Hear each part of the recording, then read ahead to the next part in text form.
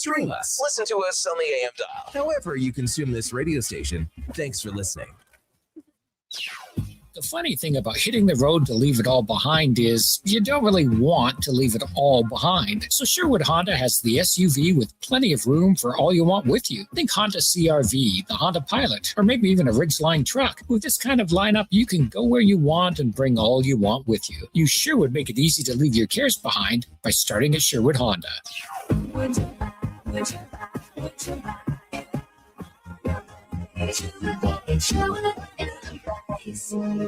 At Wendy's, get a 10-piece nugget small combo for just $8.99. That's right, $8.99 for 100% Canadian chicken, plus fries and a drink. That's just good nuggenomics. Only until June 14th. In restaurant at participating Wendy's locations. Taxes extra. Sports 1440, the Stingray radio station. CKJR broadcasts from West Edmonton Mall and Wetaskiwin. Download the free Stingray music app and listen wherever you go. Have your sports curiosity cured. Who knows well, a former teammate for several years.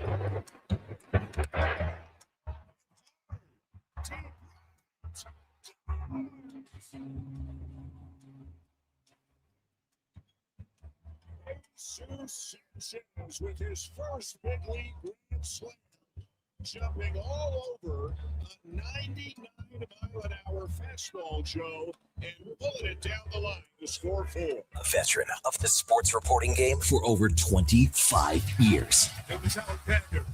Steps back triple. Off the board. McCain feeling it. Finding it. Breaking down Edmonton's favorite teams. But Theodore will come up with it. Right in for McNabb. He has Stone on the perfect. He's got it. Stone. Opening goal. Game 4 after being the wide receiver. He was open well down the lane and got the touchdown pass. This is Sports 1440 and the Kevin Karius Show.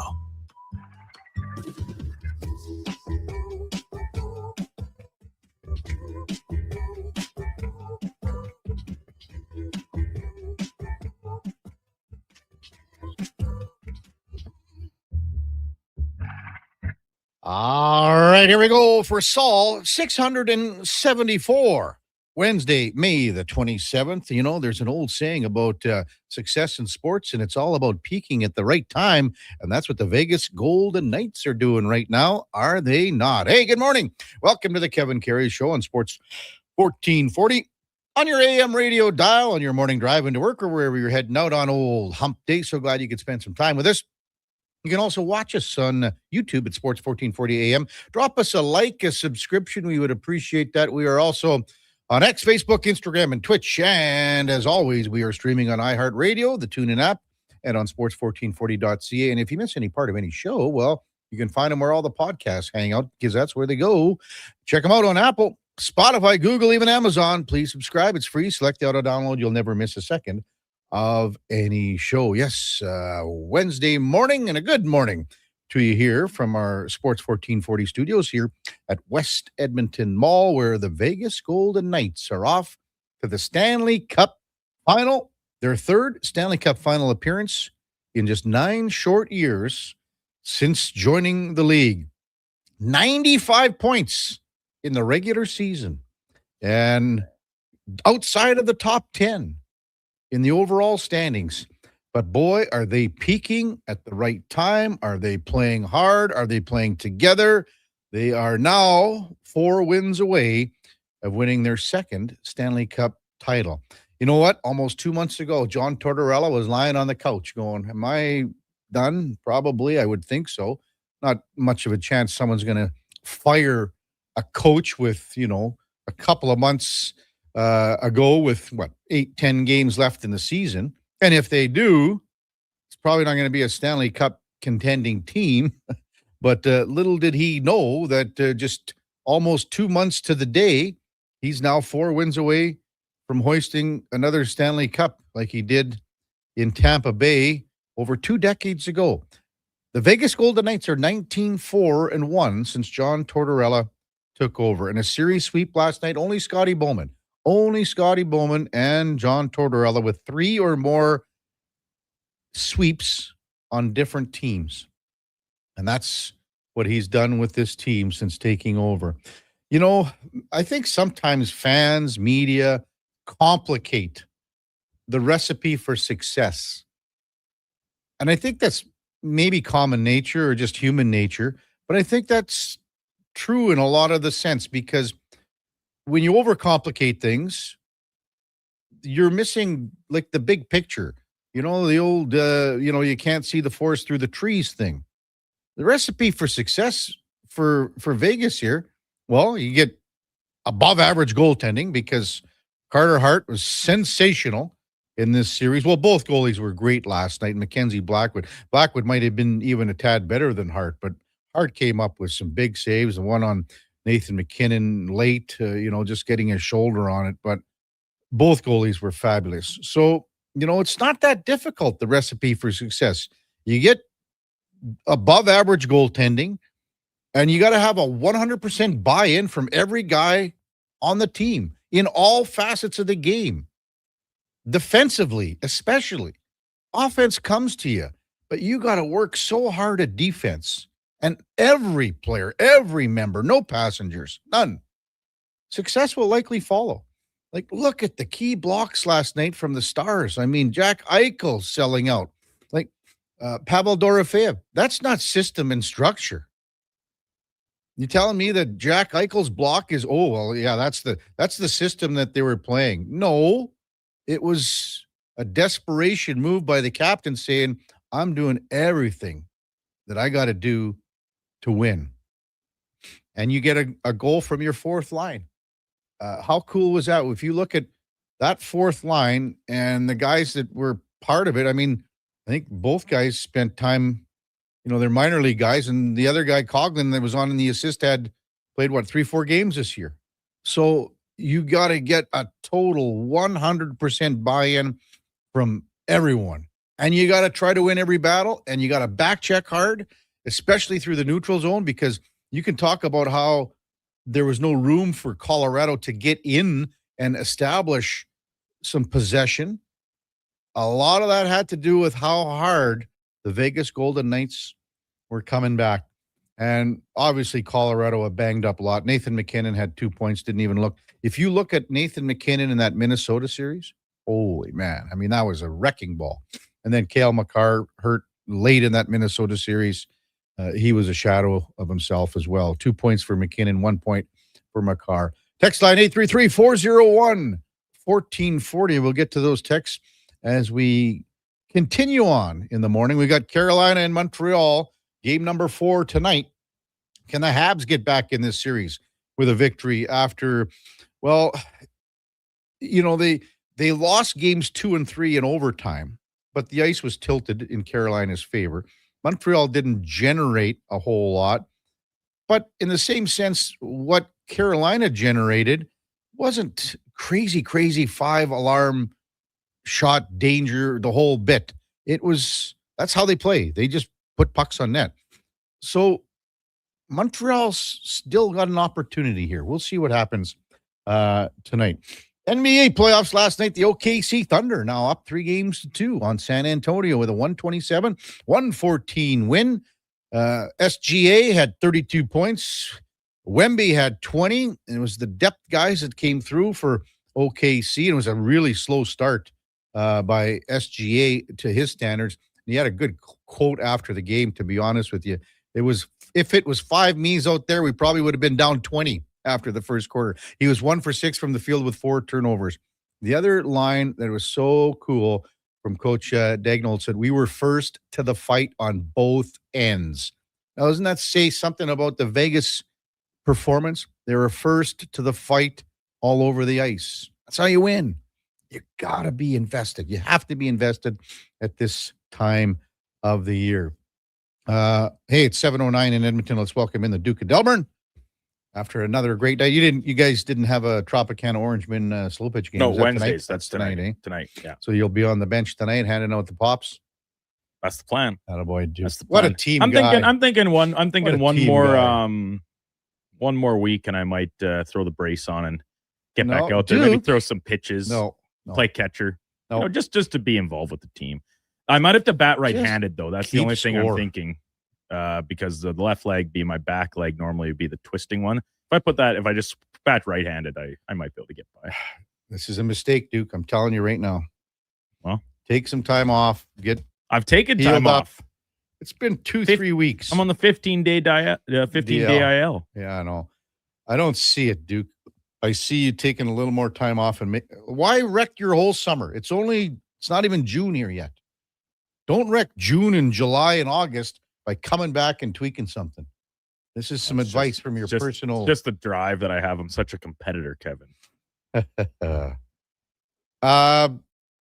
Did you get to watch the Vegas game? I mean, it's unreal, eh? I sure did. It's really startling. And my biggest kind of takeaway, it wasn't the most thrilling game. I mean, there were moments, no doubt about it. And you talked about Mackenzie Blackwood. I mean, I think Colorado wouldn't have even had the chances that they had to be close in this game in the final few minutes without him. That one power play in particular, Avalanche penalty kill, Vegas power play stands out where he makes the excellent left to right save with kind of the blocker hand on Dorofeyev, and then back on the other side, fully sprawled.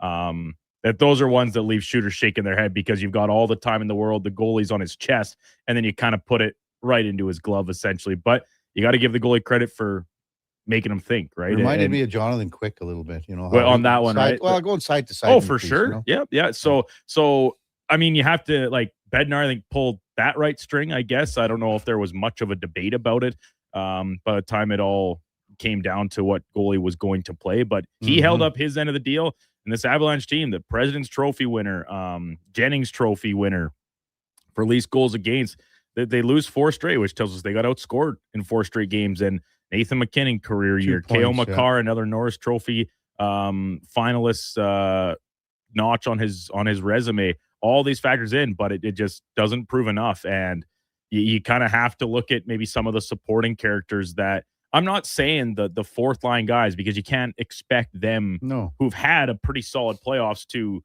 carry you on a night-to-night basis. But I mean, Brock Nelson has a breakaway and can't finish. He was invisible for the most part in this series. Marty Necas didn't have a particularly effective 4 games either, in my opinion. So got hurt when last night too. He did, yeah. When you get your number one guys banged up, and in this case it was 2 of the very best the league has to offer, McKinnon and Makar, and they're still trying to gut it out there.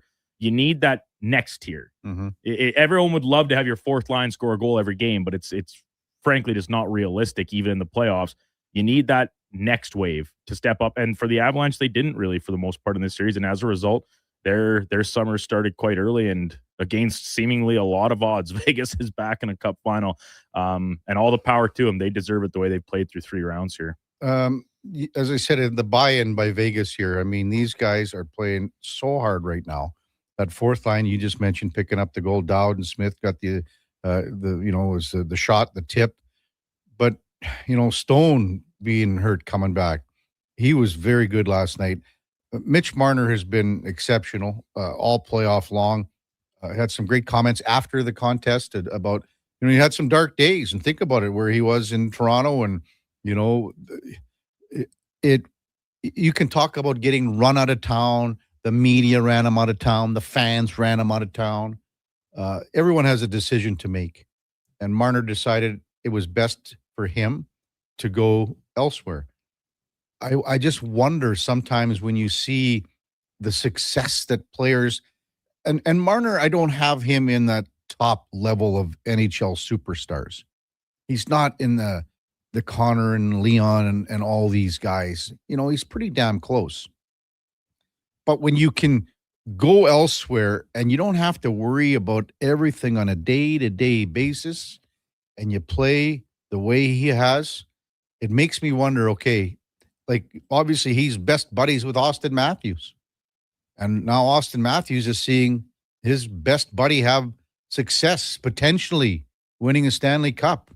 What does that think about, his thought process moving forward? But to me, again, it's that buy-in with the great players like Eichel and Dorofeyev, who's leading in goal scoring in the playoffs. Those block shots, amazing.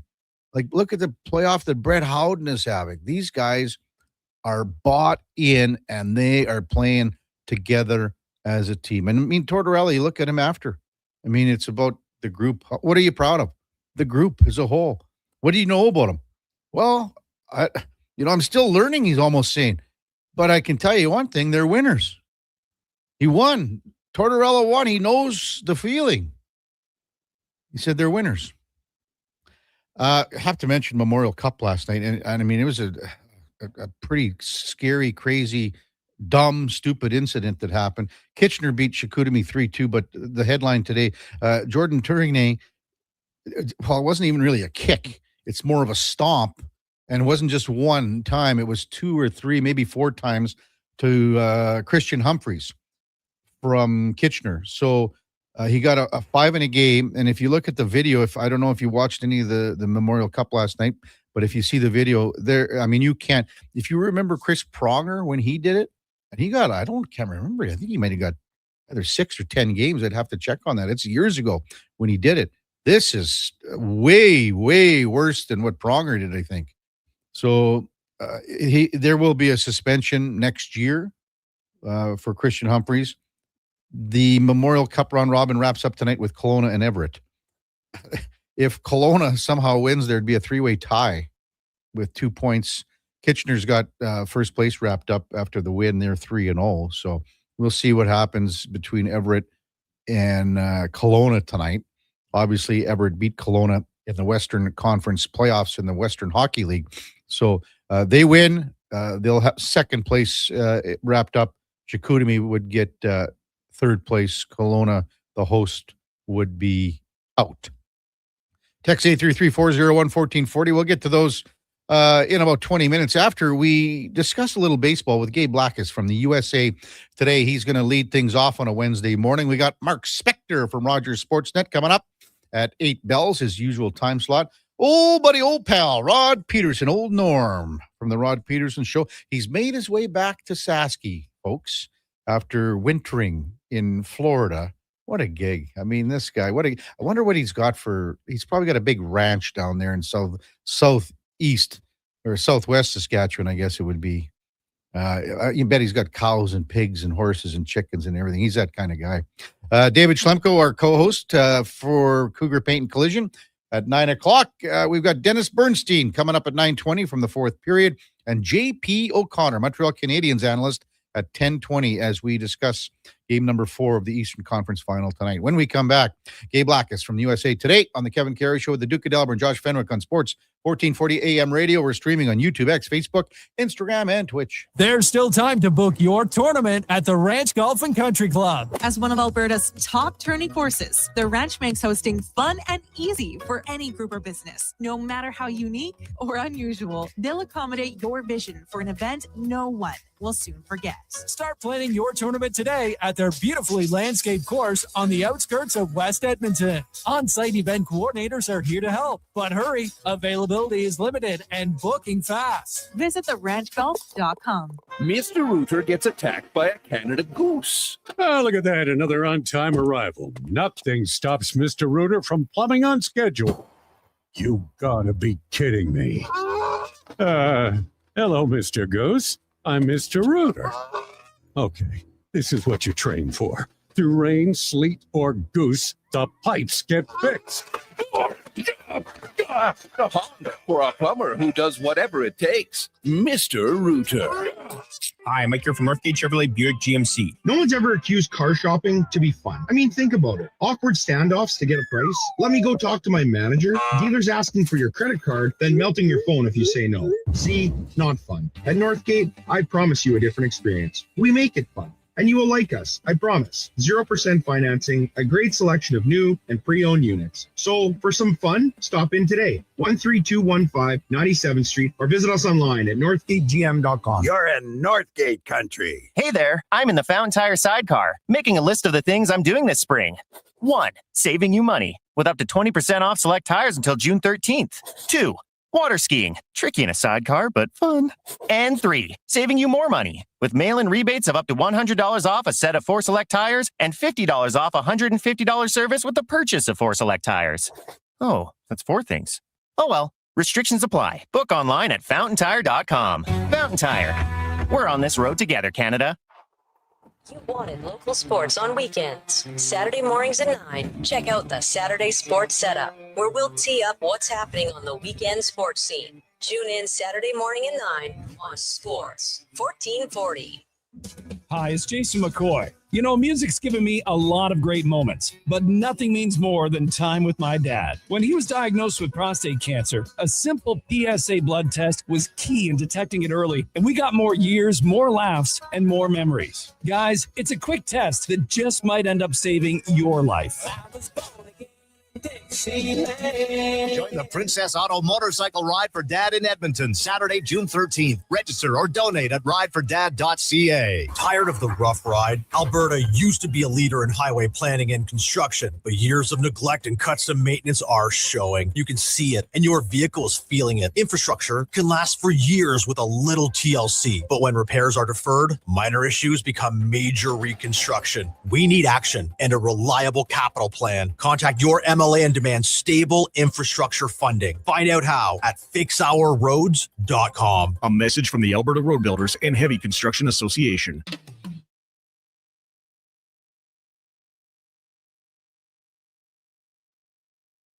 Have your sports curiosity cured with the Kevin Karius Show. This is Sports 1440.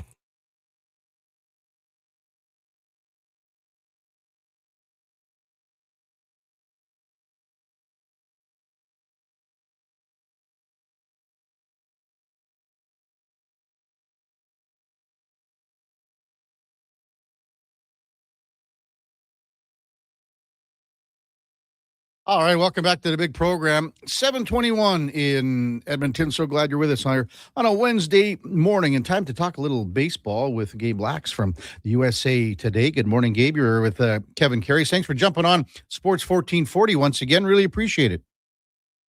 You got it, Kevin. How you doing today? Great. Almost, I guess, the third way point of the season in the major leagues. It's gone pretty quick here. I saw your article about Tampa Bay being the best team in the American League. Just think what they could do if they could field a little bit better here, Gabe. Yes, exactly. Got to button that up a little bit. And you get that with teams like Tampa because you're mixing and matching. You're putting guys in spots maybe they're not consistently used to. So, occasionally you let in a few, you might say. But, it's been a very interesting year so far, a very weird year. You're not entirely sure what the first third of the season proved definitively, but starting to see some patterns, and it's certainly going to be interesting the rest of the way. Yeah, what are you seeing as far as those patterns go? I mean, if you look at the American League West, it's a sub-500 division. The NLC Central, probably the best in baseball. Are you seeing some separation here in your mind moving forward here to the second, third? Yeah, it's odd, and probably you kind of mentioned it. The biggest disappointment to this point, probably the Seattle Mariners. You saw what they did with the Jays, taking a 3-2 ALCS lead, extending it to Game 7, ostensibly improving their team, their rotation, getting a big boost from Emerson Hancock in addition to their holdovers.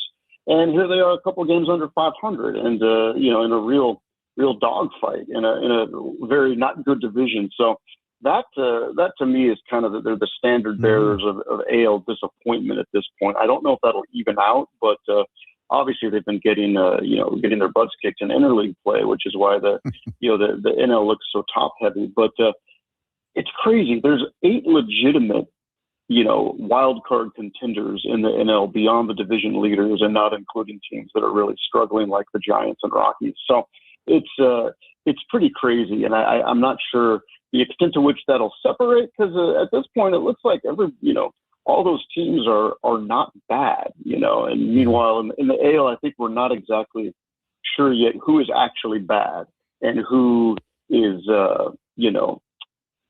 just scuffling a little bit in the early start of the season. You would think that the Mariners, Gabe, would have to get it in gear. I mean, Josh Naylor just had a horrendous start, and historically, Julio Rodriguez always starts slow. You would think that they're going to turn it around here quickly, wouldn't you? Yeah, certainly, and especially that pitching never goes away, Yeah, you're right. And Julio was traditionally a very slow starter. Cal Raleigh on the IL. I mean, I think that kind of a relief he went on the IL just because he was doing so poorly. But you got to take care of those obliques, man. That's not the kind of thing you can rub a little dirt on and hope to play through it.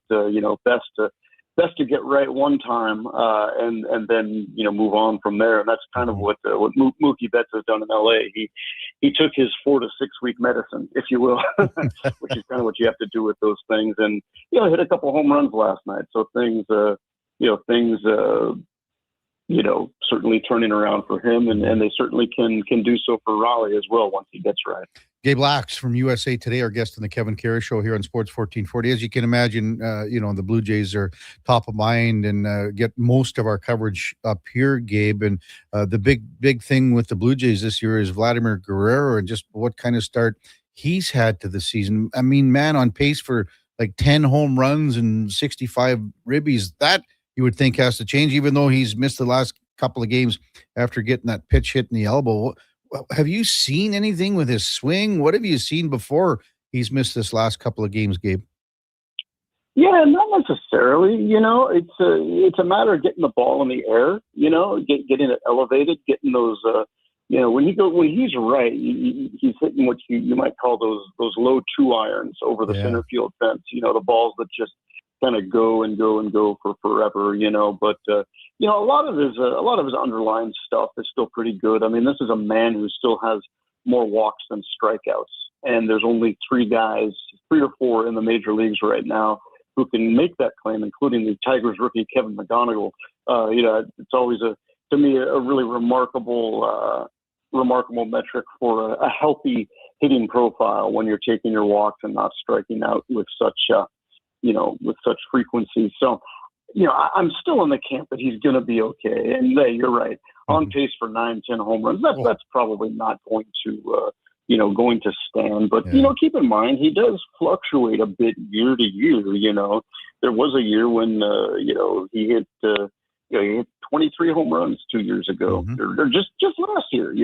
And then 48 one year, 32 the next, 26, 30. So I think he'll probably end up in the low 20s at this point because a lot of time has elapsed. But that doesn't really make for a bad year for Vladdy. You just wonder what it means, in the grander context of the Blue Jays offense when they no longer have Bo Bichette and when George Springer has been on the shelf at times. It's not to say there's not a window for them to get it going, but it's you wonder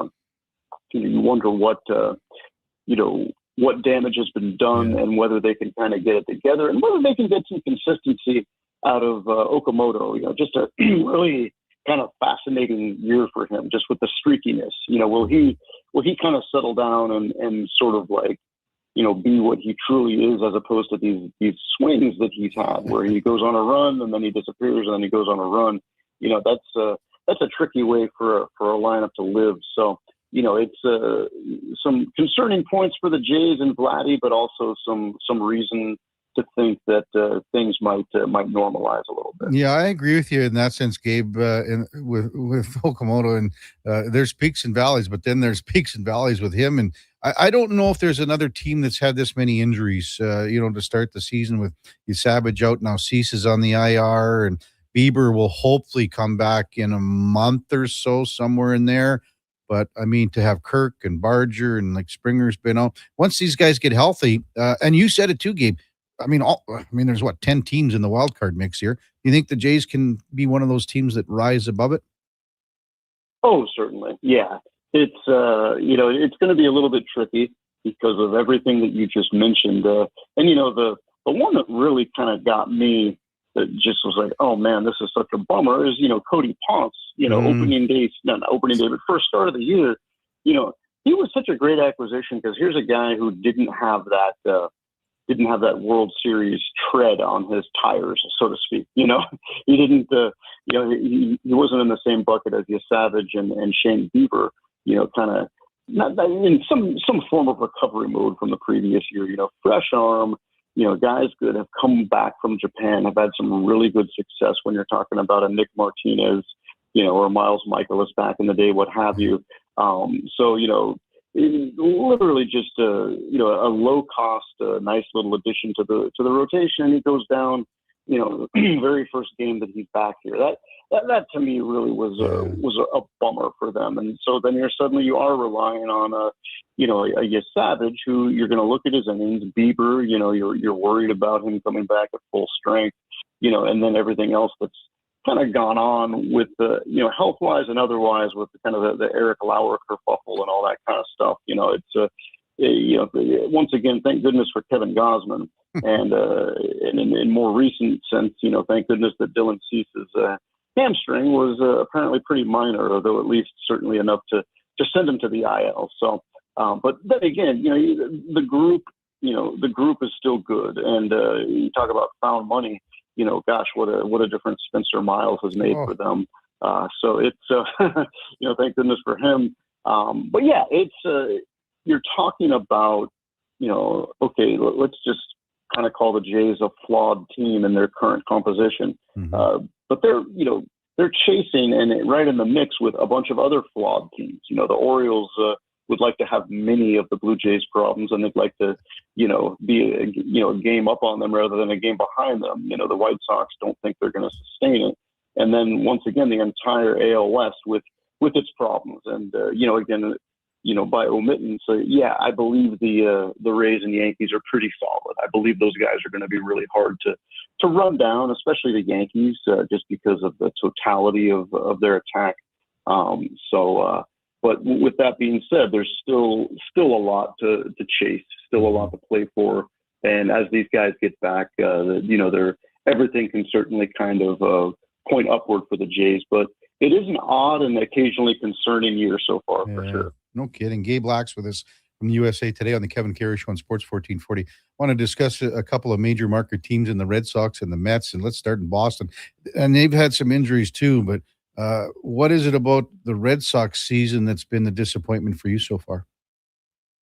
Well, it's the totality of their franchise. Something is very systemically wrong there. And the extent to which it flows down from ownership, I'm not sure, but, they kind of, cheap out in a sense on Alex Bregman, don't give him a no trade clause, lose him to the Cubs, trade Matt Harrison to the Brewers for, a third baseman who isn't going to make anybody forget Alex Bregman when you're talking about Caleb Durbin. And then suddenly Matt Harrison, he's basically leading the NL in ERA. He's one out shy of qualifying. So, it's just a series of bad decisions compounded by other bad decisions. And this is what you're seeing. You're seeing a really punchless lineup that, just by virtue of Roman Anthony being out has basically just kind of collapsed, and it was very, very convenient for them to say, well, we lost Bregman. We're going to pivot to run prevention and sign Ranger Suarez. And okay, that's one route you can go. And Suarez has been predictably really good. But it's just not enough. And firing the manager obviously wasn't the answer. I believe they've lost every series since. Perhaps they beat the Jays in that first one, but I believe they've lost every single one since under Chad Tracy. So it wasn't the coaching staff's problem. No, they are what they are. They're not a very good team. It kind of seems like Craig Breslow might be trending toward being the next executive, kind of cast aside by John Henry. And again, the behavior of the entire organization since winning the 2018 World Series has been really strange and really inconsistent. And I think we're, beyond the various player development wins that they've had in that time, I think we're kind of seeing the offshoot of that. And I don't know when it's going to get better there, but it certainly doesn't look good for the foreseeable future. Well, I'll tell you what, Gabe, if your explanation of the Boston Red Sox organization is what you just said, what is it about the New York Mets organization? Is it basically in the same boat as Boston, even worse? I mean, think about all the guys they brought in, and they're 15 games out already. Yeah, I don't think so. I don't think David Stearns lost his head overnight. I think in hindsight, he did not have a very good winter, and they have had a fair amount of injuries, and they kind of somehow left themselves pitching poor, if you will. But the loss of Clay Holmes was a big one. They keep kind of depending on Kodai Senga, who has continued to be, from a performance and health standpoint, unreliable. So that's a couple of holes in the rotation immediately. The trade for Freddie Peralta was very good and very aggressive, but kind of couldn't really overcome the composition of the bullpen and various pieces of of the lineup that haven't gone well. And here's Bo Bichette adjusting to a new market, a new league, all that. That does take some time. I thought he'd be doing a little bit better. I think he's going to be fine, and he's such a good hitter that he'll eventually figure it out. But the way in which Lindor and Soto were basically passed the baton on the injured list, Soto coming back and Lindor going on, and still on there, that's a significant loss for them. So I don't think it's anything structural with them, and they continue to send players up from the minors. They sent AJ Ewing up there. He's been playing pretty well by and large, getting on base at a 375 clip. The pitchers keep coming. Nolan McLean, having some growing pains, but obviously a very bright young arm. And now Jonah Tong is back, and kind of we'll see if he can cut out his walk problems that have dogged him, not just in the majors, but also the minors. So, it's I don't think it's anything structural. I think it's just, bad winter, badly constructed team. I still think Stearns is very good at what he does. And obviously Steve Cohen's money still spins. So I don't think they're in any organizational dire straits. It's just, man, this went haywire like we couldn't have imagined this year. One last one for you, Gabe. Where does Munetake Murakami rate for you for best stories so far? As we say, we're just past the third way point of the season here. Oh, it's unbelievable. You're talking about a guy leading the American League in home runs, giving Kyle Schwarber a run for his money on a discount contract, and a team that was just so hopeless for not beyond the 121 loss season and beyond last year's. I think they lost 100 again last year, but they needed some reason to believe, and there's some pieces floating to the top there, but the manner in which this has worked out is just remarkable, especially with his 370 on base percentage. It's not just the home runs. He's not he's not Dave Kingman out there. He's a lot of his skills have transferred from Japan, and the swing and miss will always be a concern, but it's not killing him, and he's absolutely crushing the ball. And that anybody is still throwing him a fastball is kind of amazing. But it's maybe they'll figure him out. Maybe he'll have a little bit of a slump, but it's really good to see, because that was a really moribund franchise, and suddenly in the mix and in that very very deep AL playoff melange, I guess, because they're playing 500 ball, and that's kind of all you need to be doing right now. Yeah, and they're letting the young guys play, right? That's what they're letting them. The core of that group moving forward, they're letting them go right now. So. Hey, Gabe, as always, thanks so much for your time. Enjoy the next little segment of Major League Baseball. I'm sure we'll talk to you as the summer progresses. Thanks, as always, for coming on. That sounds good. You got it. Anytime, man. That's Gabe Lax from the USA Today. Check out his most recent article, again, talking about the Tampa Bay Rays, best team in the American League. As I said, I think they had 3 errors last night, though. Lost to Baltimore 6-1. I think it's 39 or 40 errors for them on the season. So it's one part of the game if you can clean up. And, they had, I got to think, Taylor Walls didn't play last night for Tampa Bay. So they had to move Oliver Dunn, I think, over to short. He might have had one of the errors. So Walls doesn't hit his weight, but he's pretty damn good defensively. So they got a different makeup of a team. They get it done different ways. And if you read the article, talk about Chandler Simpson, and remember when Tampa played the Jays, and basically he manufactured runs himself. That's one of the reasons that Tampa's so dangerous. He gets on the pass, and all of a sudden you're not even worried about what pitch you're throwing to the batter.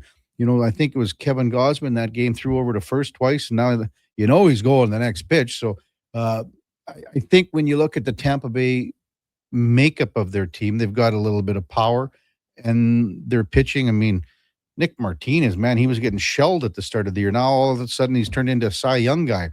And if you look at him last year in Cincinnati, he was terrible. He was awful. So he's throwing the ball well.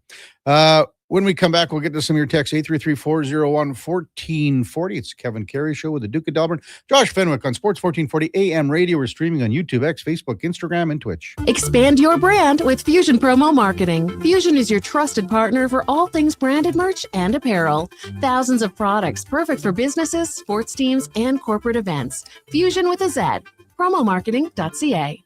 Say hello to your new favorite drinks. Introducing new McCafe Refreshers. Icy cool, undeniably refreshing, and available in 3 flavors. Strawberry watermelon, mango pineapple, and blackberry passion fruit. Only at McDonald's. The sun's out, the pavement's warm, and that low rumble of a Harley rolling by? Oh yeah, that's calling your name. This is riding season, and if you've been thinking about a new ride, Harley-Davidson of Edmonton has the one that'll get your heart pumping. With a huge selection of new and pre-owned bikes, There's one waiting for you. whether you're upgrading or just getting started. And while you're there, ask about test rides, because the only way to know is to ride it. For more details, visit Harley-Davidson of Edmonton on the Yellowhead Trail, locally owned and operated since 1980, or at hdedmonton.com.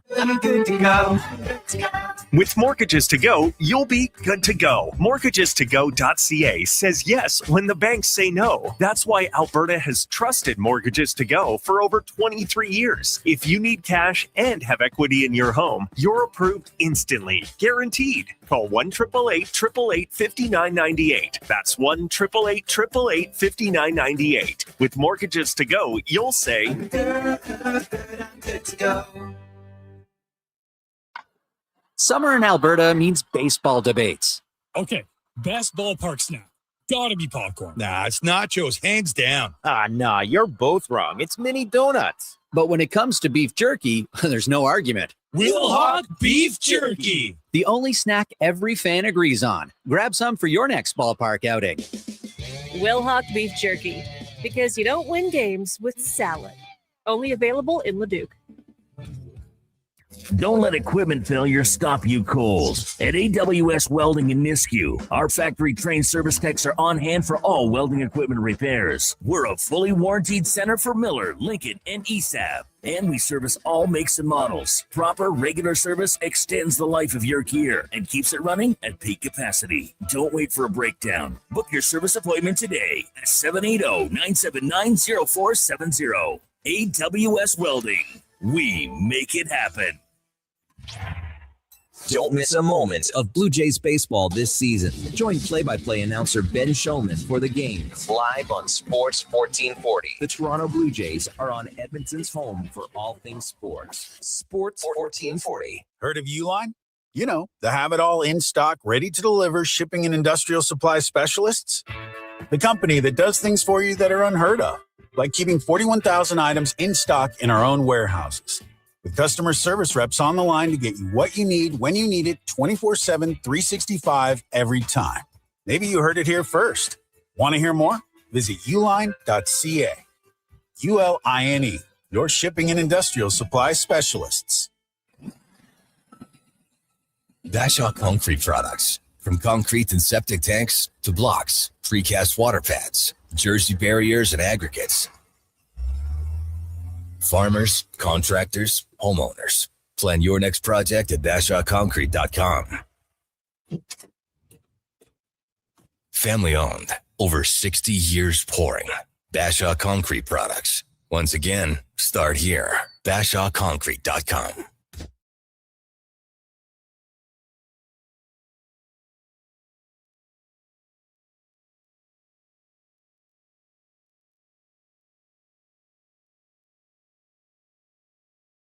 Just in time for the morning skate.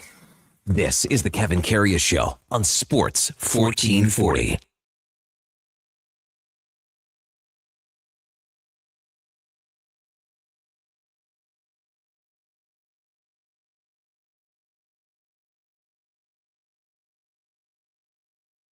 All right, welcome back to the big program. 7:44 in Edmonton. Kevin Karius, Duke of Delburne, Josh Fenwick with you here on Sports 1440 AM radio. Text 833-401-1440. The King of Fort Nasty writes in, morning, guys. It's not what we wanted to see, but the Knights are sweeping harder than the Duke's drinking team during the first end of the Delburne Bonspiel. Is this true, Duke? No, it's not. What do you mean, no? We sweep harder. Yeah. Vegas only swept one round. Yeah. But they're not drinking in between periods. Or True, they don't get the extra sustenance that we do. Yeah. And then he says, because I said, don't play Duke, don't play slow pitch for a couple more weeks. And he says, Karius, Duke's in his mid-30s, not mid-50s. Let him play. Oh, I'm in my early 30s, first of all. But the point remains. No, Kev, it's going to be a very much play it by ear type situation. I got something that you might be interested in, Duke. Maybe really? Maybe Chucky Slick or the Big Cebolla. What about this? You know, these guys, I mean, Chucky Is Slick. this also something to do with drinking? Yeah, well, for sure it does. And golf. Then they'll be interested. And golf. I mean, Chucky Slick, he's got the coin. He's got the Austin Martin or whatever. What was it again? What kind of card did he have? Aston Martin. Was that what it was? Yeah. What? Oh, and then he bought the vet. No, Austin the Powers. big Cebolla bought the vet. Oh, Big Cebolla bought the vet from Northgate Chevrolet. That's right. Well, it's hard to keep track of. Slick, orange. It's pretty snazzy. I haven't seen it yet. Orange. I'm waiting for the message from him next time he brings it into the big city for us to go for a little ripperoo. Creamsicle orange. So next Friday, Duke, I'm off because I'm going to be playing in the Smash Out MS tournament. Our good buddy Chopper Lopatinsky and Jason Gregory is going to do an auction item here as well. But here's what we're going to auction off this morning. So it is for 4 golfers, and I'll play with the group if they want. If they don't want me to play, I don't have to. You'll leave them alone. Yeah. If they don't want me to play, I won't. But it's for 4 golfers, and you get everything. You got, so it's breakfast in the morning, coffee. You got the tailor-made tea gift, 2 free premium drink tickets, the round of golf cart, golden ticket. So you don't have to buy the ticket to all the stuff. The only thing you got to pay for if you want is $20 for mulligans. That's it. So this is $360 is what it is per golfer. So it's a value of $1,440 for the 4 players. And again, I'll play with you. It's next Friday. It's at the Ranch Golf and Country Club. It's at 8 in the morning for tee off. So perfect time of the year to get out early. You can be home by 1 o'clock if you so choose to be. Or you can make a day out of it. Or you can do that. And people remember, Kevin hit a hole in one. Yes, that's right. Yeah. Forgot about it. Well, I didn't really forget about it. Drank myself into oblivion. Like Strudwick will be there. JD, Jeff Delory, Ricky Walters, Nestor Pister will be there. Wow. Brian Hall, Jelena Merjinovich, Gregor will be there. I'll be there. So we got a few celebrities. Chopper's raised over $300,000 over the years for MS. His mom, Ev, has MS. She's doing wonderfully. Just a firecracker of a woman. So if you want to put in a bid on this, 833-401-1440, a round of 4. So 4 guys or girls, whatever you want. And I'll play with you if you want. And again, the total value is about $1,440. So we really need to get into that area and more. So if you want to golf next Friday, MS tournament, smash out at the Ranch Golf and Country Club. And again, you get it all, breakfast, dinner after. It's $360, and that's with the gold ticket as well. So you don't have to go and buy this and that on the course. So text 833-401-1440. Let's get the ball rolling, and we'll discuss this over the course of the morning. Brad, the driver, texts in and says, hey, KK, is Bednar's job in trouble? That's Jared Bednar. Love to see this one. Not this text, but I saw something that came out last night. Jesse Montano, who covers the Colorado Avalanche for Guerrilla Sports, John Tortorella was leaving the media room, the presser room, and yelled to the media, get off Bednar's ass, as he was leaving the press room. This from Jesse Montano after covering the news availability, the media availability last night. Isn't that something? 833-401-1440. The Real Duke says Archie the Stomper Goldie talking about Jordan Torigny from the Chicoutimi Saguenay with his stomp on Christian Humphreys at the Memorial Cup yesterday. CB Radio guy says Marner on pace for the Conn Smythe and the Cup. Wasn't the problem in Toronto.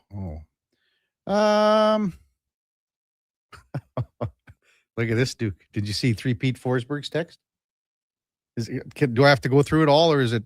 Oh, I think it's fine. Okay, you can read it as is. He doesn't cross any lines. He keeps it vague enough. I read the first line. Morning, KK. I have a serious question for you. Real important stuff here. I was doing lawn work this weekend. Hot, sweaty, uncomfortable. Boxer shorts all bunched up. So I took a page out of your book. Breezy, comfortable, great stuff. The question now is, what is the jeans washing rotation when you go no underwear? Well, yeah, I normally go a week at a time, but thinking the wash rotation should be bumped up now. Thoughts? Thanks for the inspiration. Yeah, bump them up a little bit. Especially once you start to see some tracks forming in the backside there. Well, just keep an eye on things, Duke, right? Oh, my God. This is terrible. Kevin's going to start a movement. We're back in like counterculture. It's like the hippie wave all over again. Everybody's just going to be free bird and free balling all over the place. Penguin says some might pay $5,000 to have Kevin stay at home for the Smash Out MS tournament. Hey, that's within their right. That's right. I'll stay home for sure. Well, I'll be there. You won't stay home. You just won't talk to them. You'll leave them alone. I won't golf with them. So Kevin, I'm pretty. Obviously, I won't be able to. Yeah, you got to be partake as I'll have to stay here and do your job. But in the case where let's just someone like the foursome buys this package, it's a great package, and they say, Kev, we'd love to have you come join us for the round. Are you just on a cart by yourself? Yeah. Well, what would happen is I would say, okay, guys, if you want to like flip around every few holes, right? Like sometimes, like safe. And I think we've said they probably only want you for the par threes. I doubt it. Yeah, I don't know.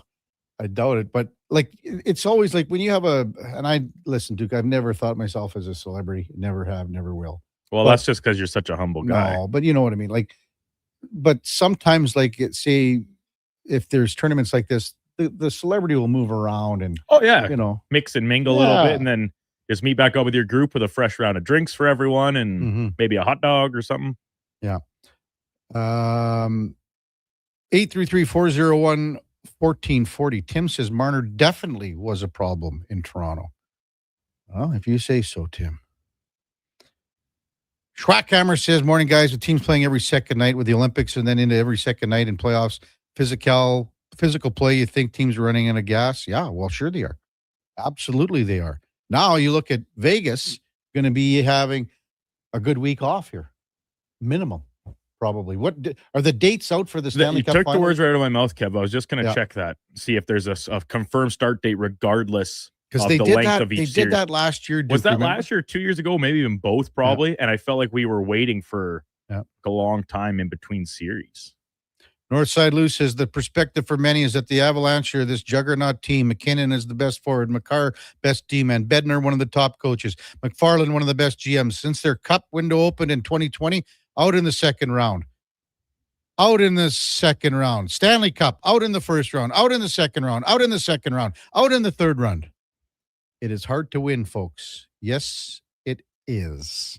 It is so difficult to win. Thursday, June the 4th. That's game one? Game one of the Stanley Cup final. So, yeah, a week. Well, more than a week. Yeah. Tuesday to Thursday.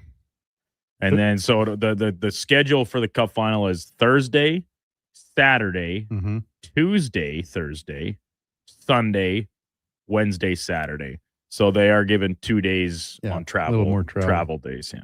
So what's the last game day? Saturday, June the 20th. Wow. Well, that's what I thought maybe. Well, that's 16 days total, I guess. That's normal. It's not like they're taking more time. No, NBA finals used to always be after, right? They always finished after the NHL Stanley Cup finals. Josh, your boy's pretty quiet today. He's not saying much.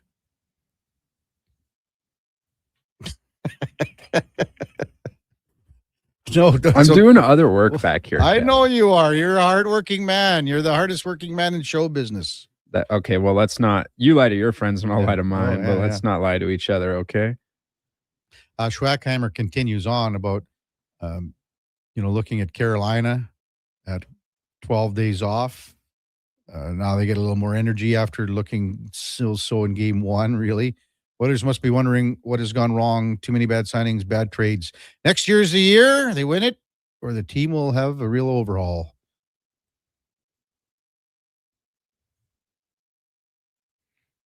Lynn says, hey, the NHL playoffs are great, but have you guys spent any time watching Crosby and Celebrity play together in the World Championships? You betcha we have.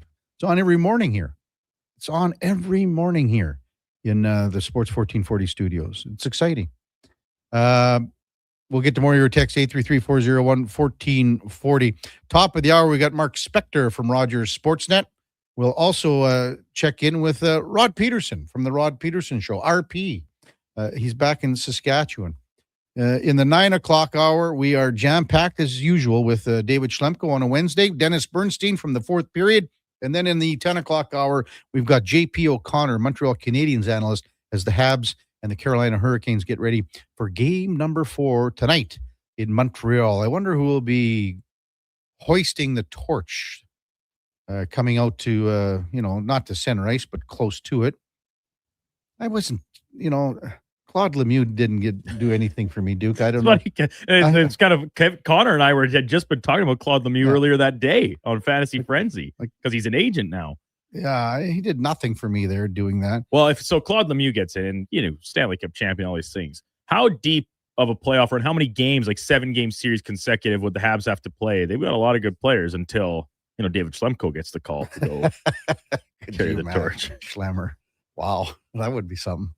Before all that, time now for a Sports 1440 update brought to you by AWS Welding Supplies in Nisku. Product sales, servicing, calibrating, free same-day delivery of in-stock items to Leduc, Nisku, and South Edmonton. Your one-stop shop for all things welding, awswelding.ca. Here is the Duke. This is a Sports 1440 update.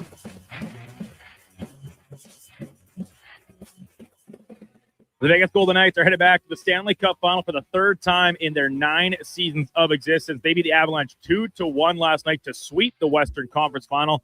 They'll now await the winner of Montreal and Carolina. Stanley Cup final begins on June the 4th. Over in the Memorial Cup from Kelowna, Kitchener wins over Chicoutimi 3-2 to remain perfect in the round robin. They'll advance to the final.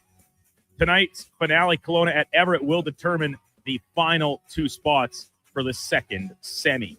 In the association, San Antonio comes up short against OKC. The Thunder get a big night from Shea Gilgeous-Alexander, 32-9-2, his stat line, as OKC takes it 127-114 to open up a 3-2 series lead and on the brink of advancing to a second straight NBA Finals. Off the court, the league announced its winner of Coach of the Year, and it goes to the Celtics headman Joe Mazzulla after leading the team back to the playoffs despite missing Jason Tatum for the majority of the season. In the majors yesterday, the Blue Jays bounced back in a big way, beating the Marlins 8-1.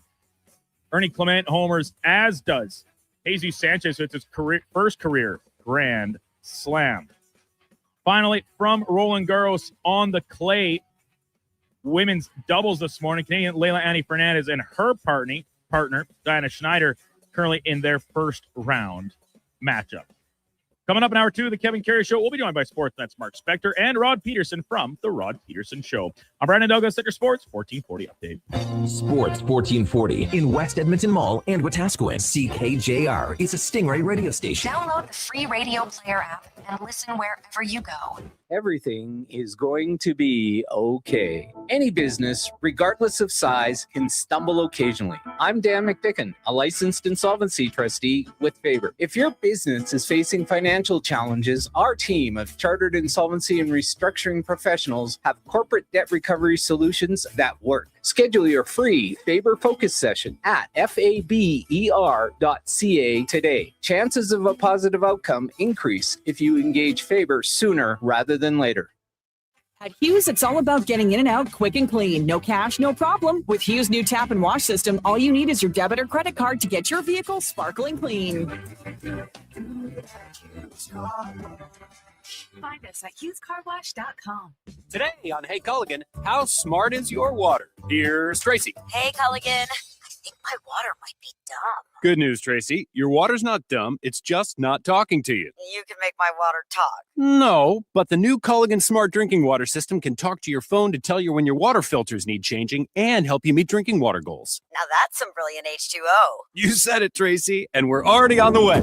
Let us help you out with a free in-home water test from a local Culligan water expert at Culligan.ca. If you've got a smart speaker, get it to play Sports 1440.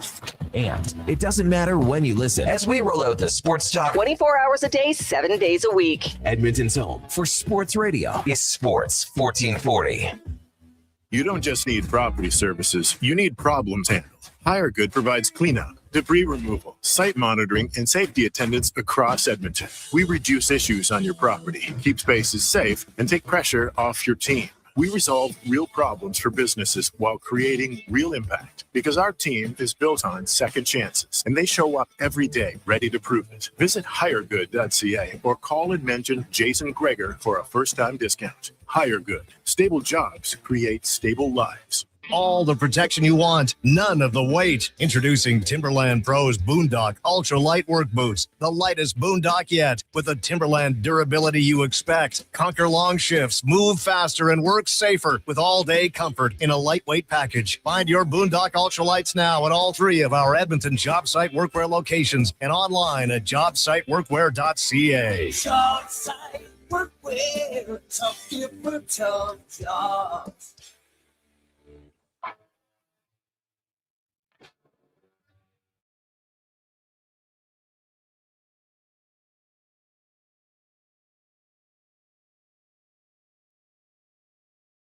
Your game, your station. Sports 1440. And watch us on YouTube, Facebook, and X.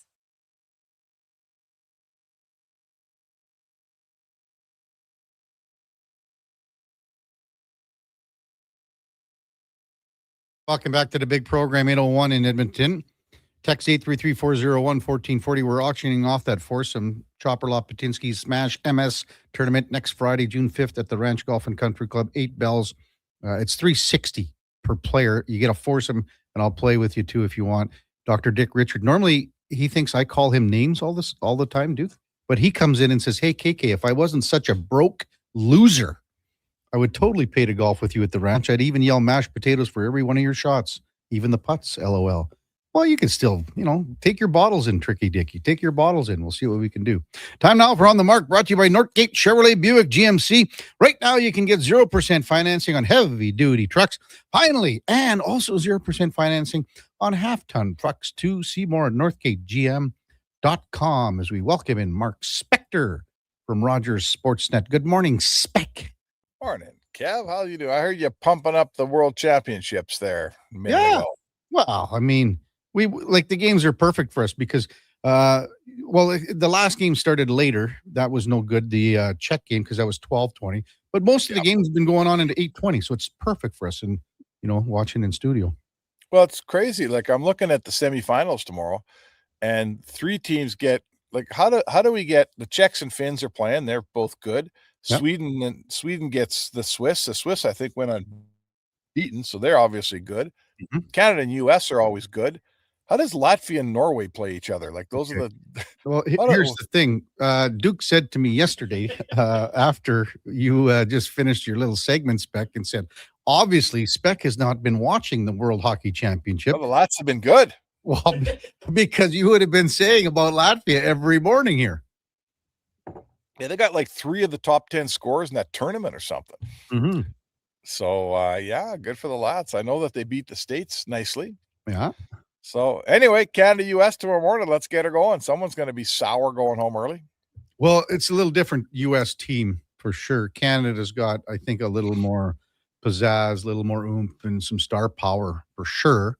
But, you know what? Let's see how Ike Howard, plays, against the Canadian team, because that'll be the one thing that I want to watch tomorrow. What does Ike Howard do against Canada?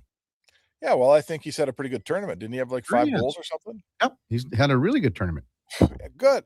Well, you know what? Like, I think we have to think about Ike. I always think about Ike Howard the same way I think about Matt Savoy. Yep, absolutely. Matt Savoy went to Baco for the year and went out of our sight and worked on his game and came back and had to earn his way in the lineup and earn the coach's trust. And once he got a little bit of a foothold, he was ready to keep it, because that year in the AHL taught him how to play and how to be a player that the coach trusts. And it's harder when I think Howard's game is more dependent on goal scoring than Savoy's game. Is that fair? He's more of a what I would say he's got a way better shot. I mean, Ike Howard's shot is way better than Matt Savoy's, who's got a decent shot too, but Howard's shot is better. But Matt Savoy has learned how to win, and not just win, but even if he doesn't win, he's learned to compete in the one-on-one battles, where even if he doesn't win, it's a 50-50. And by that time, he gets a little support. You can't, Howard isn't winning those battles yet. And that's the one thing he's got to learn. Yeah, fair. I mean, and it's, you got to get past saying success for me means the puck going in, and find a way that you can also have success, and you can also get the trust of your coaches, and you can also keep your ice time when you're not scoring, because he's not walking in here and scoring 40 here. Right? No. A good season for Ike Howard would be 17 goals. And that's a lot of hockey games where you don't score a goal, but you still have to be good in that game and useful to your team. Yeah. It would be a great season, because look at Matt Savoy's numbers. And I know he got the hat trick late spec, but he was at 18 or whatever he finished at. So that was a great season for him. If Ike Howard can get 15 goals next year, that's a really good first full season for him. For sure it is. Absolutely. But I'll repeat it. Let's say you score 1 goal in 15 games. That means you got 67 games in which you don't score a goal. How are you in those games, right? How do you play in those games? Are you a defensive liability? Do you create things for other guys? Are you, I remember when Bouchard said, I got to be better in my worst games. Yep. How are you in your when it's not going in, how you play? And that's usually what decides with a young player. Right? It's not, no one judges them nearly as much when he's having his top game. It's what's your average and below average game look like? Can you survive as an NHLer? And let's see how Ike Howard does. Yeah. So that's the one thing I'm looking forward to watching tomorrow with Canada and the US. And again, you mentioned like Norway's having a fabulous tournament, and Switzerland having a really good tournament. And, we had Laddie in yesterday, and, he was explaining about the difference that we don't understand as much here, Spec. You got to be a European. You have to be European to know and understand how much the World Championship means to the people over there. That's just a simple fact. Yeah, I saw Granlund from Minnesota doing an interview, and they slugged it out, man. It was a long year in Minnesota, and they won a playoff round, and then played that series against Colorado, and he finished it off and got right in a plane, went over to Switzerland to play for Finland. And he was saying that, he says, I would never turn down. Like, he thought someone basically asked him the question, geez, why would you come over here and play? And he looked at the guy like he was crazy. Like, what do you mean? Why would I come over here and play? I would never turn down a chance to play for Finland. He was like, what are you talking about? So yes, when you see, let's say, the American team, there's a bunch of guys that didn't go. It's just a completely different attitude towards the World Championships. And Europe, for sure, European players covet a chance to play in that tournament. Yeah, no kidding. Mark Spector from Rogers Sportsnet with us. Vegas. No one picked Vegas to sweep Colorado. You might have said, yeah, they can give Colorado a go, but after what we saw from the Avalanche in the Minnesota series, not many people were given. But boy, Vegas just played them to a T and absolutely throttled them in 4 straight. Hard to believe after, think about this, Spec. I mean, Vegas was only a couple of wins, not having a couple of wins down the stretch from almost going in to the Central Division bracket. Right. That's really close. Yeah. Really close. Yeah. Yeah. No. Like, really, I really am getting Florida Panther vibes from Vegas's defensive game. Like they defend you all over the ice, you know. They don't like forget getting in the zone. Colorado half the time couldn't even break the puck out properly. You know, Vegas was just big and hard and won every battle. And they just reminded me of how Florida looked against the Oilers when Florida was at the top of their game, like game 5 and 6 of the Cup last 2 years ago. 2 years ago, 25, 1 year ago. Vegas is just there. Every place around the ice where they engage with, size and strength and physicality. And boy, you're not just going to beat them with skill. You got to beat them to some extent at the game they're playing. And that's like Florida, if you can't out physical them some of the way, you just can't beat them. And Florida or Vegas, oh boy, they look impressive. There's no doubt about it. Well, again, their battle level, as you say, on every play, and it's all over the ice. And, they were talking a lot about Colorado trying to advance the puck into the Vegas zone many times last night. But if you really look at it, a lot of it had to do with how many guys were coming back on the pressure to get back into the play. It's a defenseman's best friend. Like, the defensemen love it when guys are on the opposition's ass going through the neutral zone. It's just such a big part of the game, Spec. Well, so the solution is generally at some point you got to start dumping pucks in, right? You basically, if that defenseman's standing up on you all the time, and you're having you can't seem to get past them while retaining possession, then the solution is to dump pucks in. And when you get a team like Colorado that doesn't dump pucks in, or Edmonton that would prefer not to dump pucks. I mean, I guess I'd say to you, Kev, once you get them dumping pucks in, you got them halfway beat because they're out of their game plan, right? So now I'm playing Vegas's game. I'm dumping pucks in where I went all season long carrying the puck over the blue line. So, I don't know that maybe there's a really smart coach out there that has a solution to that, but it's funny how the teams that win now, it kind of boils down to that. They're big, they're heavy, they're strong. And, they kind of play a similar fashion.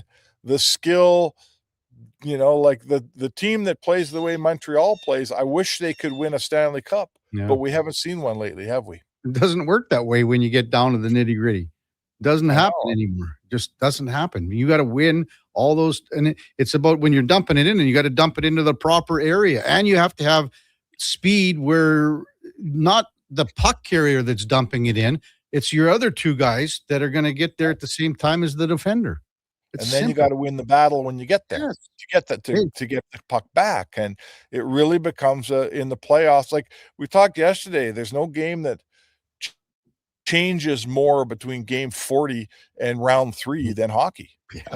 An NFL football game is relatively the same game, right? From October into January. A Major League Baseball game is exactly the same game. NBA game gets more physical and more intense for sure, but not to this extent. What was that noise behind you there, Spec? Sounded like a mongoose going at it with something. There's a bunch of birds around here. I don't even hear them anymore. I thought, that was quite extensive. Like, what do you mean a bunch of birds? What are you feeding them or what? No, I never feed them. They make a huge mess if you feed them. I don't know, man. They're flying all over the place out here, dude. What is this, Al Oming's game farm? Yeah. We could do a segment if you want. Yeah, I'm in. Can we sell it to some pet shop? We'll call it like Spec on ornithology. Well, some of our older listeners would know the Al Oming game farm. You remember it here. Yeah, Al Oming for sure. Yeah. Had what was the big elephant's name, Kev? That one I don't know. I just remember that he had, was it the leopard or the cheetah? Well, he had all kinds of stuff. When I was we're talking 55 years ago, I was a little kid. Right. They had a big elephant that you go out there and ride. Everybody got to ride on him. His name was Packy the elephant, short for pachyderm. Back when you could call an elephant Packy. Packy, yeah. That's what they called them. They wouldn't call them that anymore. No. I say, it was short for pachyderm, and every guy my age or a person our age who grew up in Edmonton rode on that elephant at some point, for sure. Oh, that's good. Can Montreal even this series up tonight, Spec? Well, they got to. I mean, what do you do if you're Martin St. Louis? Like, your team's tired, but you can't change that. Like, you can't. That's up to the players to figure out. You can't out coach a team that's played a lot of games. You just got to. Your players have to find it. But in terms of strategy, how do you figure out how to create more? Right? They just have to create more. They have to give themselves a chance for a lucky goal. Like, they don't, if you don't shoot any pucks at the net, you don't get any deflections off a shin pad or a rebound. And 13 shots a night ain't going to cut it. You will not win a series with 13, 14 shots on night per night. You cannot win. So San Luis got to figure something out. He's got to free some people up. Maybe they got to, for instance, they got barely any point shots on net, right? Maybe you got to go low to high and rip some shots on net and figure that out. Well, let me throw this at you, Spec, then. I mean, last night, at times, not the whole game and not two extended periods, but, I mean, Colorado didn't get any pucks on net for an extended period there, Right. How many goals they scored? Into the third, they scored one goal. Yeah. I mean, like, what do you think? Like, if it's going to be Carolina and Vegas here, man, we could be seeing New Jersey Devils like playing themselves back in the 90s. Yeah, it's. I mean, let's get there when we get there. Let's hope that there's a better series there than what you're just talking about and describing. But listen, you got to find a way. Like, if one goal. 2 goals isn't enough in today's game anymore. I shouldn't be. And Montreal has to somehow, I mean, they've got a ton of offensive talent, but you'll notice guys like Caulfield's to a large extent has gone away here. He hasn't had a great playoffs, right? It's one thing when you're a little guy like him to figure out how to be a really productive. I mean, didn't he have 50 this year? Yeah, 51. Caulfield? 51. Yeah, really, really productive, good player. Like, this isn't me carving Caulfield by any means. But it's a whole new deal to be that productive player in the playoffs. And now he's trying to figure that out. And when it gets heavy and when it gets tight and hard, they counted on Caulfield, got him there. And now they're counting on him in the postseason to get him through this round. Right? Yeah. Hey, Spec, we got a couple texts about noticing that background noise. Danny Matthews says, I'm glad you asked, Spec, about the background noise. I kept turning the volume on my radio down, thinking the machine I was running need to be greased. Triple C in a truck says, KK, that was a black bill magpie in the background. I don't know, man. Don't ask me. I know what a goose sounds like, but after that, sit on your little deck there with your binoculars. And I got binoculars here. And you probably have a little book and go, "Ooh, there was a red-winged blackbird." Ooh. No, you know what I have though? I do have an app, and if the bird chirps long enough, you hit that app and it tells you what kind of bird it is. Really? Yeah, I'm telling you. But the problem is they never chirp. By the time you get your phone and you get the app and you open it up, the damn bird's gone, right? Well, we'll have to come out and do some bird watching this summer. How's that sound? Oh, yeah, for sure. Have a good one, Spec, you old bird watcher. All right. See you. Talk to you tomorrow. Mark Spector on the Mark, brought to you by Northgate Chevrolet Buick GMC. This truck's for you. Check them out at northgategm.com. When we come back, RP Rod Peterson, old Normie boy, back in Saskatchewan after his 6-month winter holiday / job from the Rod Peterson Show in Florida. But now he's back in Saskatchewan for the summer. That's coming up right after the break. Kevin Karius, Duke of Delburne, Josh Fenwick on Sports 1440 AM radio. We're streaming on YouTube, X, Facebook, Instagram, and Twitch.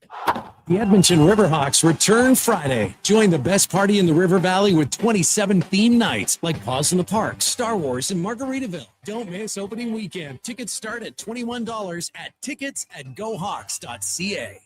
Home ice advantage is real at the rink and on your windows. Novo Blinds is Edmonton's own custom manufacturer, trusted by customers around the city. Factory direct pricing with the fastest turnaround around. Book a free in-home consultation at novoblinds.ca. With Play Alberta, backing the home team goes beyond the bets. That's because your picks have provincial impact. Play Alberta is the only app in the province that puts all revenue directly back into supporting programs and services that Albertans rely on every day. By investing in the General Revenue Fund, every play, bet, and buy made on Play Alberta helps make a difference across the province. Visit playalberta.ca/Gregor to learn more. That's playalberta.ca/Gregor. Must be 18 plus to play. If you gamble, use your game sense. At Leading Edge Physiotherapy, healing doesn't have to feel heavy, because in our SwimX aquatic therapy pools, you literally float your way to recovery. Whether you're dealing with arthritis, back pain, joint injuries, post-surgical rehab, chronic pain, balance issues, mobility challenges, or just feeling a little creaky, warm water and gentle resistance have your back, your knees, and your hips. Trusted by pro sports teams and rehab hospitals, our SwimX pools help you move sooner, hurt less, and recover faster. So take the load off. Let the water do the work. Life shouldn't hurt. LeadingEdgePhysio.com. May brings more of what you're looking for at Wolf GMC Buick. The selection, never better. The savings up to $12,000 when you combine cash discounts on your new 2026 Sierra 1500 pickup. Up to $1,750 in cash rebates on remaining 2025 Terrain SUVs. Plus 0% financing up to 72 months on most models. And ask about the truck trade-in bonus of up to $1,500 on select new in-stock Sierra 1500s. Wolf GMC Buick. We're making it easy. There's nothing like a spring sunset by the lake. Oh, wait, that's a pothole. And that was a new truck. Oh, what the Springtime in Edmonton also means project time with help from Metal Supermarkets. Huge inventory cut to your precise requirements, plus metal bending, drilling, punching, notching, plasma cutting, welding, even delivery. Metal Supermarkets, the convenience stores for Southside, West End, metalsupermarkets.com. For over 60 years, the folks at Diablo Boots have been selling the best Canadian-made boots. Handcrafted in Winnipeg, Canada West makes the best quality cowboy, biker, and work boots for Diablo Boots with replaceable soles and heels. Why buy cheaper quality like Ariat, Justin, and Red Wing made in China when Canadian-made is better? Support Canada's workers and Diablo Boots for the best boots. So save on boots by Save On Foods. That's Diablo Boots, 3340 Gateway Boulevard on the east side of Save On Foods. Canada West and Diablo Boots, the two best names in the boots business. Camping on a long weekend without a Toyota Tacoma can feel crowded. But when you get a Tacoma during Red Tag Days, you can take advantage of its powerful iForce engine and rugged capability to find a better site. Take advantage of Red Tag Days on now. Lease a 2026 Tacoma 4x4 double cab SR5 from $110 weekly for 60 months at 5.49% APR with $6,899 down. Hybrid available. Visit shoptoyota.ca or your local Prairie Toyota dealer today.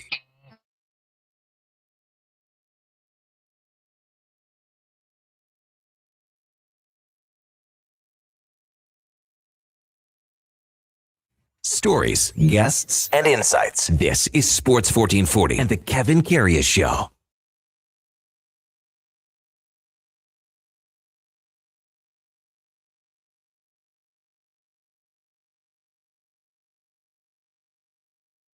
All right, welcome back to the big program. 8:22 in Edmonton. Beautiful couple of days that we've had here in the City of Champions. Looking at 28s and 29s. Can't beat that. Time now for the headliner of the day, brought to you by Mr. Rooter Plumbing. Because your pipes take a beating on game day too. Are you ready for overtime? Well, even when your plumbing isn't, Mr. Rooter is. Check them out at mrrooter.ca as we welcome back my oldest and dearest friend in the broadcasting industry, Rod Peterson, a.k.a. Norm Peterson, from the Rod Peterson Show. Good morning, Norm. Good to hear from you, Dickie. How are you, big guy? And you're back in Saskatchewan. 9 months in Florida. 9 months in Florida. June, July, August in Saskatchewan. It's the best life. Oh, okay, so you're in your car, like an hour. Do they give you a rental vehicle for the 3 months that you spend down there? Western Dodge, Moose Jaw's go-to for Ram, Dodge, and Jeep vehicles. Western Dodge. Yeah, it's a beautiful Dodge Hornet, a hybrid. Oh, boy. Yeah. I also mentioned, because we were talking about, where you live for these 3 months. Like, you have a ranch just outside of Moose Jaw? What do you have? What do you, CRA? Yeah. I sold everything.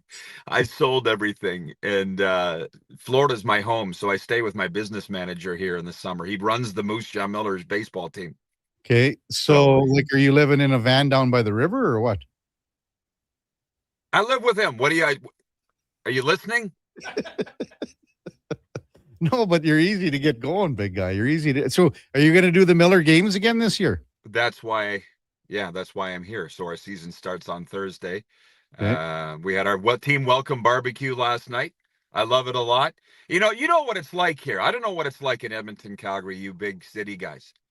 But I flew in from Denver on Sunday. The plane was loaded full of baseball players from the Western Canadian Baseball League from all over America. I was the very last guy off the plane, Dick, walking through Canada Customs. And the guy looked at my declaration form and he goes, Rod, so you're living in Florida now. I wondered where you were. I'm like, oh my God. He goes, are you with all these baseball kids? I said, sure. Yeah. So more than anything, I had to get out of the Florida heat because spit you not, my skin was starting to bubble and blotch. It's so freaking hot. You've never felt heat like South Florida in the summer. Well, but you have that pasty white skin though. Yeah. Yeah. It's called Anglo-Saxon Western Canadian skin. Yeah, you have it too.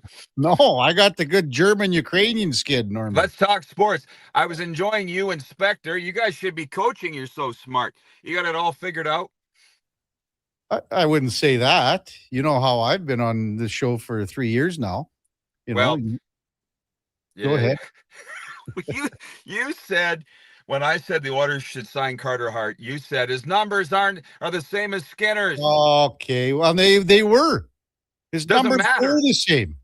Yeah, he was on a crappy team in Philadelphia.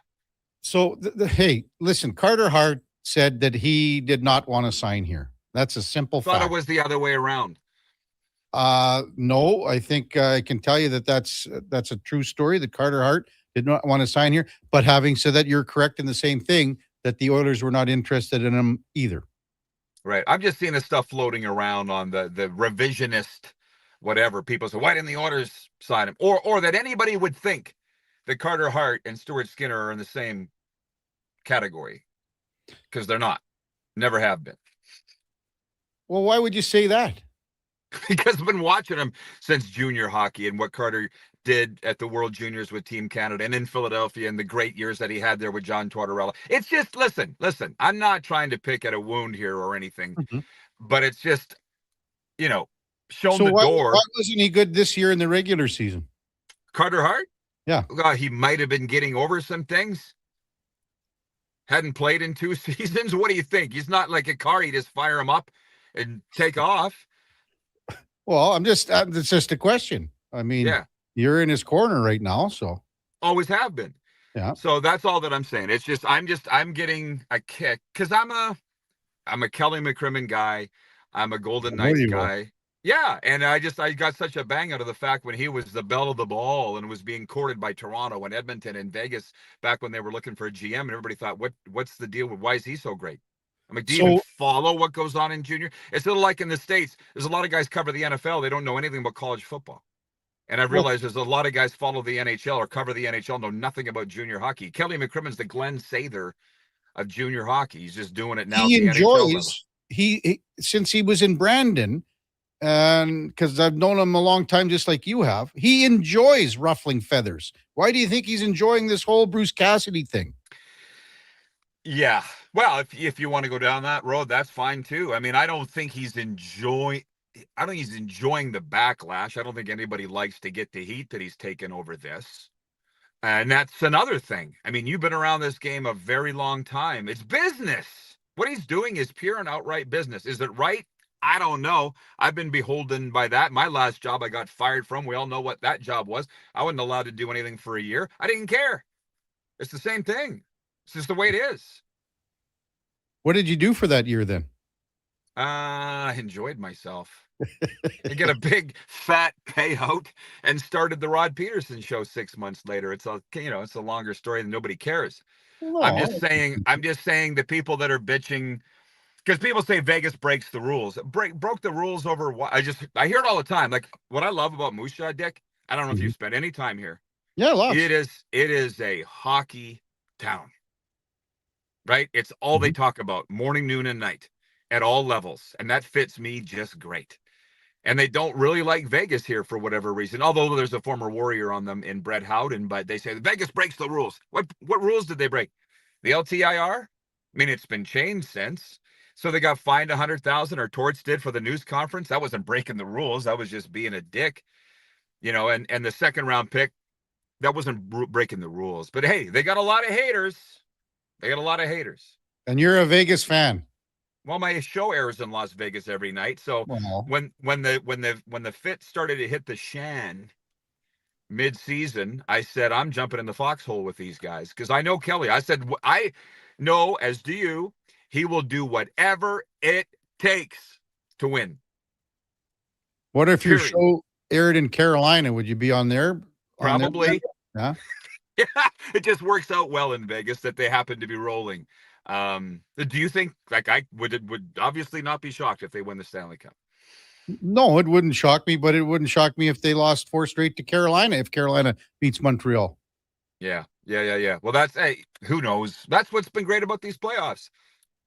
Are you, like, let's just say, and I mean, Montreal's still in this series. They've lost 2 overtime games. They've been outplayed, but they're still in this series. They get a win tonight. She's a best of 3. Sure. Just before we came on, I was reading an article from the Canadian Press. I guess Martin St. Louis was asked yesterday if they're dead. He goes, we're not dead. Like, who's asking these questions? You're not dead until you're dead. Right? They got game 4 tonight. Who do you think brings the torch out tonight? That our viewers have had a fun little thing with that. Have your listeners been talking about that, or do you care? We just did, and I said I was disappointed that it was Claude Lemieux. I was too. I'd rather have Lyle Odeline. If we can find him. Yeah. No, it's I got a buddy that's buddies with Carey Price. Yeah. And he say every game he says it's going to be Carey Price, and every game it's not. But I keep saying it'll be Carey until it is Carey. He's fishing. Good. He's in Kelowna? Well, no, he's fishing. He's still ice fishing somewhere in that commercial. Okay. Right. Well, hey, I haven't seen the commercials, man. I haven't even been here a week. Well, Canadian TV is a lot different than US TV. It sure is. We talked about what Tortorella, so he left the media room last night. I don't know if you heard this, but so now Jared Bednar's on the hot seat, correct? So everyone thinks he might be, maybe they look at a different coach in Colorado. So you know how it works. So the winning team they go first, or usually it is, and then the losing team comes out, and that's kind of how it goes. Anyway, Tortorella yelled to the media, "Get off of Bednar's ass," as he was leaving the press room. Well, listen, at some point, do you enjoy the conjecture of the hot seat and this? Because I don't. Like, you guys, not you, these people, you don't know what you're talking about. They're not firing Jared Bednar, for the love of God. And the general manager looks like he's leaving, right? Chris McFarland, they say he's going to Nashville. We'll see. I don't know. We'll see if he does. But it's just so dumb. I was driving home after the Rams lost to the Seahawks in the conference championship game, listening to the post-game show last year in the winter, and there was, Sean McVay, this might be his last. Why would you think it'll be his last game? He won a Super Bowl there, and he re-signed a new deal. Like, oh my God, Bednar's not going anywhere. God, these guys, you get me worked up today, Dick. I did not plan on that. Well, that's what happens. When I go down on your show, when you're in Florida, we get worked up. Are you going to be doing your show like in that gymnasium again? Well, I'm about 100 yards from it right now. Next time you ask me to come on, I'll come on from there. Yeah. But like, I think you got to go to some different locale. Why? I don't know, something like with the tunnels with Al Capone or something. Like, don't just go in some gymnasium there. I'll think about it. I mean, Alan May texted me the other night. He's like, "Are you in Vegas?" And I'm like, "Why?" He goes, "Why? I thought you were in Vegas." No, it's just good that nobody knows where I am. Like I said, what are you, CRA? Yeah. Alan May was a pretty tough customer, huh? The best. So tough. And not a real big man. He was on some things that made some things grow. Stop it. Back in the day. What are you accused? Oh, Alan May was a big guy, man. Come on now. Okay, was not that big now. Whatever. Wow. Still tough. There's an old, I was living it. Alan May was playing in Estevan. That's right. I know that. Yeah. And there was these 2 twins that played in North Battleford, Richie and Roddy May. But they were kind of smaller guys, but they were pretty tough too. Anyway, Alan May grabbed them both in the corner one time and said, "There's only one May in this league." He's a tough son of a bitch. He's Yeah. from Edmonton, so you better be careful I know he accusing is. him of performance-enhancing drugs Oh, on the no, Kevin no. Karius show. That's not what I said. I never said that. You said he's on something that makes you bigger. What the hell else would it be? Pizza? Spinach. Yeah, okay. Don't try to put words in my mouth. Alan May's come on this show. Now he's not going to come on. I'm texting him right as soon as we're done. You better not. No, I won't. I wouldn't do that to you, Dick. Are you so the first game's Friday? Do you have a color analyst for No. the ball game? No, I don't. Who do you think you are? Who do you think you are? Vin Scully? I wanted one. Listen, have you seen that Netflix series Brockmire? Yes, not all of it, but the first bit. I had to stop watching. It hit too close to home. I walked into the booth the first summer. I'm like, "Where's my producer? You don't have one. Where's my color guy? You don't have one. It's just you." Okay. So, okay, you did lots of hockey, obviously, Pats, Raiders. It's different because the game is fast, it's quick. Yeah. Football is, it's stop and go. Obviously, you had Carteri for years doing the Rider games. Yep. So how do you, when you do these games and you're all by yourself because there's so much time in between pitches and, innings and things like that? It's, you know what? After the very first game, I'd never done baseball before. I just thought, I'm going to need to get some stories. So then I just started going down to the dugout and hanging out with the players, and they all come work out here at the Golden Ticket Sports Center every morning. So I just get to know them, and we invented Tim Hortons Miller trivia and have the viewers write in with their answers. So we have fun, Dick. I kind of have an idea what I'm doing after 38 years in this perilous business. A perilous business, eh? Yeah. Thought we were going to talk CFL. What's that? Thought we were going to talk CFL. Sure. I mean, now you're fired up for the CFL. What do you think? I think the Double E are going to make the playoffs, and I think they're going to host a game. Nobody not named Fajardo loves Cody Fajardo more than me. I love him more than anybody outside his family. But when he said that they're a Grey Cup contender, come on, Cody. How about just not finishing in last place? Things are changing here. It's different. It's a different vibe since Ed came back. And I know you don't like Ed. No, I like it. I like Ed a lot. Nobody likes Ed, but I like Ed. Do you like Ed? Of course I do. I've known Ed for a long time. No. I have no problems with that at all. He's a no BS guy like you and me. He'd tell you what you think. What do you think? But Ed, when he left here, that's when the organization went down the toilet. Oh, I'm aware of all that. And I'm not talking down the Elkamos now. I'm just saying to go from 5th to the Grey Cup seems like a stretch. I'm sure Cody probably believes that. And he's playing for God. There's no two, and then you can't, where that's going to go. Why don't you think that they're going to make the playoffs? You think they're going to finish last again? I don't think so, Norm. I think you're out to lunch on this one. I think every team in the West is good. I think you've been listening to Luke Wilson too much. I don't listen to Luke Wilson at all. What's he saying? Well, I don't know. I just assumed that that's who you were getting your information from. No. I get my information from watching the games. More people should do that, not listening to the BS out there. And talking to the coaches and so forth. Like, there's probably not going to be a weak sister in the CFL this year. So in this, like, there's not going to be, I don't think there is, and certainly not in the West. Hey, I want Edmonton to do better. It's one of the greatest franchises. I've had all these fights over the years with the Bombers, the Stamps, and the like. I mean, bad. Like police escorts needed to get in and out of stadiums. Never had one with Edmonton, ever, because they're so first class, and you know that. Or they were in my time in the league. You know what I mean? They fell on tough times. It looks like they're coming out of that. I have nothing but respect for the Edmonton Elks. You're saying that you've had police escorts out of town? Well, that was more junior hockey, but what's the difference? Like, what was it? Like a guy on a moped? Are you serious?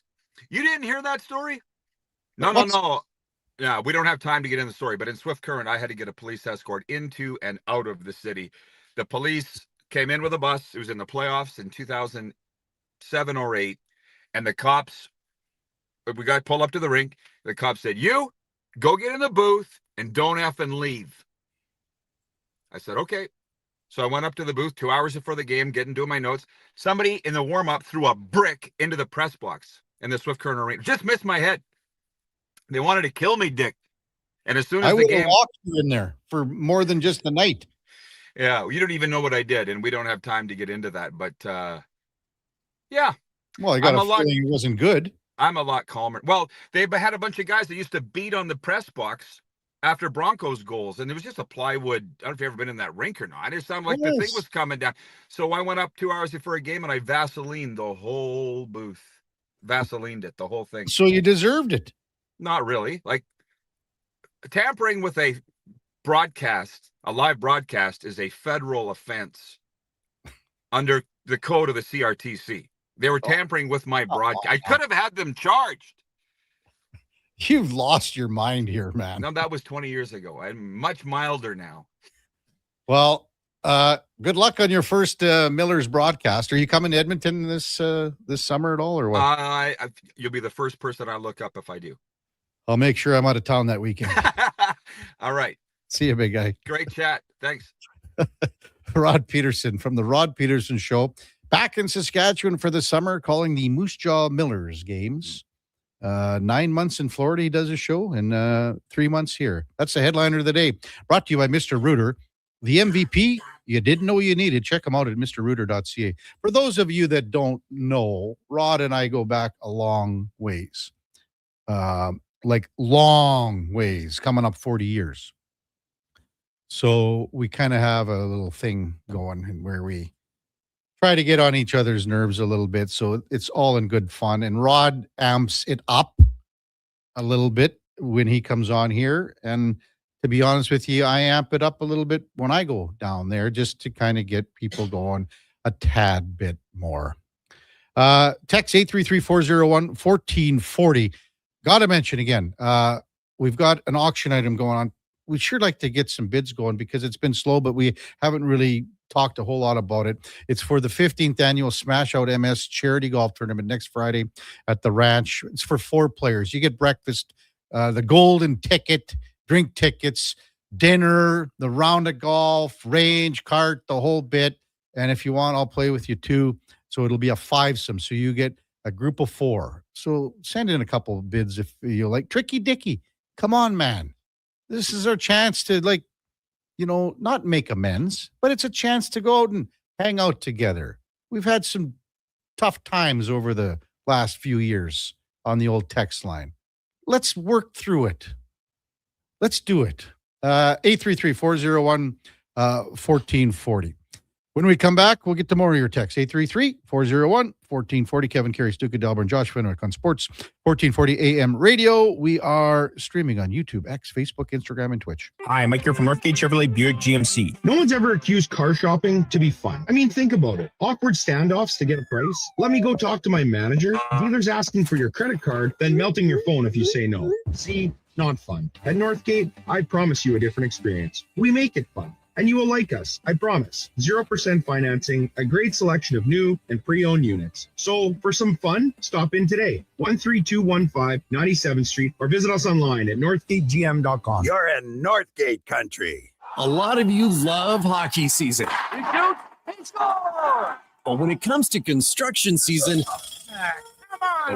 you're not as excited unless you work for GS Construction. It's true. As one season is winding down, ours is winding up with all sorts of great projects to make the city we live in better. And our team is hiring. GS Construction is scouting for pipe layers, topmen, and heavy equipment operators. So if you want to score a great job, visit gsconstruction.ca today. Are new McCafe crafted sodas just drinks or something more? Like Sprite Berry Bliss, Creamy Strawberry Coke, and Orange Dream. All swirled with fizzy flavor and topped with silky cold foam. Only at McDonald's. At participating McDonald's restaurants in Canada. Whether you're a craft beer connoisseur or more of a wine aficionado, there's always something new to discover at Sherbrooke Liquor, a unique, family-owned, independent liquor store. The selection? Incredible. The non-alcohol section is also very impressive. Sherbrooke Liquor, expert, knowledgeable staff with a passion for unique finds. More than just a liquor store, we're a community. Alberta's best, the one and only Sherbrooke Liquor. Wine, spirits, and oodles of beer. Visit SherbrookeLiquor.com. Come for Canada's largest trade shows, the biggest names in entertainment, exhilarating sporting events, and more. And stay for the experience at the Edmonton Expo Centre. Looking for the perfect place to host your next big event? From trade shows to galas, meetings, and concerts, the Edmonton Expo Centre has the space, event expertise, and service to make your next event unforgettable. With over 522,000 square feet of flexible event space, in-house catering, and operational expertise, they bring your biggest vision to life. Learn more at edmontonexpocentre.com today. You wanted local sports on weekends. Saturday mornings at 9, check out the Saturday Sports Setup, where we'll tee up what's happening on the weekend sports scene. Tune in Saturday morning at 9 on Sports 1440. Your favorite teams, your favorite sports. This spring, catch all the action at Selly Sports Bar and Lounge. Never a bad seat in the house. Plus, the perfect playoff menu with something for every sports fan, including daily food and drink features, from great goals to thrilling three-pointers to huge home runs. Spring brings the best to the big screens at Selly Sports Bar and Lounge at all 3 Century Casino locations, Edmonton, St. Albert, and Century Mile. Every day is game day at Century Casino. Whether you're refinancing or buying your first home, mortgages are easier with help from a neighbor. At Vision Credit Union, you get face-to-face guidance from local lenders who know the market because, well, they live here too. They'll look at your whole financial picture with practical advice for payments, renewals, refinancing, and what makes sense long-term. Get a more neighborly mortgage. Contact your branch today or visit visioncu.ca.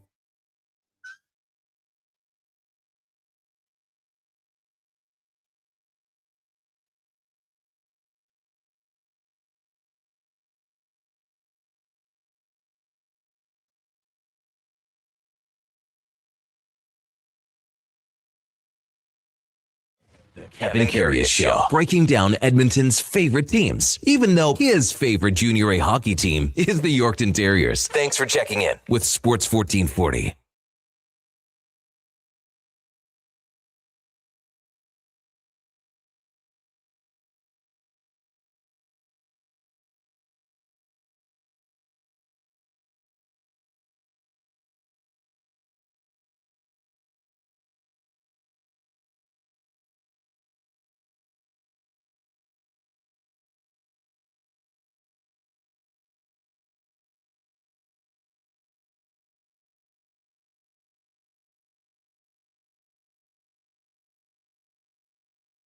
Welcome back to the big program. 846 in Edmonton. Text 833-401-1440. Greater Man Jay had a good one about listening to Spec there at 8 o'clock because there was that bird squawking in the background out at Alberta Beach. And Greater Man Jay says, I think that was Spec's hunting hawk complaining that it's overworked. I can see him out there right now, Spec, sipping his coffee with his big leather hawk glove.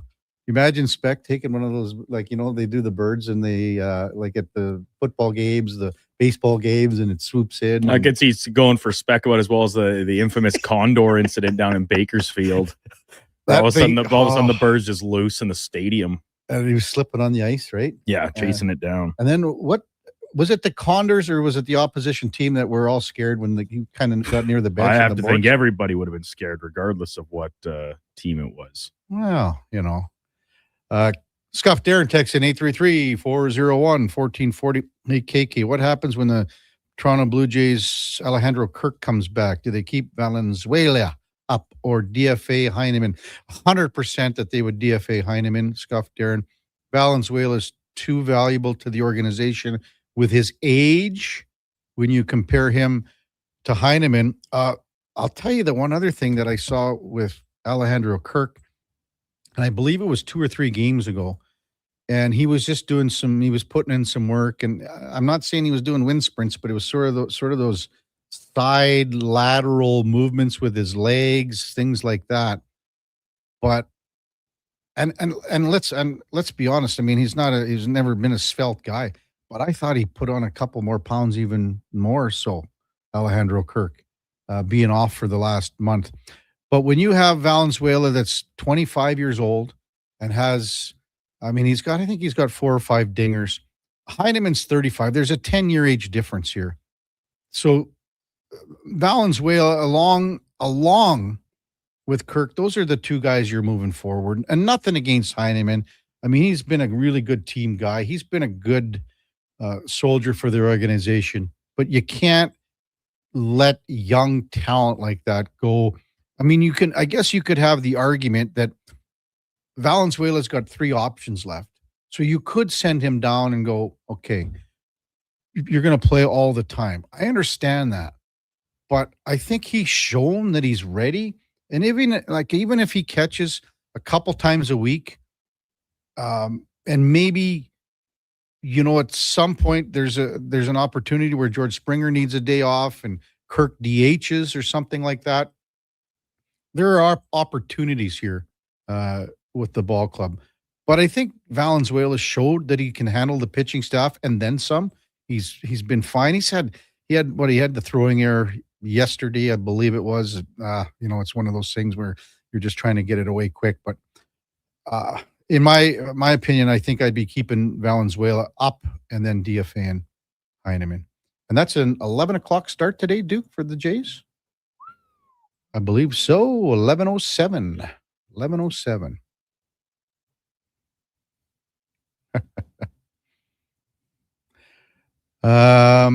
Greater Man Jay. Ooh. Now he wants to, KK, how do you get gophers out of the garden? I don't want to mention the next part of it. I don't know. Like, if you got the patience, you could snare a few, but I'm not sure, man. I don't know.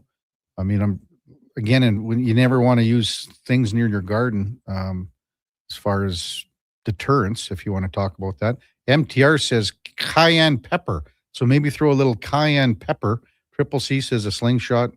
But cayenne pepper from Montana to Rice. There you go, Greater Man.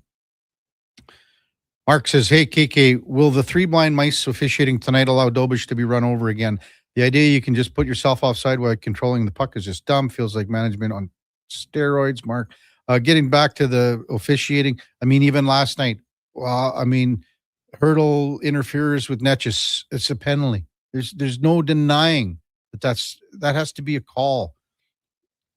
It's a weird penalty if it would have been called, but when Noah Hannafin does a slingshot desperation slash that hits the hand, it hits the hand of Cale Makar. That has to be a penalty. Has to be a penalty. Boy, I'll tell you what, we've got Gopher pest control coming in. Maintenance man says Home Depot sells something called Critter Ritter. Hey, I've used that. It's safe for gardens, works great. You're right, maintenance man. I got some of that, and you can just put it even around, like if you don't want dogs to come on your front lawn, you can put it there, and it just sort of pulls them away. Stu Barnes says find the holes, cover them in rocks, fill with a little water.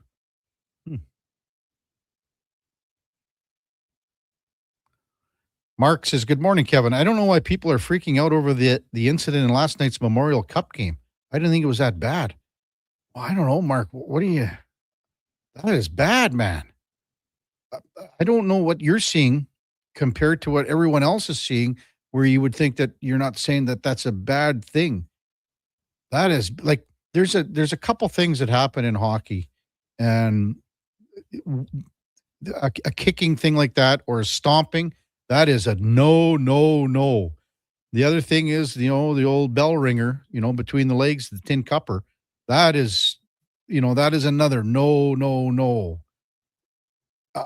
But man, for you to think that this wasn't that bad, I don't know where you're coming with that, Mark. So IMAC was kill all the golfers. Remember that, Duke, from Caddyshack? Well, if we kill all the golfers. Golfers! What was that? That was the Scottish superintendent, right? I believe, yeah. HVAC Nick says, what's up with the pillow fight division winning the West 4 years in a row when the Central has been the dominant regular season team? They always come out flat in the Western finals also. Carter Hart picked up for basically nothing, is taking his team to the Cup finals from HVAC Nick.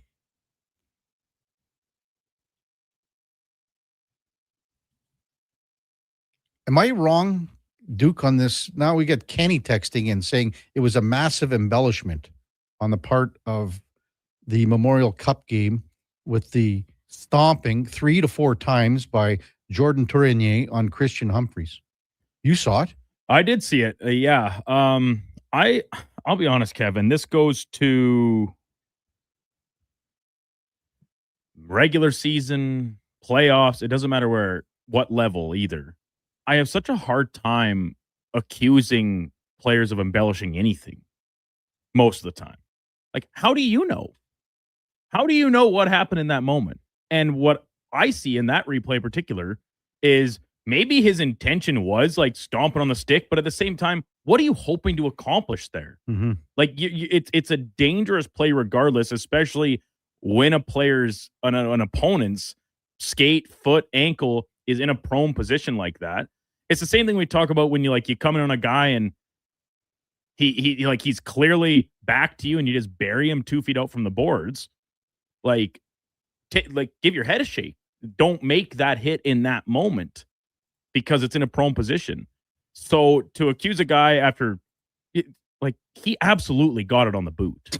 Without question. There's no doubt in my mind. Yeah. And I'll tell you what, here's the other thing, Duke. If Humphreys is wearing skates from 20 years ago, he's in trouble. Now again with the, there's a plastic coating on the outside. Oh yeah, so it's all carbon fiber, and I mean, I don't know how people can say that this isn't a serious incident. I don't understand that. 8:55 in Edmonton, top of the hour. We got Mark Spector. No, pardon me. We had Mark Spector. Holy cow! I'm just looking at on the mark on the sheets here, but we got David Schlemko coming in. Sorry, Schlemmer coming in at the top of the hour for Cougar Paint and Collision. Before that, time now for a Sports 1440 update, and it's brought to you by Sean Cunningham of Remax Real Estate. Get the home team advantage for your next move in the Edmonton area. If you are thinking about buying or selling a home, call or text Sean directly at 780-265-0165. Here is the Duke. This is a Sports 1440 update.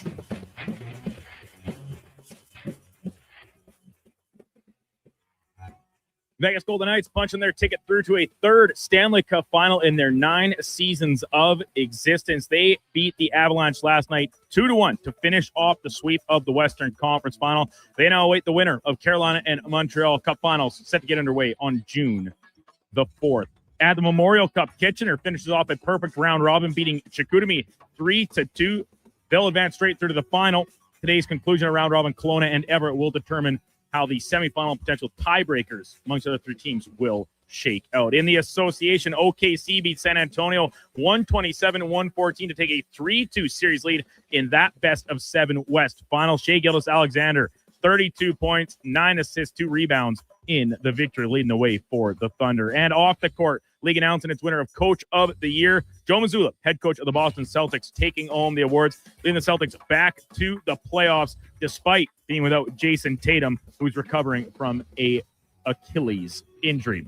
In the majors, the Blue Jays pick up a win over Miami, 8-1 the final. Ernie Clemente, Hendrik Pinongo, both homering, and Jesus Sanchez with his first big league grand slam in the victory. And from the clay courts at Roland Garros women's doubles action this morning, Canadian Leila Annie Fernandez and her partner, Diana Schneider, they fall in straight sets of their first round matchup. Coming up in hour 3 of the Kevin Karius Show, we'll be joined by Dennis Bernstein from the 4th period, as well as our Wednesday co-host, former NHL defenseman David Schlemko. I'm Brandon Douglas at your Sports 1440 update. This is Sports 1440, a Stingray radio station broadcasting on Treaty 6 territory. Download the free iHeartRadio app and listen to CKJR wherever you go. Hear that? That's your entry calling. Go Auto is sending you to the biggest football event in the world, live in Vancouver, with tickets, flights, and a hotel stay for 2. To enter the contest, just text GAME to 780-777-7777. That's GAME to 780 all 7s. Go Auto, get in the game.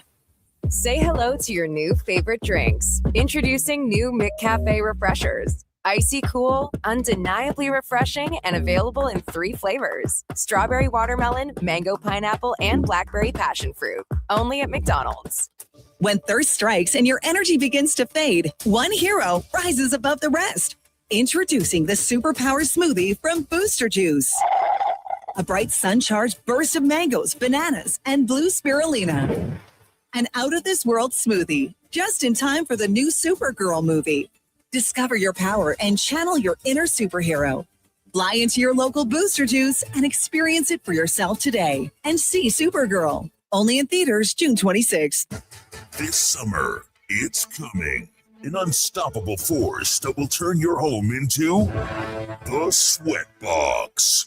Don't live in a summer blockbuster. Pro Solutions is your one-call solves-it-all expert for AC repairs, tune-ups, and new installations. With fast appointments and flexible financing, we'll make sure your home story has a comfortable ending. AC season is coming soon, so book today. Lock in pre-season pricing today. Visit ProSolutionsInc.ca to schedule your service today. Hey there, I'm in the Fountain Tire sidecar, making a list of the things I'm doing this spring. 1. Saving you money, with up to 20% off select tires until June 13th. 2. Water skiing, tricky in a sidecar, but fun. And 3. Saving you more money, with mail-in rebates of up to $100 off a set of 4 select tires and $50 off a $150 service with the purchase of 4 select tires. Oh, that's 4 things. Oh well, restrictions apply. Book online at fountaintire.com. Fountain Tire. We're on this road together, Canada. Don't miss a moment of Blue Jays baseball this season. Join play-by-play announcer Ben Showman for the games live on Sports 1440. The Toronto Blue Jays are on Edmonton's home for all things sports. Sports 1440. Real protection starts from the ground up. Timberland Pro Boondock boots provide industrial-grade protection and legendary durability. Their new BOA series give you unmatched fit and performance coupled with all-day anti-fatigue comfort. Find the largest selection of Timberland Boondock BOAs at all 3 of our Edmonton job site workwear locations and online at jobsiteworkwear.ca. Job site workwear, tough gear for tough jobs. Ride for Dad is back. Join Sports 1440 as we help raise funds and awareness for the fight against prostate cancer. The ride starts Saturday, June 13th at Blackjack's Roadhouse. Register online at ridefordad.ca and find more info at sports1440.com.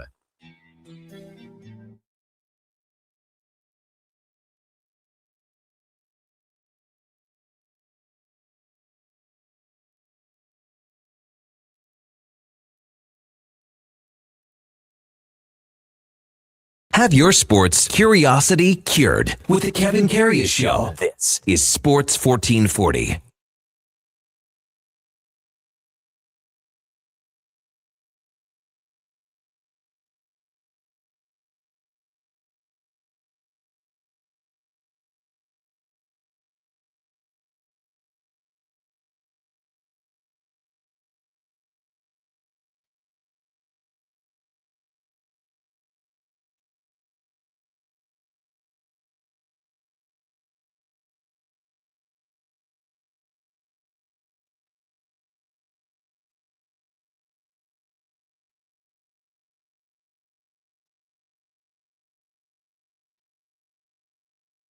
All right, welcome back to the big program. 9:02 in Edmonton. Kevin Karius, Duke of Delburne, Josh Fenwick with you here on Sports 1440 AM radio. We're streaming on YouTube, X, Facebook, Instagram, and Twitch. Time now to bring on our Wednesday co-host for Cougar Paint and Collision, where family service and pride have earned customer trust for decades. That's cougarcollision.com. As David Schlemko, the former NHLer, has arrived. Good morning, Schlemmer. Good morning, KK. Man, I don't even know where to start with you with, last night with the NHL, we got Montreal tonight. We're going to have Montreal Canadiens analyst coming up in the 10 o'clock hour, JP O'Connor. So it's going to be a busy show. Lots going on. Dennis Bernstein from the fourth period coming up at 9:20. Yeah, it's one of my favorite guests. Denny, yeah. He's a beauty. Yeah, he's unreal too, yeah.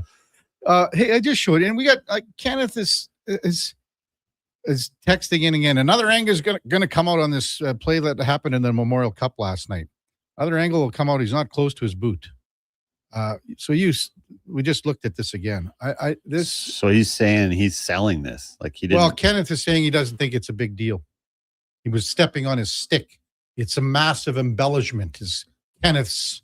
And he's saying he's stepping on his, not on his boot. He's stepping on his stick, he's saying, and all this. I mean, we had another texter that came in earlier talking about that as well. I don't see it. This is a dangerous play, man. Yeah, I mean, in my opinion, anyway, it just looks reckless. Like, no matter what his intention is, maybe he's trying to step on the puck, but it's reckless. Mm-hmm. And I was saying, like, I mean, think about if you had like the old skates. Like, I mean, these things here, like, I mean, we're just watching it again and like super slow-mo and super, like, he's giving her 3 good. Oh, it's not just one. It doesn't take much. No. Like, I did it to myself, jumping up for a rim when I played and come down and just 1 foot across the other foot, across the top of the tongue, and boom, severed tendon in the top of your foot. Like, it can happen that easily. So to me, it's a reckless play. So I mentioned Chris Pronger because Pronger did it in 2008. Right. On Ryan Kessler, Duke's boy. Forgot about that one. And Kessler Well, was at the playing, time, Pronger was my boy. And Kessler was playing in Vancouver. That's right. Now, the video of this one, I believe, was it 1 or 2 stomps? I'm going to have to just check.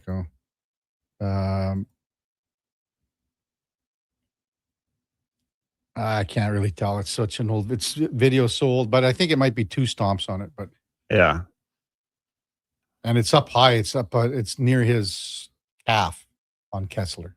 I think it just might be 1, but it's malicious too. And he got 8 games. 8 games. So I don't know what's going to happen to this Jordan Tournier, but we'll see. Well, I'd like to see the kid who got stepped on. Like, let's hear what happened to his foot. Yeah, Christian Humphreys was the guy. But I think it's not like there's not going to be a cut or anything. It's going to be more of your ankle turning in. Yeah, I guess so. I mean, he goes down pretty hard. I'd like to hear what they say the injury was. Yeah. And again, he went off the ice, but whatever. So Memorial Cup tonight, Kelowna takes on Everett. If Kelowna wins, there'll be a 3-way tie for second place because Chicoutimi, Kelowna, and Everett will all have 2 points.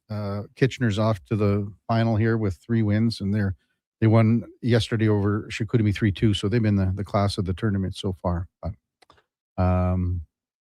last night, Vegas here, man. Ooh. They look good. But Colorado looked beat down. You know, it's almost like they didn't quite believe that they could do it. You know, they had a couple little pushes, but nothing they could really sustain. It started to seem inevitable what the result was going to be about halfway through the game for me. Okay, so how can a team where when you look at them in the last series against Minnesota, had incredible pushback, had periods of time where they looked like they could not be beaten. Yeah, I mean, you look what happened in that last game. They were down 3-0, but they came back and they had the will and everything else. And I mean, to me, that whole series against Minnesota came down almost like I think about the only play I think about, not the goals and everything. I think about that McKinnon hit on Boldy in the corner where, I mean, he just absolutely throttled him. And I know McKinnon was hurt, but we didn't see. Yeah, you know, kinda, you know what I mean? I saw a lot of similarities with the Oilers Ducks series. You know, they got their top 2 guys are banged up, and Makar and McKinnon, and they never really seemed like they could get going and, you know, establish their game.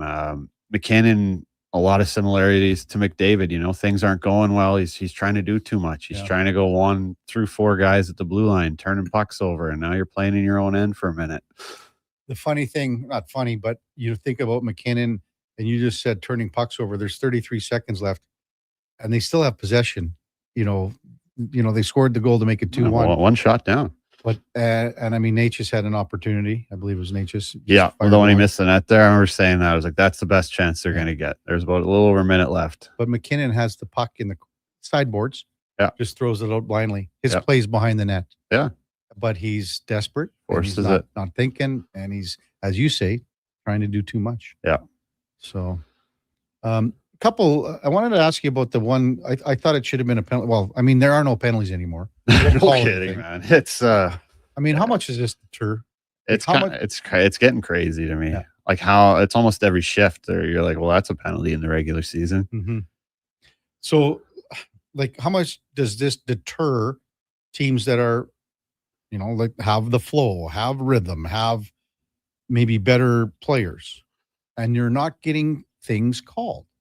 Definitely. I mean, So I think how much does that piss you guys? Like when you're on the bench, you're going like, what do we got to do here? Like basically, you have to be accosted to get a penalty or to draw a penalty. I mean, I think the biggest thing that the players want to know is just where the line is. What is the line? And just be consistent with it. Yeah. Right. I mean, I guess I understand what you're saying. Like maybe like a more skilled team like a Montreal is having trouble making plays with the puck because, Carolina's getting sticks in the hands and all that kind of stuff. Yeah. So those I'm are with the you ones there. that kill me. Like, okay, even last night. So Hurdle, that's interference on Natchez. That was like that. How is that not called? Right. Puck's gone like 5 seconds before he sticks it out. And I think that was Kelly Sutherland who didn't call on McKinnon, and then 2 seconds later calls and then it was a correct call. The cross check on Landeskog to the neck there. Yeah, I think it looked worse than it was though. Like I don't think it was like a big like cross check. It was kind of just like a follow through. Yeah, like riding up. But if you look at the replay, I believe it's Sutherland. He's going at it with McKinnon. He's yelling at McKinnon, and then all the next second his arm goes up. I thought, to be honest with you, he was going to give McKinnon 2. Yeah, tee him up. Yeah. Yeah, I kind of agree. They showed it on the replay, right? Yeah. So like how'd you even see it? This out of the corner of your eye? I mean, like, yeah. I don't know. And we had a text too, like even about Sutherland. I think we've got so many people that get sick of Sutherland reffing and whatever. Can't find it. He seems to have a bit of an ego. Yeah. And the other one too that I wanted to ask you, because it was on the hands again, and was that desperate wraparound by Noah Hannafin on Makar. Yeah. Yeah. That's a penalty. That's a grade A. So or like it looks like he fans on the shot, but it's a stick right on the glove, right on the hand. And then Makar goes to the bench and he's done. And like he actually stayed on the rest of the shift. Yeah, he didn't look like himself last night at all. No, he didn't as well. But I don't know. What do you think like about a guy like, John Tortorella again here? It's almost 2 months to the day he comes off the couch. It's crazy, man. I think I got that as one of my questions for the guests here. Good. But I'm trying to think back of, has anyone won a cup being hired this late? Like you're thinking back, Larry Robinson. Larry Robinson. Okay, I was thinking of Berube. I was thinking Bilesma. So Robinson, when was he hired? That was in New Jersey, and it was with the Devils, and they made the very late change at the very end of the season, and it was in 2000. They beat the Dallas Stars in 6 games. Now this that was in the final 10 games of the season. Okay, so was that the Brett Hall crease? No, that was the year prior. Okay, with Buffalo and right, yeah. So the other one happened back in 1982, and it was Roger Nilsson in Vancouver, and they ended up losing to the Islanders in 1980. But Nilsson was hired in the last 10 games, with the coaching change. But Larry Robinson was 26 years ago. So cool. Maybe quite a story. I mean, it's an amazing story when you think about it. And I mean, he's 19-4-1 since taking over. So how do you think, I mean, like, I guess we're jumping to conclusions here, assuming that Carolina moves on. But for me, Carolina is kind of like the kryptonite to how Vegas plays, like they're going to plug up the neutral zone. Well, Carolina's got no problem chipping it in and going and banging all night. Like they're not going to play into your trap. They're not going to get frustrated. They play the same way every shift of every game. So I think it'd be interesting to kind of see who breaks first in a series like that. That's a good word, break. Like what team's going to make a mistake or two that costs you a game? I just don't know if it's going to be fun to watch for 6 games. I would agree with you there. Yeah. It'd be just a grind. I mean, we're assuming that Montreal doesn't come Right, back, that's- and we're even jumping makes to a series conclusions of it. here, but- so we're going to have JP on later. But do you think Montreal, can they rebound? I mean, here's the thing: they've lost 2 straight, both of them in overtime. Yeah, but the thing is, they haven't been that close. Besides score. So, but do people sometimes, because of how the Carolina Hurricanes, as you said, but they're fine. Dump it in. We'll take a shot from a far angle. We don't care. Yeah, we're just going to get the puck on net and hope for the best. And but that's the whole thing. So the shots were 38-12 or whatever. But what are you laughing at, dude?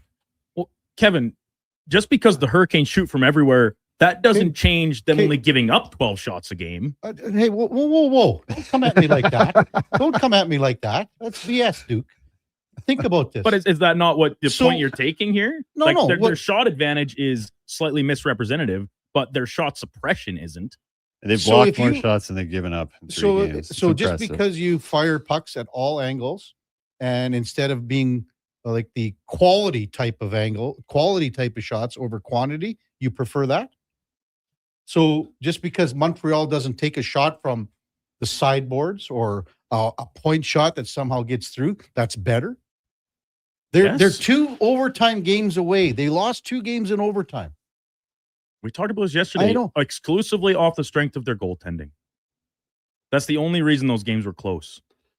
Yeah, something's got to change for them, right? And I don't think it's that far off. Like, yes, they're getting dominated territorially on the shot clock, but I mean, look at Carolina, the last few conference finals that they've been in. Has it not been the same thing? Like they always dominate territorial. Like you say, they're always going to throw pucks to the net. We had it. You asked me yesterday about, is it all on Dobish? I say no. My answer yesterday was no. It's got to be Caulfield. It's got to be Suzuki. These are 100-point guys, and they were a 50-goal guy. Yeah. These are the guys that have to. But how do you get there to generate those chances is a problem for me. And it's not just the top guys, it's everybody being able to execute and make plays with the puck under pressure.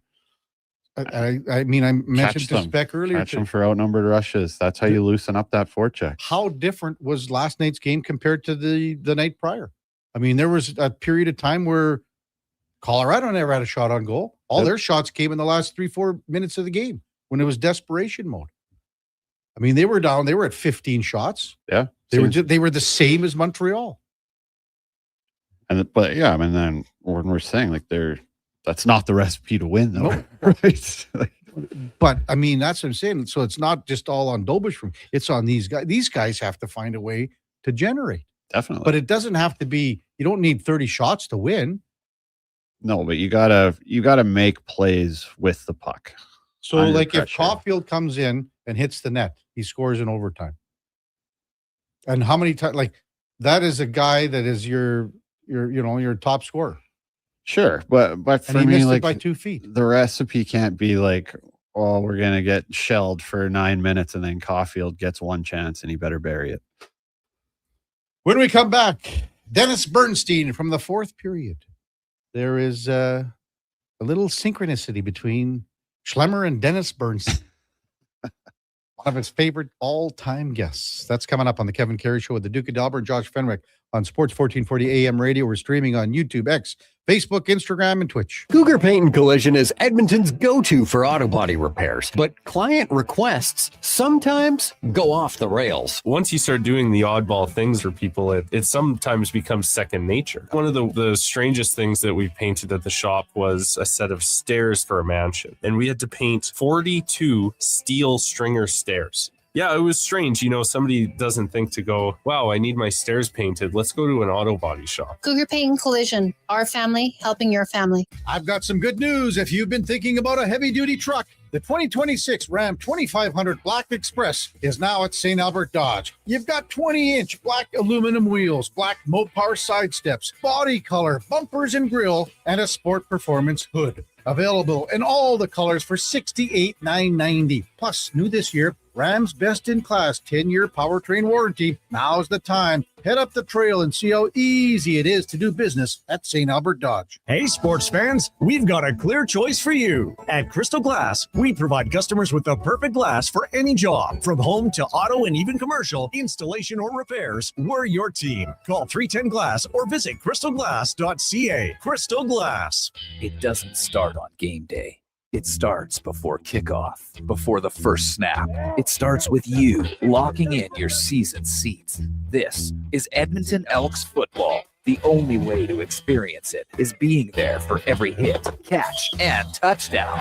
The Elks home opener kicks off June 20th against Montreal. Your season seats are your way in. Get yours now at goelks.com/season seats. Edmonton Elks. Our city, our year. Sleep is for the off-season. What off-season? Sports 1440 is live, loud, and locked 24/7. Oilers, Elks, Riverhawks, Stingers, Oil Kings. We've got your fix. Edmonton's home for sports is Sports 1440. Legacy Heating and Cooling jingle auditions take one for Gene Principe. Hey, thanks for being on time. I'm always punctual. Now, how about some cool beats while I drop the heat? Ready when you are. Call Legacy. Call Legacy. Nice. Boom! I'm a musical genius. Legacy's gonna love this for AC season. What's not to love with no interest and no Principe payments for 1 year? Are you always like this? Yep. Unlike Legacy, I never know when to cool it. Legacy Heating and Cooling. Debt can take over your life. The stress, the constant worry, it can feel like you're drowning. When people come to see me, they're often anxious and feeling hopeless. But when I explain how I can help them get out of debt, those feelings melt away. I'm Parveen Middleton, licensed insolvency trustee at BDO here in Edmonton. I will create a personalized debt relief plan so you can move forward with confidence. Call 1-833-BDO-TALK or visit bdodebt.ca to discover your debt-free future.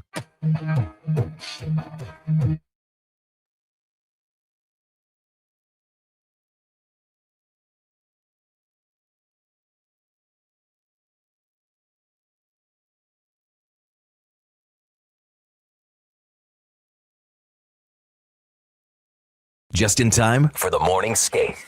This is the Kevin Karius Show on Sports 1440.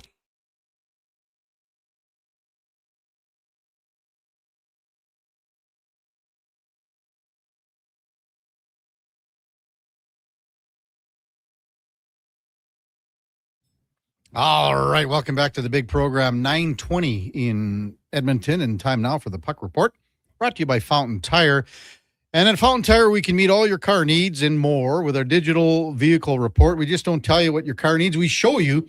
Book your appointment at fountaintire.com today as we welcome back Dennis Bernstein from the fourth period. Good morning, Dennis. You're with Kevin Karius and the former NHLer, David Schlemko. How you doing, Dennis? Good to be on with you again. KK Schlemmer, great to be with you this morning. How you doing? How are things in La La Land? Is it things are always great here? Yeah, and getting ready for the Stanley Cup final. We'll be doing the pregame show for Sirius XM. So waiting for the series to end. So all good in LA. So will you be going out to wherever it is out east then to start things off, or what? We certainly are. We're certainly rooting more, I think, for Montreal than Raleigh, North Carolina. But yeah, we'll be getting on a plane whenever the Eastern Conference final finishes up, and we'll be going and doing all the games. How come you're rooting for Montreal over Carolina, Dennis? Yeah, I'm a little biased, right? A little, wow. Stanley Cup final in June in Montreal would be. Oh, man.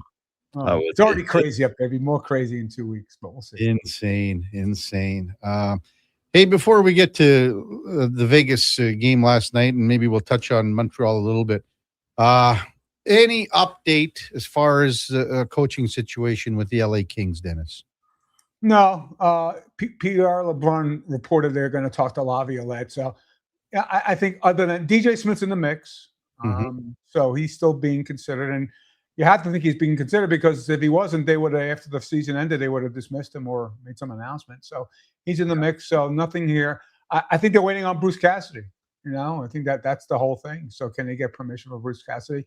I believe that they asked for permission to talk to Manny Malhotra, but it looks like Manny's going to get the Vancouver job, and they'll draft his son third overall. So no update. They would want to coach in place before obviously the draft, since you want to determine what style of play it is. But I got to think whoever they pick has got to have a style of play like DJ Smith had put in place at the end of the season, more aggressive, more forecheck. But we'll see. What about free agents like Kuzmenko and Lawton? I think Holland said he was going to wait till like the end of the month to circle back, but is he still going to wait till they find a head coach then first? Yeah, well, on Kuzmenko, he'll hit free agency, so Okay. they're not going to re-sign him. Lawton, it may come down to the choice of coach. I think that's what Scott. Look, there's mutual interest. He was great here. He came in and really delivered a 3C. They'll need a 2C as well. But I think the determining factor for Lawton to return is the coach. And if it's DJ Smith, the likelihood probably increases. If it doesn't, if it's not DJ, then he's probably going to go to free agency as well. Mm-hmm. Kind of off topic here, Dennis. Is there a position in the organization with Anze Kopitar moving forward, or does he take time off? I know you guys are quite close. So what do you think? Yeah, I think Kev, what he's going to do is he wants to go back home with his kids and his wife and live on the lake in Slovenia. But I think at some point in time, maybe a senior advisor role. He's not going to get behind the bench. He's not going to come back to LA and be the general manager or president of hockey ops.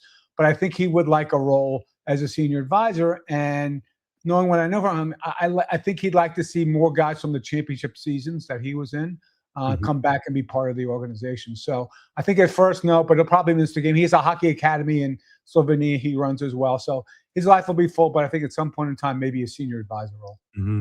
I just wanted to circle back to, and as you mentioned, Bruce Cassidy is a hot topic around here. And obviously not being able to discuss anything with him as far as teams go, the Kings, the Oilers for sure. Do you think that changes at all once the playoffs are over and Vegas goes, okay, yeah, you guys go ahead and talk to him now? Well, no, it depends on the team. Like if the Leafs want to talk to him, sure. But the Kings, the Oilers in division, they have the right to not grant permission. He's under contract. If he's got to sit out a year and get paid that wage, fine. So I don't really see it, Kev, because I don't think they want to hand off a guy that could beat them in the playoffs. I think it's as simple as that. If he goes to the East or other teams, I'm certain other teams will be interested. That might be a better, quicker path to Bruce getting back as a coach. Do you think that possibly sets a precedent and other teams start doing that, not allowing coaches that they've fired to speak to other teams? Yeah, or Dave, there's compensation. Give us a third-round pick. Give us a player, something like that. So you may have to orchestrate a trade to get that happening. But they're within their rights. Vegas has done for all the stuff that Vegas does. They didn't do this wrong. They have a right to block this. He's under contract to them. If he wants to, if there's a buyout privilege in the contract, and Bruce wants to buy him out, that's another option. I'm not sure that's existing, but Vegas is nothing wrong there. But it may set a precedent saying, hey, look, there's certain teams that we won't release you to. Mm-hmm. Dennis Bernstein with us on Sports 1440. Can you believe that Vegas swept the Colorado Avalanche, Dennis? Well, if you told me all the guys would be banged up for Colorado, maybe, but no, that's a shock. I think it's a shock to everybody. I know most people did pick Colorado to win the round, but when you watch McKinnon out there last night, you watch McCarr not wanting to shoot, you know what's going on. So it's not a surprise. And Vegas has played great. For as much as you want to say, hey, they played, Utah, whatever. They played so well. They played Carolina defense last night. So those games, if it is Carolina they face, if they're going to play that way, they're all going to be 2-1 games. It won't be very exciting. But this team earned and deserved it. Even at full strength, I think Vegas was the better team. They just are the deeper team. They're getting great goaltending. They won the goaltending battle in this round. So, yes, it was impactful, Kevin, with respect to sweeping the Colorado Avalanche.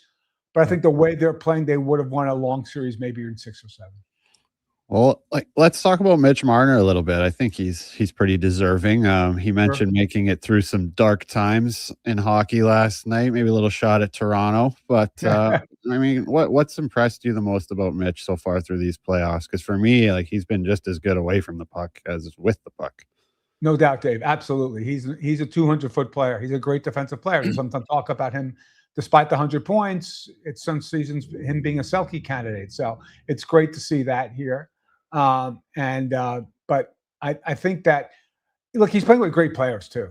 These are guys who have won a championship. Jack's won a championship. Like the coaches won a championship. So it's a better group of players around him, or maybe a better battle-tested group of players around him. Guys who have been – you saw Mark Stone come back and immediately be an impact player in the 2 games he came back in. Yeah. So I think that, yes, Mitch has played well. He's probably in the conversation for the Conn Smythe, which I'm sure people in Toronto would love, right? But he's playing with a better team, Dave, that can win and is more equipped from a physical and mental standpoint to win in the playoffs. Yeah, it's just been a remarkable run for John Tortorella here. What do you make of that in the sense, Keith, that he's got 19-4-1 in 2 months? It's almost 2 months to the day since he was hired. Timing's everything. Like that team needed a boost. They needed a reset, and he reset it, and he was more direct. And look, not for nothing, every coach has a shelf life, and it's not even about Tortorella. It's Cassidy wore on this team. Like it just too much. And Bruce had won here. He's not unlike Daryl Sutter, who could still be coaching in LA if he took his foot off the gas. Same thing with Bruce. He never took his foot off the gas. Like you got to be able to embrace the win and be more comfortable and not pound guys all the time. So, but for Torts, right guy, right place. And it's not only Torts though, Kev. Let's be real here. William Carlson coming back is huge for this team. And getting Nick Dowd to help on the 4th line and with faceoffs, their spine down the middle, that's really hard to beat. You thought that Colorado will have an edge in the middle against Vegas, but when you look at those four guys in the middle, they don't. And it released Mitch to go back to the wing and play the wing, which is certainly more helpful as well. So as great as Torts has been for them, and he's really helped change the narrative there, the guy that a healthy Vegas team is really, really tough. I thought, but Colorado was so deep up the middle. That was their strength, and it ended up to be not a strength for them in this series. Well, Brock Nelson, I'm still waiting for him to show up. And he's had opportunities, but he was bad. He was really good throughout the entire playoffs, Kev. I mean, that was part of it. And Naz Kadri sometimes played wing, sometimes played the middle. It was the advantage that we perceived that Colorado would have down the middle. They didn't have in that series. Just circling back to LA for a minute here, I wanted to ask you about RFA Brant Clark. Hearing the market says longer term deal at around $8 million per, shorter deal maybe around $5 million. What do you think of that? They should give him full term, but the way that players are going right now, it's against their best interest to go for long term, Kev, because you could get more money on this at second deal. So maybe it's probably anywhere from 5 to 7 years at this point in time, and at probably $8 million. He's not that big of a point producer, but they never took the reins off him. They started doing it last season once DJ Smith came in. But yeah, they have to keep that player. That's the one guy that can move. It's the only puck mover they have, Dave. So they don't have a choice here. I don't think it'll get contentious because they will have the cap space. But yeah, that's a long-term deal, probably $8 million a year, somewhere in that range. Yeah. What do you think that they do with the goaltending situation for next year to start? Status quo. I think that, I think it's 1A, 1B. Both Forsberg and Kemper are under contract. They do have guys in the pipeline like Portillo and Sulkinski and Carter George, but those guys are a year or two away still. So maybe Portillo comes up from the AHL and they want to trade off Darcy Kemper because at the end of the season, Forsberg was a better goaltender. But I think coming, it's probably going to be status quo for one more season. Well, Dennis Bernstein from the Fourth Period, our guest on the Kevin Karius Show with David Schlemko. Let's just look at this Montreal series in game number 4 tonight. Sure. After what you saw in games 2 and 3, do you think Montreal's got an opportunity, a chance to even things up tonight, Dennis? I think they have a chance, but they're going to have to open up their game, right? He's going to have to. Lane Hudson's going to have to be real aggressive, and I know he took that big hit from Carrier at the end of the game, which might have affected that terrible pass he made to the game-winning sequence. But I mean, it's just Carolina's forecheck exploiting their biggest weakness. The puck management under pressure for Montreal has to be better. Like it just has to be. I don't know how you can correct that in one game. So look, the crowd's going to. The first 10 minutes is going to be a determining factor. The building's going to be very, very loud. But this is the legacy. I think that Suzuki and Caulfield have to look at this as a legacy game, Kev, because if they can go out and win this game, then it's a long series, 6 or 7, and they still got a shot. If not, you can say, okay, that machine that Carolina is just too much for them. It's not that they failed in the moment. It's just that style suffocates teams, and it suffocated Montreal in the last 2 games. But they're one shot away from winning a couple of games. They're 2 overtime games. It's not they're going to get overpowered. So I think the fact that they were 2 one-goal games, despite the disparity in the shot total, gives Montreal a puncher's chance tonight. I mean, let's not forget about Carolina's history in the conference final either, right? It shouldn't take too much to plant a little bit of doubt in them. Yeah, well, at least they won a couple of games, Dave. I mean, they hadn't won any games, all right? They lost 10 straight. I mean, the thing at home is crazy. And a game 1 situation is crazy. But let's be real here. Who's the better team? Like, it's clear. Like, the last couple of seasons, Montreal, Carolina, they can't get past the 2 teams from Florida, those are pretty good teams. This team they're playing, they're not as good as those 2 teams. They should win the series. They're the better team. Maybe in net, if Dober stands on his head and puts up 35 saves tonight, maybe they find a way. But this team should win. The other series, you could argue that, no, they weren't the better team. They're the better team. There's really no excuse in this round not to beat Montreal. You're the better, more experienced team. Well, Dennis, it should be an interesting game tonight. I want to see more from those guys up front with Montreal in Agreed. Caulfield and Suzuki. What do you think there? Yep. Oh, it has to happen tonight. You can't depend on that depth. It's okay depth, but it's not quality depth. It's not depth that's going to win you games. You can't depend on Josh Anderson to be leading scorer in a game. You have to have your top line produce, and at 5-on-5, they have to do something at 5-on-5, Kev.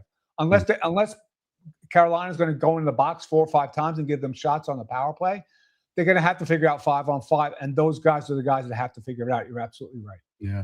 Do you think officiating will ever change as the playoffs move forward? No. Never. No. I think the best team wins over 7 games. I know there were some calls last night that could have gone. I get it. I understand it. The microscope is on the referees when you get this deep in the playoffs. I don't think anything's going to change because I don't think it's a determining factor in any of these series. Yeah. Hey, Dennis, hope you get to Montreal instead of Carolina to kick things off. That would be interesting. You'll have some fun down in Montreal. Little Schwartz's corned beef, the whole bit. Yeah. See? Schlemmer, I mean, he knows all about this in Montreal. It's a fun city. They should have the draft there every year in June. You might not make it. You might not make it to Vegas. No, I wouldn't make it to Vegas. I'll tell you what, the reporters going from Montreal to Vegas, if this were to happen in the Stanley Cup final, they might not make a 7-game series, Dennis. Yeah, we will. We're veterans of that. That circuit, so we'll make it. Hey, but maybe the Hammond-Eggers won't. But the last 2 years, Dennis, I saw you every night out here. Come on. Oh yeah. I don't mess around. That's part of the privilege, right? Come on, let's go, Dave. That's right. Let's go. That's right. Have a good one, Dennis, and good luck in the Stanley Cup final doing the shows. Appreciate it. KK Schlemmer, always great being with you. Thanks for the time on 1440. Dennis Bernstein from the 4th period. And that is the Puck Report brought to you by Fountain Tire. Book your appointment at fountaintire.com.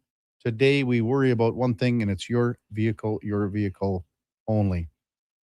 The good thing about covering the Stanley Cup final, Schlemmer, is that there are the league puts on some stuff for you. Like there's a night like we were at, I guess, MKT last year, and then the year prior was downtown somewhere. I can't remember. But you go there, and all the media shows because it's free. Yeah. So the NHL picks up the tab.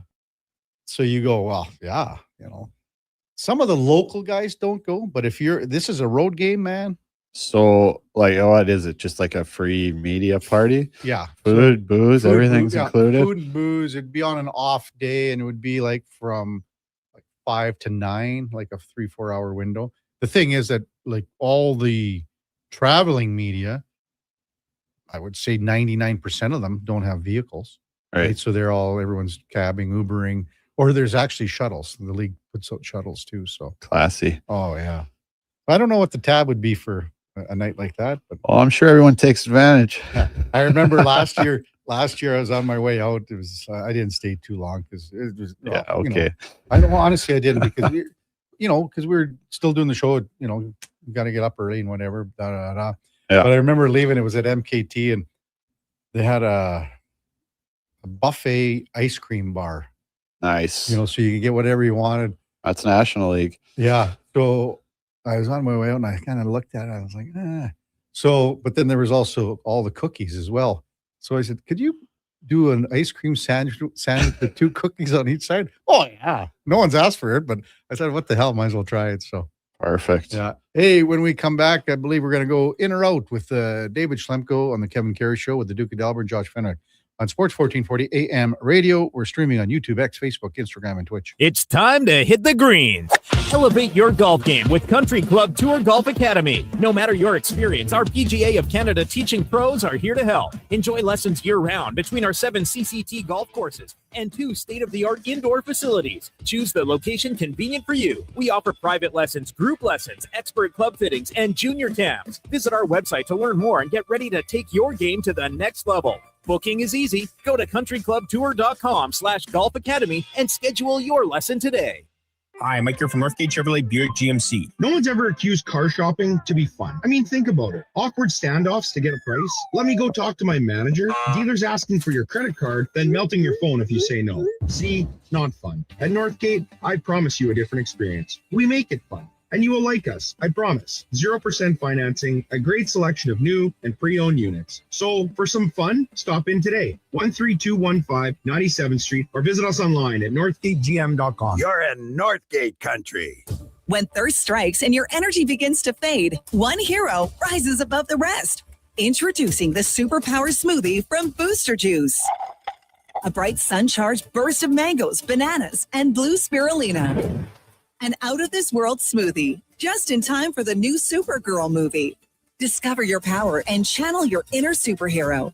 Fly into your local Booster Juice and experience it for yourself today. And see Supergirl. Only in theaters June 26th. Come for Canada's largest trade shows, the biggest names in entertainment, exhilarating sporting events, and more. And stay for the experience at the Edmonton Expo Centre. Looking for the perfect place to host your next big event? From trade shows to galas, meetings, and concerts, the Edmonton Expo Centre has the space, event expertise, and service to make your next event unforgettable. With over 522,000 square feet of flexible event space, in-house catering, and operational expertise, they bring your biggest vision to life. Learn more at edmontonexpocentre.com today. From the first pitch to the final out, catch Toronto Blue Jays baseball games live right here. Don't miss a moment of Blue Jays baseball this season. Sports 1440 is proud to be the home of Blue Jays baseball. The Brick is thrilled to introduce the new exclusive Shaquille O'Neal home lineup of furniture. Each piece features premium Shaq-repeated memory foam for exceptional comfort, made to be lived in and loved for years. Each piece is built on a strong hardwood frame, offering sturdy comfort day after day. Head to any Brick location and snap a photo with Shaquille O'Neal. A life-size Shaq is waiting in store. Scan the QR code and upload your pic for a chance to win one of 4 Shaquille O'Neal home pieces. Exclusively at The Brick, saving you more. Hi, it's Jason McCoy. You know, music's given me a lot of great moments, but nothing means more than time with my dad. When he was diagnosed with prostate cancer, a simple PSA blood test was key in detecting it early, and we got more years, more laughs, and more memories. Guys, it's a quick test that just might end up saving your life. Join the Princess Auto Motorcycle Ride for Dad in Edmonton, Saturday, June 13th. Register or donate at ridefordad.ca. For the most physically demanding jobs, Carhartt's Rugged Flex technology provides extra stretch where it's needed most to help you crouch, kneel, bend, or crawl with ease. Rugged Flex pants give you a maximum mobility advantage every time you put them on. Find the largest selection of Carhartt Rugged Flex at all 3 of our Edmonton job site workwear locations and online at jobsiteworkwear.ca. Job site workwear, tough different jobs.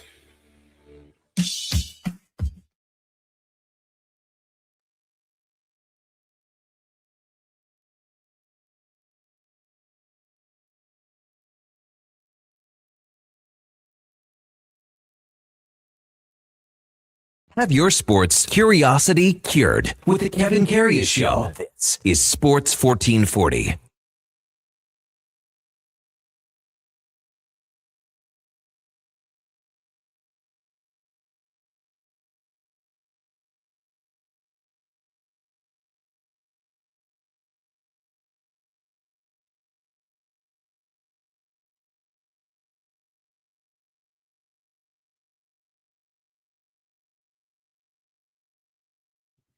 All right, welcome back to the big program. 9:42 in Edmonton.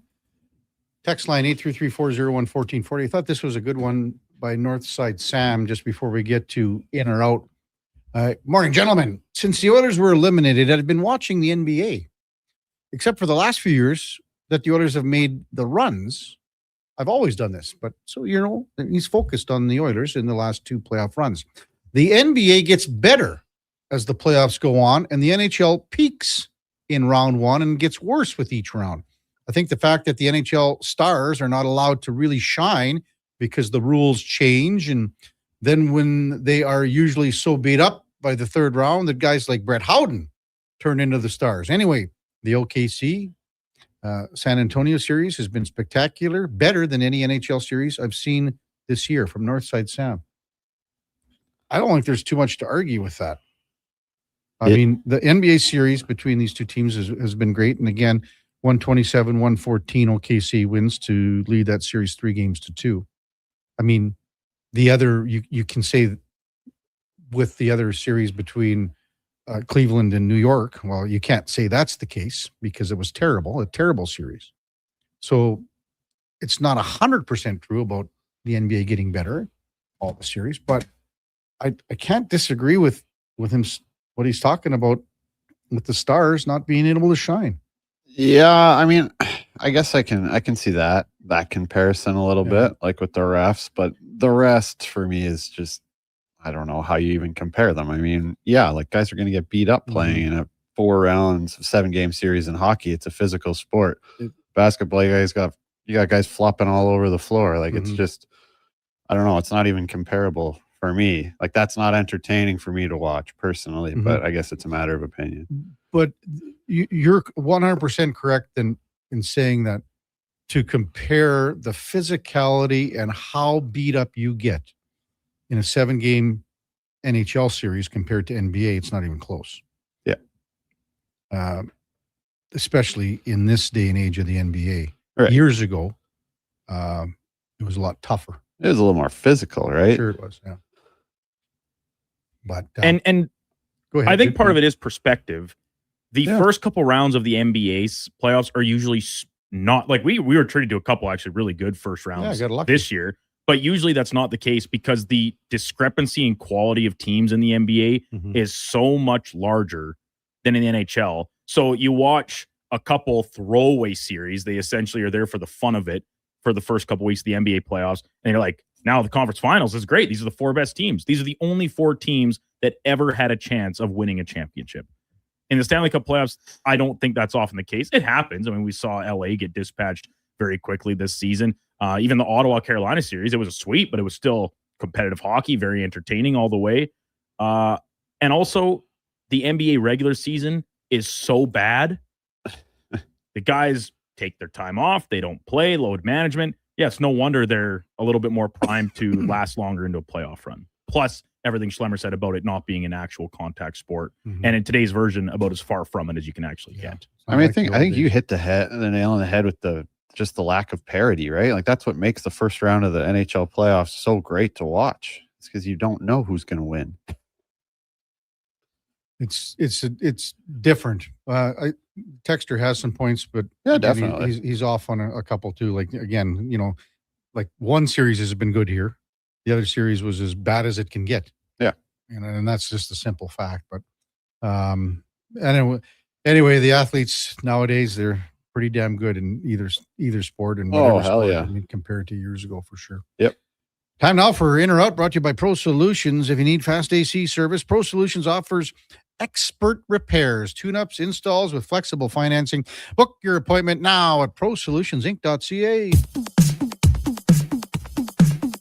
Okay, you know what? Moving too fast. Bottom line, are you in or you out? In or out of what? No time for questions, just action. In or out? Well, then I'm out. I'm sorry, Jet. Actually, you're already in. Are you in or are you out? On Sports 1440.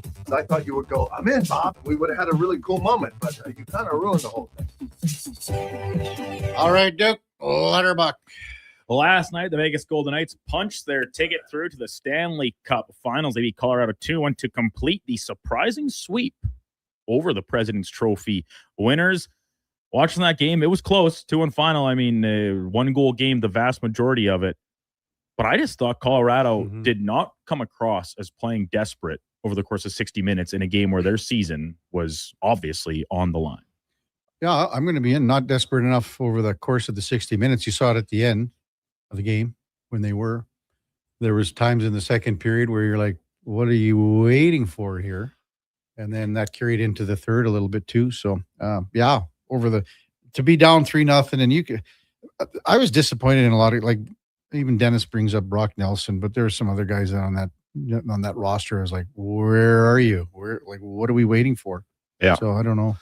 Yeah, I'm with you. I'm with both of you. I'm in on this one. I think they had spurts. They had a spurt in the first. They're out shooting Vegas 5-0 to start the second period, but they just couldn't sustain anything. And you could just see the frustration kind of coming to a head with the turnovers, and they just looked like they were mentally beat before the game was over. Yeah, and you kind of touched on it a little bit earlier, Slammer. Might have been the first segment when you got here at 9 o'clock about, like, it kind of like dawned on them seemingly very early in the hockey game. It's like, we can't win this series. And Right. you're never going to accuse a team of giving up unless they're maybe the Cleveland Cavaliers against the Knicks, talking about the one terrible conference finals in the NBA. Like, in their game 4, they were up, what was it, 14-13 at one point in the early going? 17-16. 17-16, thank you. And then after that, it was they essentially just quit playing. They're like, F it, we already got our planes booked to head back home or head on home, whatever the case. I'm not saying that that's what the Avalanche did because they competed the rest of the way, but it did seem that at a certain point it kind of almost felt like we have no chance of coming back from down 3 rip. What's the bother? Just felt like they're kind of playing it out. Very, very much so. And you feel because of the injuries, a couple great players not at their best, no doubt about it. But yeah, we've talked about it a little bit over the past few days that some of the supporting cast did not quite pull their weight over the course of these 4 games. And they blew their chance in game 3 when they had the 3-0 lead. Oh, 100%. Sure, like, yeah. that's we're having a point. completely different conversation. You win that game and it's 2-1, a chance to even it on the road instead of just extend your season by maybe a couple days. Especially the shorthanded goal, right? That's a 3-0 goal. You'd think, okay.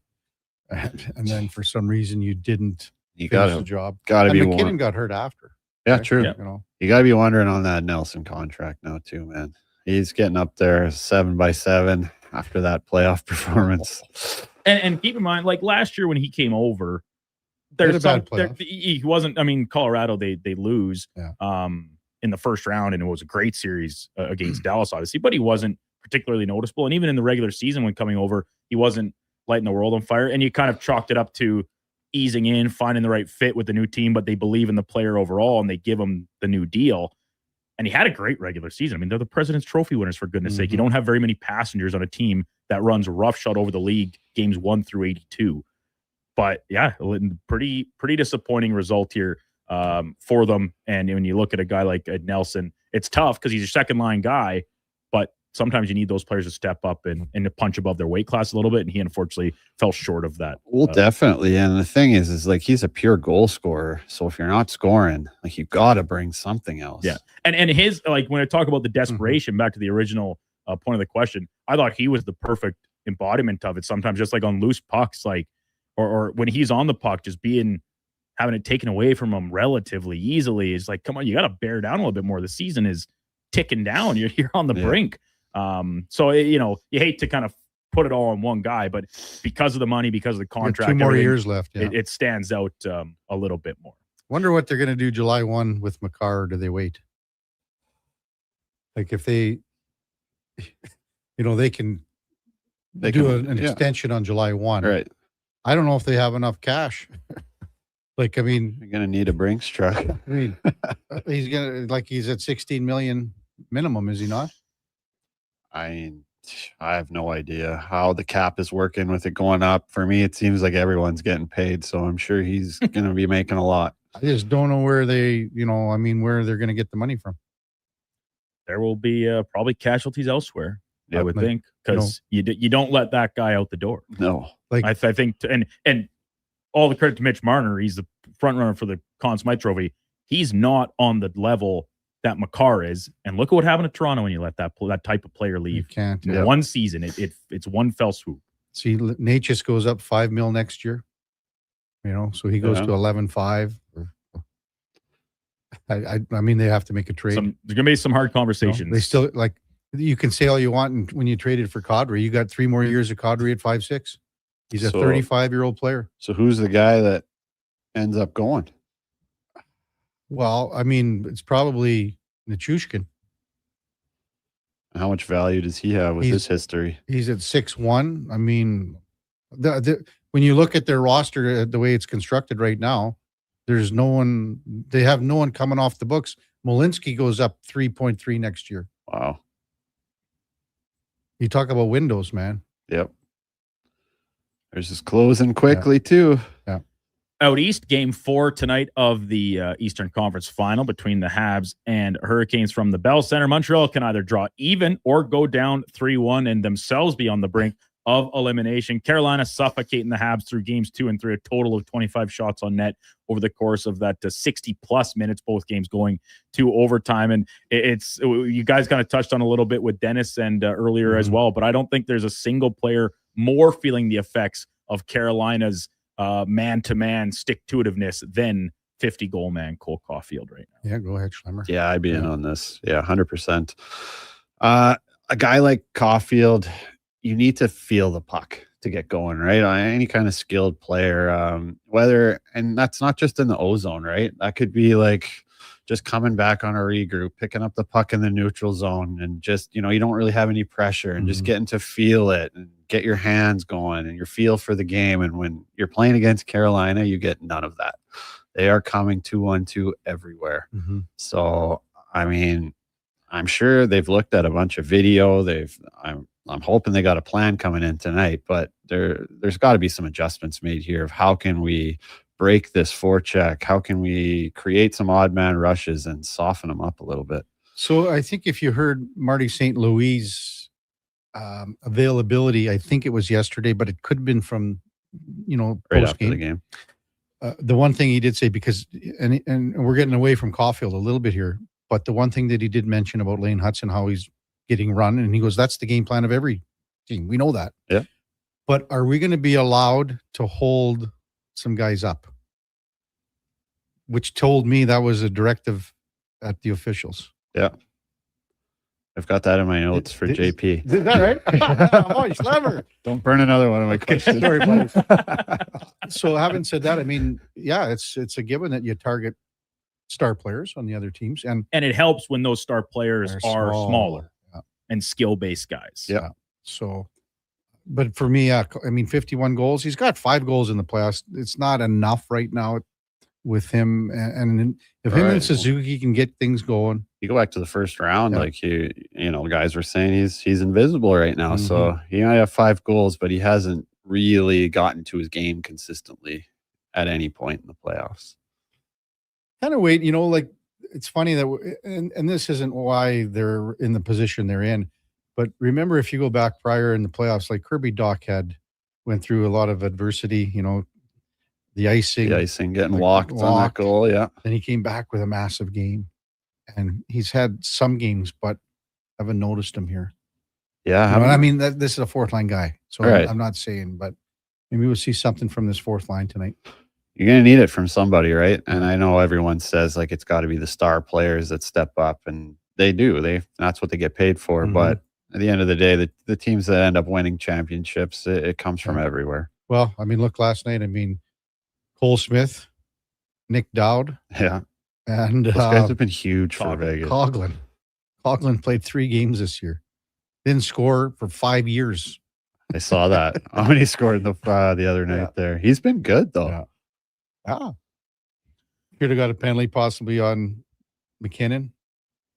Oh, that was a trip? Yeah, that was accidentally on purpose. I'm getting my legs in there. I thought that was a trip. Sure, Out in Kelowna, the Memorial Cup rolls on round robin, nearing completion. Tonight's finale of the host Rockets taking on WHL champion Everett will give some clarity to how the rest of the playoff picture is going to shake out. But we know the Kitchener Rangers are through to the final. They go 3-0 perfect in the round robin. I've seen every team play. I haven't seen every game start to finish necessarily. Chicoutimi, by a measure of score, gave the Rangers their closest test last night in the 3-2 final decision. But I do still think, and call it Western bias, call it whatever you want, I do think Everett, should they find a way to win tonight, get through the semi, they have the best chance of defeating Kitchener in Sunday's final. I think I'm going to be in on you with this, Duke, but the only thing I could see is somehow if Kelowna wins tonight, then you got the home crowd, going forward. I don't think it's enough for them, but Everett's a better team than Kelowna for sure. So Yeah, I'm going to be in on that one as well. Kitchener got outshot like 28-18 last night. They got outshot by Everett, so maybe they're not quite the class as we're making them out to be here. I think Everett's got a great shot to upset them in the final.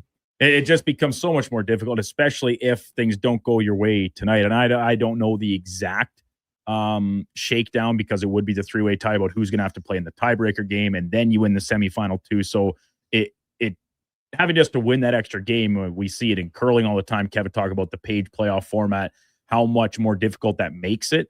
But I like this Everett team a lot. They've got so many elements to appreciate from the back end, and the Landon DuPont factor, and then like Carter Bear, his ability to score is exciting to watch. So, and you got to give credit because Pridham, the Rangers he scored in every game. He's an overager. The Rangers look very much like a team that was built to win a Memorial Cup.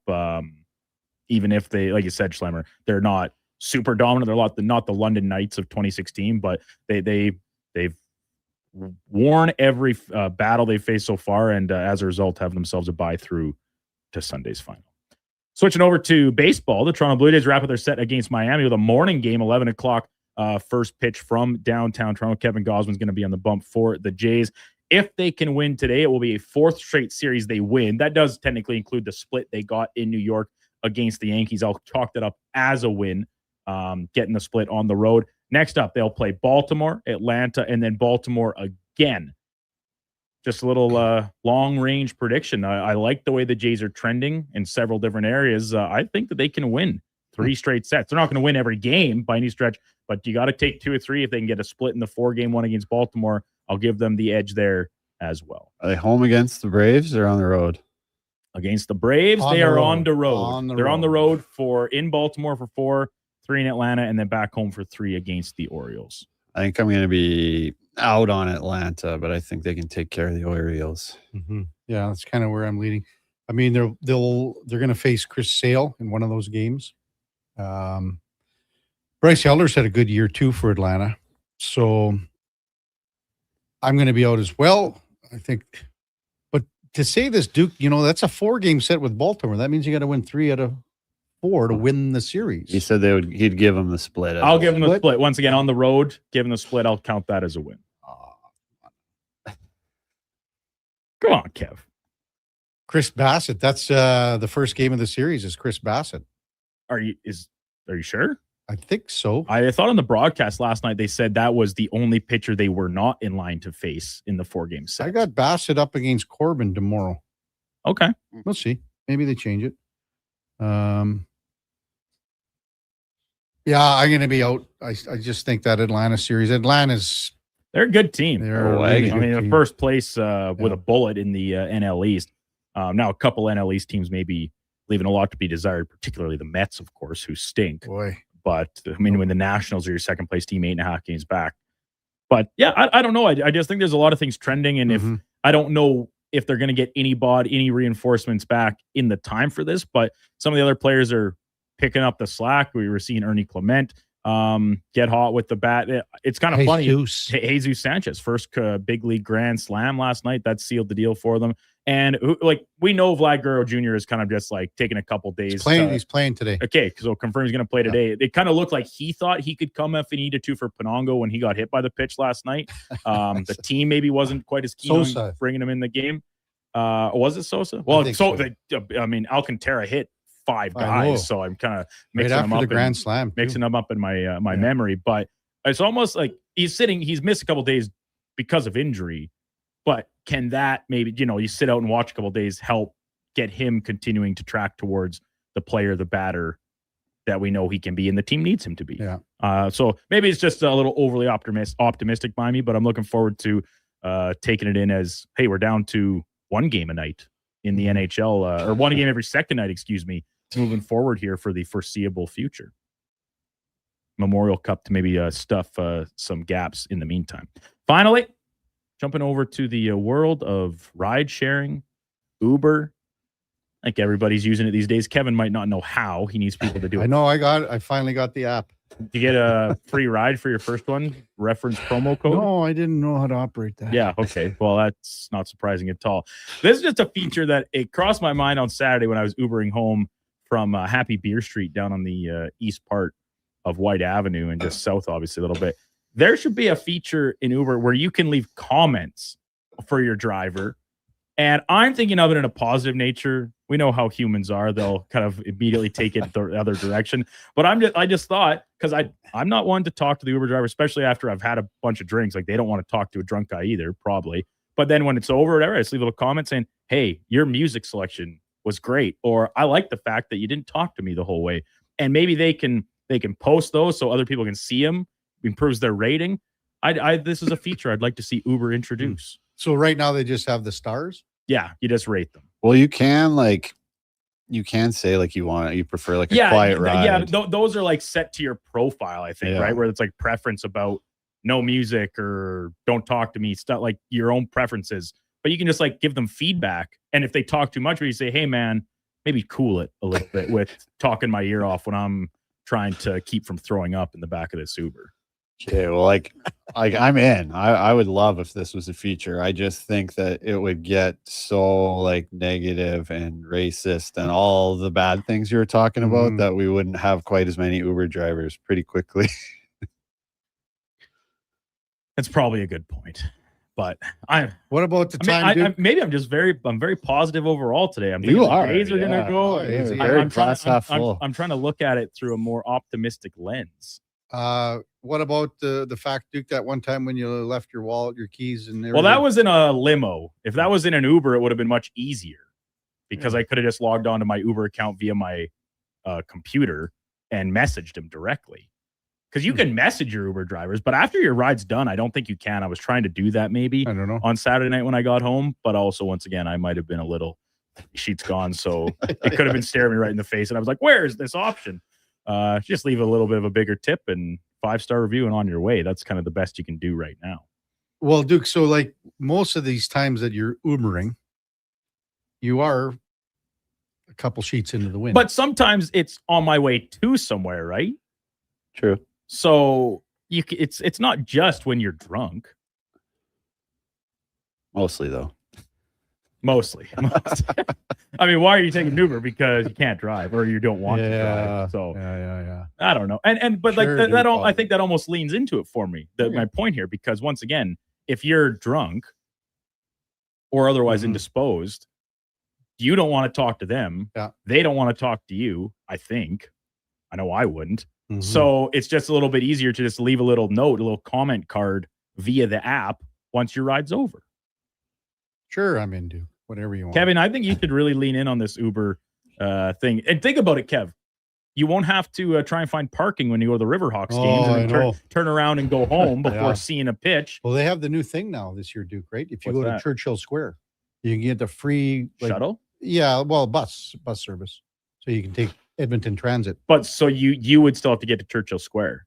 You got to get to Churchill Square. And it's free. It's with your. Do you think you would be able to find parking at Churchill Square? Yeah, I could figure that out because it's close to the rink.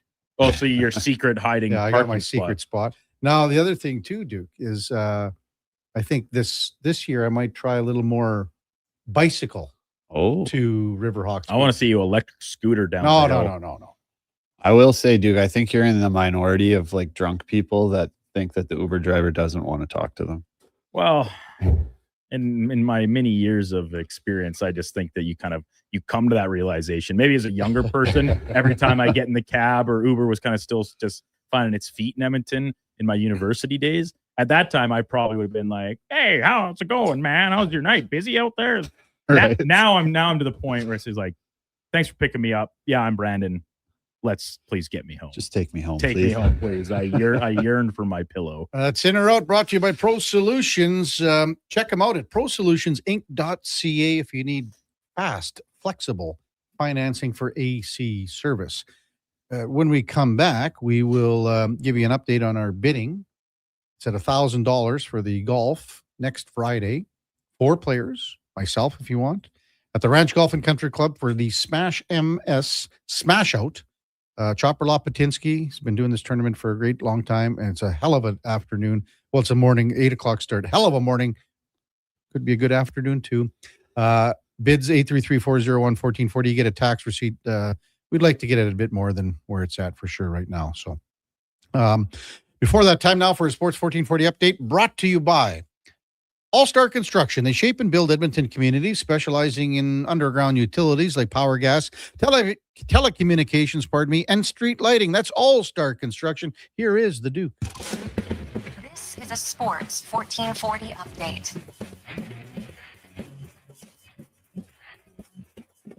Stanley Cup Playoffs Eastern Conference Final, game number 4 tonight from Montreal. The Habs trail the Hurricanes 2-1 in the best of 7. Puck drop scheduled for 6 o'clock at the Bell Center. Memorial Cup round robin concluding tonight with the Dub champion Everett Silvertips taking on the host Kelowna Rockets. If Everett wins, they'll secure their spot in the semifinal game. Kelowna wins, create a 3-way tie in second place. In the majors, Blue Jays wrap their set at home against the Marlins. Early start time, 11 o'clock Mountain scheduled first pitch. It'll be Kevin Gosman on the hill for Toronto. Elsewhere, Seattle and the Athletics go at it just after 1 o'clock. Tampa Bay taking on Baltimore. Mets host the Reds, Yankees in Kansas City, and the Dodgers take on the Rockies in the nightcap. Coming up in hour 4 of the Kevin Karius Show, we'll hear today's edition of Cam and Eggs and be joined by Montreal Canadiens analyst J.P. O'Connor. I'm Brandon Douglas at your Sports 1440 update. Sports 1440, Stingray Radio Station. CKJR broadcasts from West Edmonton Mall and Wetaskiwin. Download the free Stingray music app and listen wherever you go.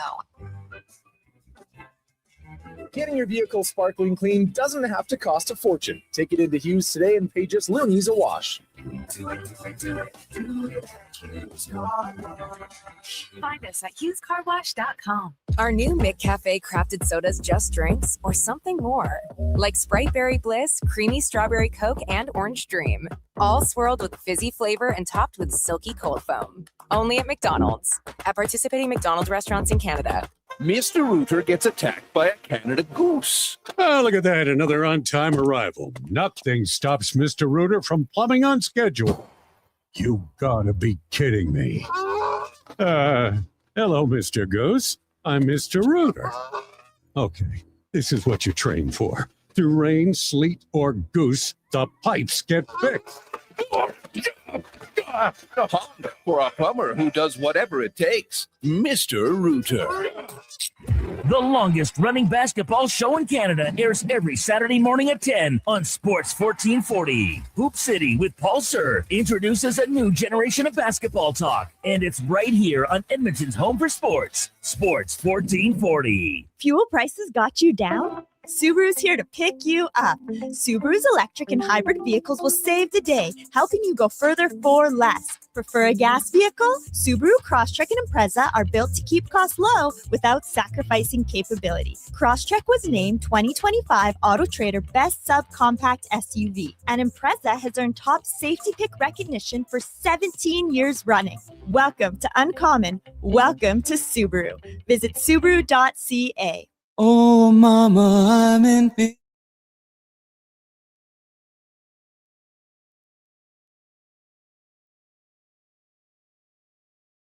Sports 1440. All sports, all day. On YouTube, Facebook, and X. Thanks for listening to Edmonton's sports leader.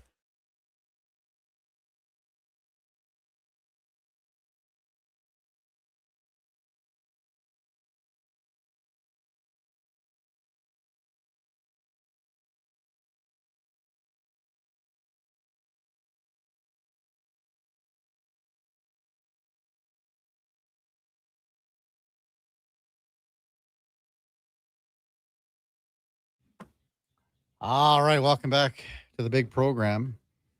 Think about the Pittsburgh Steelers every time that song comes on.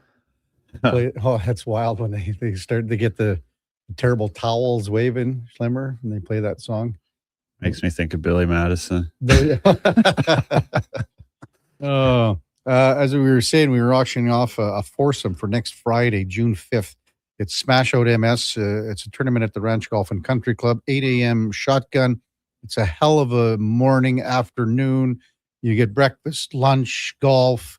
You get the gold ticket, which is like normally when you go to these tournaments, like a lot of times, and we did it at the Easter Seals and tournament too, and Schlemmer, you were there. Sometimes you're going into your pocket, it seems, all the time. This includes everything. So you get the gold ticket. You don't have to worry about doing anything else after that. So It's all included. Johnny's in at $1,000, but we'd sure like to get it up a little bit higher than that for sure. So 833-401-1440. Brent Lambert just said $1,250. Thanks, Brent. Appreciate it. And if we could get, like, again, I think face value of this is just under $1,500, but appreciate it. Brent Lambert is in for $1,250. And again, it's at the ranch next Friday, 8 o'clock. Man, conditions are unbelievable. I heard it's in really good shape this year. Real conditions. And I mean, we had enough moisture. Be pretty green everywhere. Wow. Yeah. Well, they could use, I think a lot of places could use some rain, though. Still some more, hey? Yeah, it's dry, man. Not winter. That's dry. crazy. It's dry. Appreciate it. Brent Lambert at $1,250. Excellent. Coming up at 10:20, we'll have JP O'Connor, Montreal Canadiens analyst. So you got some questions ready to go here for JP, I guess. Eh? I always come in here prepared, bud. I know. It's just unbelievable. It's unbelievable. Text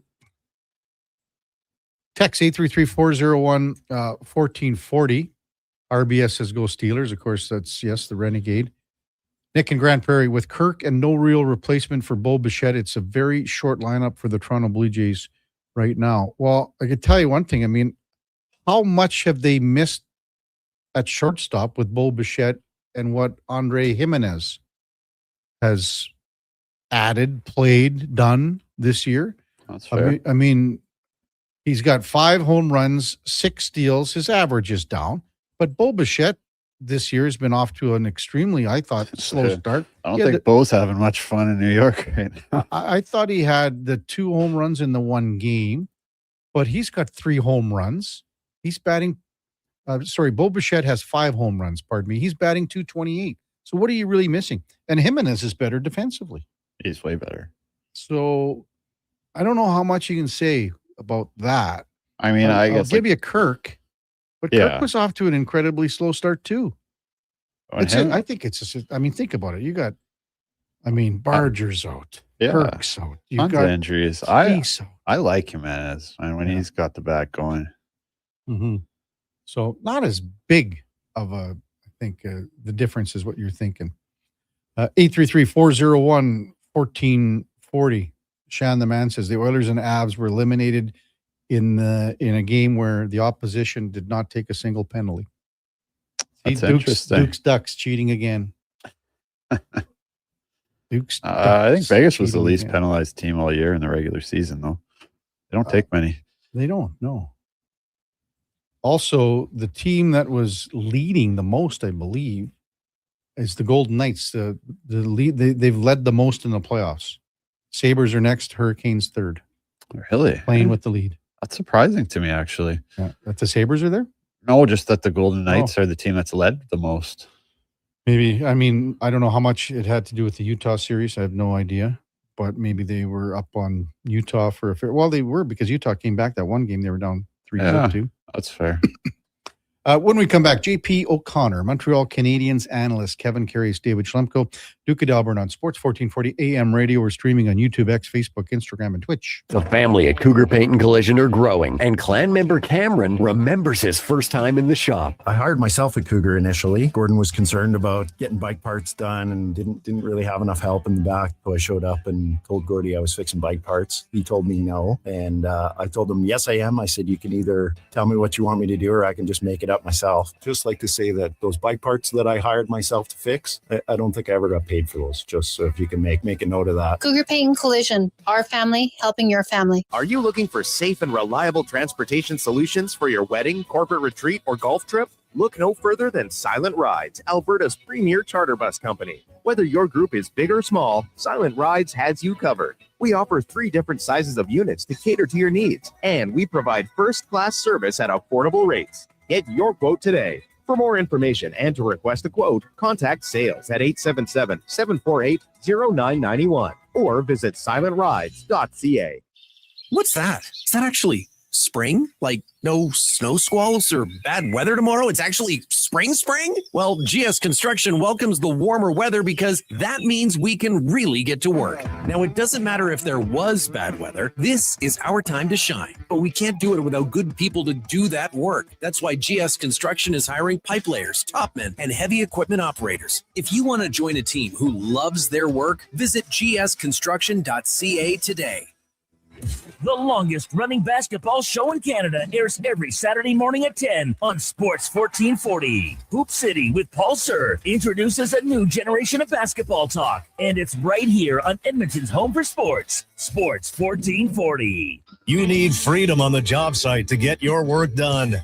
Carhartt's extensive line of rugged flex pants are engineered to move and stretch with you throughout the day. So whatever you're doing isn't held back by lack of mobility. Find the largest selection of Carhartt Rugged Flex at all 3 of our Edmonton job site workwear locations and online at jobsiteworkwear.ca. Job site workwear, tough for tough jobs.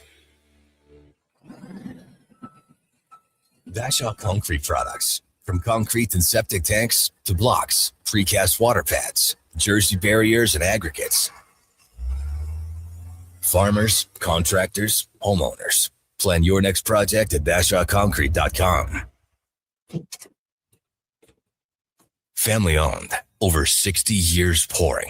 Bashaw Concrete Products. Once again, start here. BashawConcrete.com. Hi, it's Jason McCoy. You know, music's given me a lot of great moments, but nothing means more than time with my dad. When he was diagnosed with prostate cancer, a simple PSA blood test was key in detecting it early, and we got more years, more laughs, and more memories. Guys, it's a quick test that just might end up saving your life. Join the Princess Auto Motorcycle Ride for Dad in Edmonton, Saturday, June 13th. Register or donate at ridefordad.ca.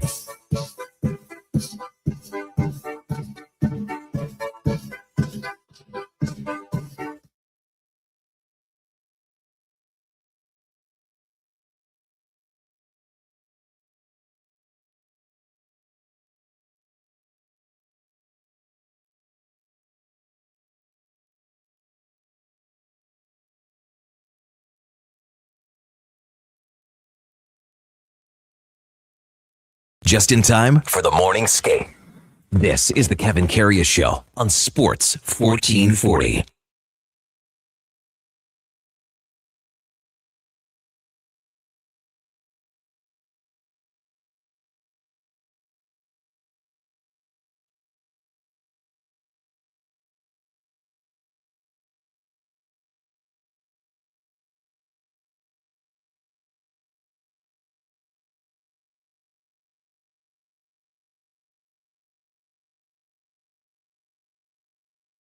All right, welcome back to the big program, 10:21 in Edmonton, and time now for the game of the day, brought to you by St. Albert Dodge, where the 2026 Ram 2500 Black Express packages are here. They've got the 20-inch black aluminum wheels, black Mopar side steps, body color bumpers and grille, and the Sport Performance hood. See them at stalbertdodge.com as we welcome back JP O'Connor, Montreal Canadiens analyst. Morning, JP. You're with Kevin Karius and the former Montreal Canadian, David Schlemko. As always, thanks for jumping on Sports 1440, especially on a game day. Really appreciate it. Guys, it's a pleasure. The Bell Center's buzzing already, as you can imagine. The TNT crew from the U.S. is up. They've got about 200 people with them, so it's just chaos. Chaos. I can't imagine what the atmosphere is going to be like tonight. What it's been like all playoffs. I mean, we experienced it here, but it's a different piece. Maybe just let our listeners in on that type of atmosphere, what it's been like covering this team on a deeper playoff run, JP. Well, you got to remember, guys, that the last time that the Canadians had an opportunity to go on this run was during COVID. And granted, I think you can look to it and say the Canadians maybe get a little bit lucky with matchups, but either way, they end up punching a ticket to the finals. But the whole way through there was nobody in the building. So, Montreal has been starved for this for a while, and last year get a little bit of a taste for it, albeit short, against Washington, who kind of run Montreal out of the building, played a really physical type of series, and Montreal just couldn't hang on. And now this year, they just take a step forward, and everything surrounding the Canadians, surrounding the building, the building being right downtown, it just lends for an electric atmosphere. And it just gets to that point where, I was laughing the other day thinking, had Montreal been able to clinch last Saturday against Buffalo, you would have had in Carolina on the Tuesday, game 1, in Carolina Thursday, game 2. Then you would have had home game Montreal Saturday and the F1 on Sunday. The city would have snapped in half. I mean, you want to see some major infrastructure issues highlighted, then that's the way to do it. You get the Canadians and the F1 going on the same night. So the place is the city's wonderful at this time of year as the weather changes, and you guys know what it's like. But there's just something a little bit more special to it around Montreal with the history and everybody just being so starved for success for this team. Wow. That's a hard island to navigate around on a normal day. I can't imagine Isn't it, playoffs and Isn't F1 at the same time. Playoffs, F1, and orange cones abound. Yeah, no kidding. Well, let's get back to the hockey. I want to ask you about some Marty St. Louis comments. In his media availability, he's talking about how the Canes they're a mature team, and maybe we can't match their maturity, but we can elevate our maturity a little bit. What do you think he meant by that?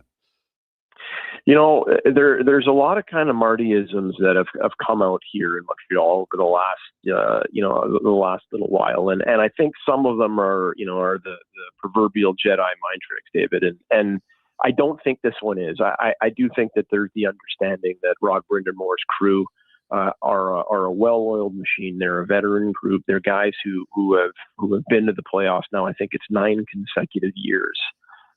So there's a familiarity with it there, and there's an understanding, and there's an expectation. And I think when you look at a younger group, you can't manufacture it, but you have to be able to rely on your young leadership to perhaps take a step forward. And I look at Nick Suzuki in particular, and it's easy to do so when you're the captain.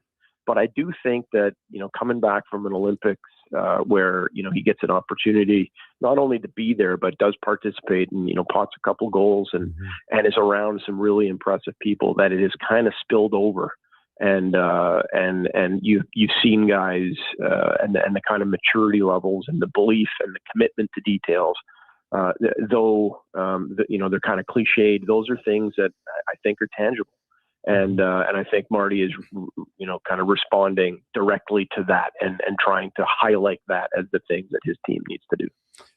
It's a big ask, JP, but you just mentioned Nick Suzuki. And I'm not saying we're looking for a Mark Messier type moment here or something like that tonight, but is there an opportunity for him here, being the leader of this team, to go, follow me, guys, if you know what I mean, JP? You're right. I mean, and I think it has to be, and he's the obvious choice. There's 3 guys really on the team that you can look to now, and I didn't think that we were going to be able to say it about Dovesh, but Dovesh's game has just gone to a completely different level, and I don't know if there's any real explanation to it other than the fact that he's kind of come into his own and is riding a nice wave of confidence right now. You look to Hudson, and Hudson is a magnificent player, but is kind of mired right now and is being clearly targeted by Carolina and the way that they forecheck and the way that they've game planned against him.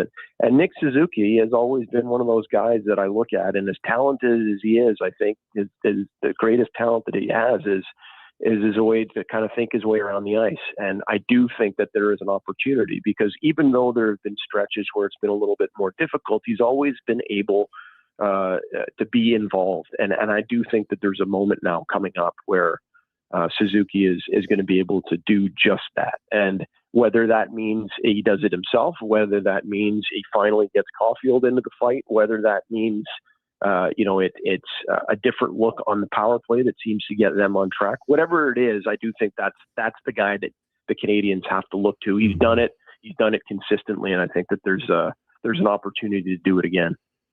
Well, I mean, I guess let's talk about the elephant in the room. It's what everyone's talking about. It's Carolina's forecheck. It's the 2-1-2. It's everywhere. You know what to expect. You know what's coming, but they can't seem to beat it for whatever reason. So I guess when do we stop talking about how good the Canes forecheck is and we start demanding better execution with the puck, getting some skin in the neutral zone from the Montreal forwards to, slow down that forecheck a little bit? Like, what kind of adjustments are they talking about in the room? Yeah, I think it's a great point that you bring up, because I'm not saying that there's been an unwillingness, but I think that there's been a commitment to, Carolina's committed to the way that they're playing, and there's been a commitment by the Canadians to kind of do it the way that they play. I think that there's some flexibility, and when I look at, kind of tactically, David, when you've got, you've got all that pressure coming back, and then you look up ice and there's that one lone Canadian up at the far blue line with the Carolina defender just trying to stretch the ice, trying to create a little bit more space, but not a whole lot going on. I wonder if the best opportunity for the Canadians to give themselves more options is to kind of pull that guy back into the defensive zone, even though it's going to jam things up a little bit. At least you can get yourself into some foot races into tight spaces. The Carolina is that they want to win those races. They're winning. It's not an if. They are winning the 50-50 battles. Their puck management's been much better since game 2. But I think one of the keys in all this, and I'd be curious to hear what you have to say as a former defenseman in the league, is I look at the ability of the Canadians, or the want by the Canadians, to activate the weak side D.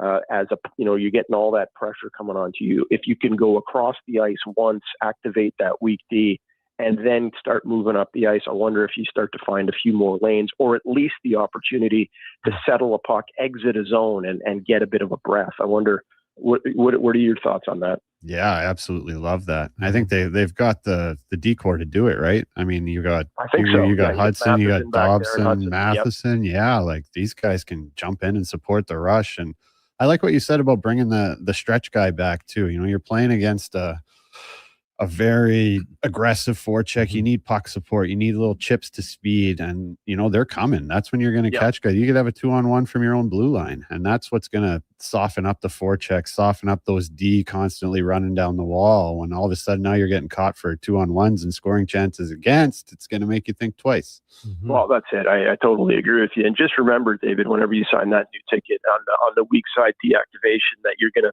pound 50 points into the back of the net. Just remember where you heard it from first. You bet, buddy.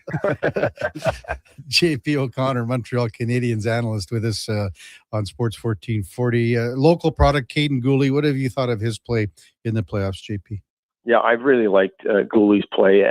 Last year I remember watching him, and he's still such a young kid, right? He's still such a young guy, and has battled injuries. So despite maybe his age not reflecting it, there's not a lot of games there. There's not a lot of meat still. And I remember last year watching him, and I think it was the second game of the Washington series. But no, excuse me, it was the third game, because it was the first home game. And right, like 30 seconds into the game, just after the puck was dropped, he stepped up through the neutral zone and he throttled somebody. And he looked like he wanted to have an impact on the game physically. And he looks the same. The difference this year, though, guys, is that rather than charging into things, rather than, you're going in not necessarily blindly, but hoping that the play works out, he's a lot more calculated. And I think that's just coming with a little bit more experience. And, I just talked a moment ago there about activating on the weak side. He's been charging into plays. He's been an option offensively, and it's reflected in at least the stat line right now. He's got 8 assists here through the first 17 games. And though not an offensive dynamo by any way, shape, or form, he's still somebody who is having to, you have to plan for him. And whether that's in the defensive zone by understanding that, there's somebody coming in who's hunting for a big hit, or if he's going to be, looking to see if he's got himself into a foot race and is trying to support offensively. I think he's taken a nice step forward. I've liked his game so far. Mm-hmm. To me, he's a coach's dream, right? Yeah. He competes so hard. You don't see him get out competed by anyone. No, that's it. And when the decision making follows, then I think you're starting to see, what the Canadians hope that he will turn into, which is, a top 4 guy who is, who's going to eat up minutes, who's going to play against top end guys and shut them down. JP O'Connor with us on Sports 1440. Were you surprised last game, the usage of the fourth line as the game went on? Or was it game script, do you think, JP, just the way how tight it was and going to overtime? Yeah. Between Bolduc, Veleno, and Kirby Dach, another local guy, their minutes were seemingly down from games prior. Yeah, I think that one of the dangers that the Canadians are going to find themselves in, and we're going to start to see it tonight, is they played 2 7-game series, and down now 2-1. I think Carolina's playing a nice brand right now, and there's no reason to think that they're going to change anything. And if the Canadians go down 3-1, I find it hard to believe that the Canadians will be able to win 3 before Carolina can win 1.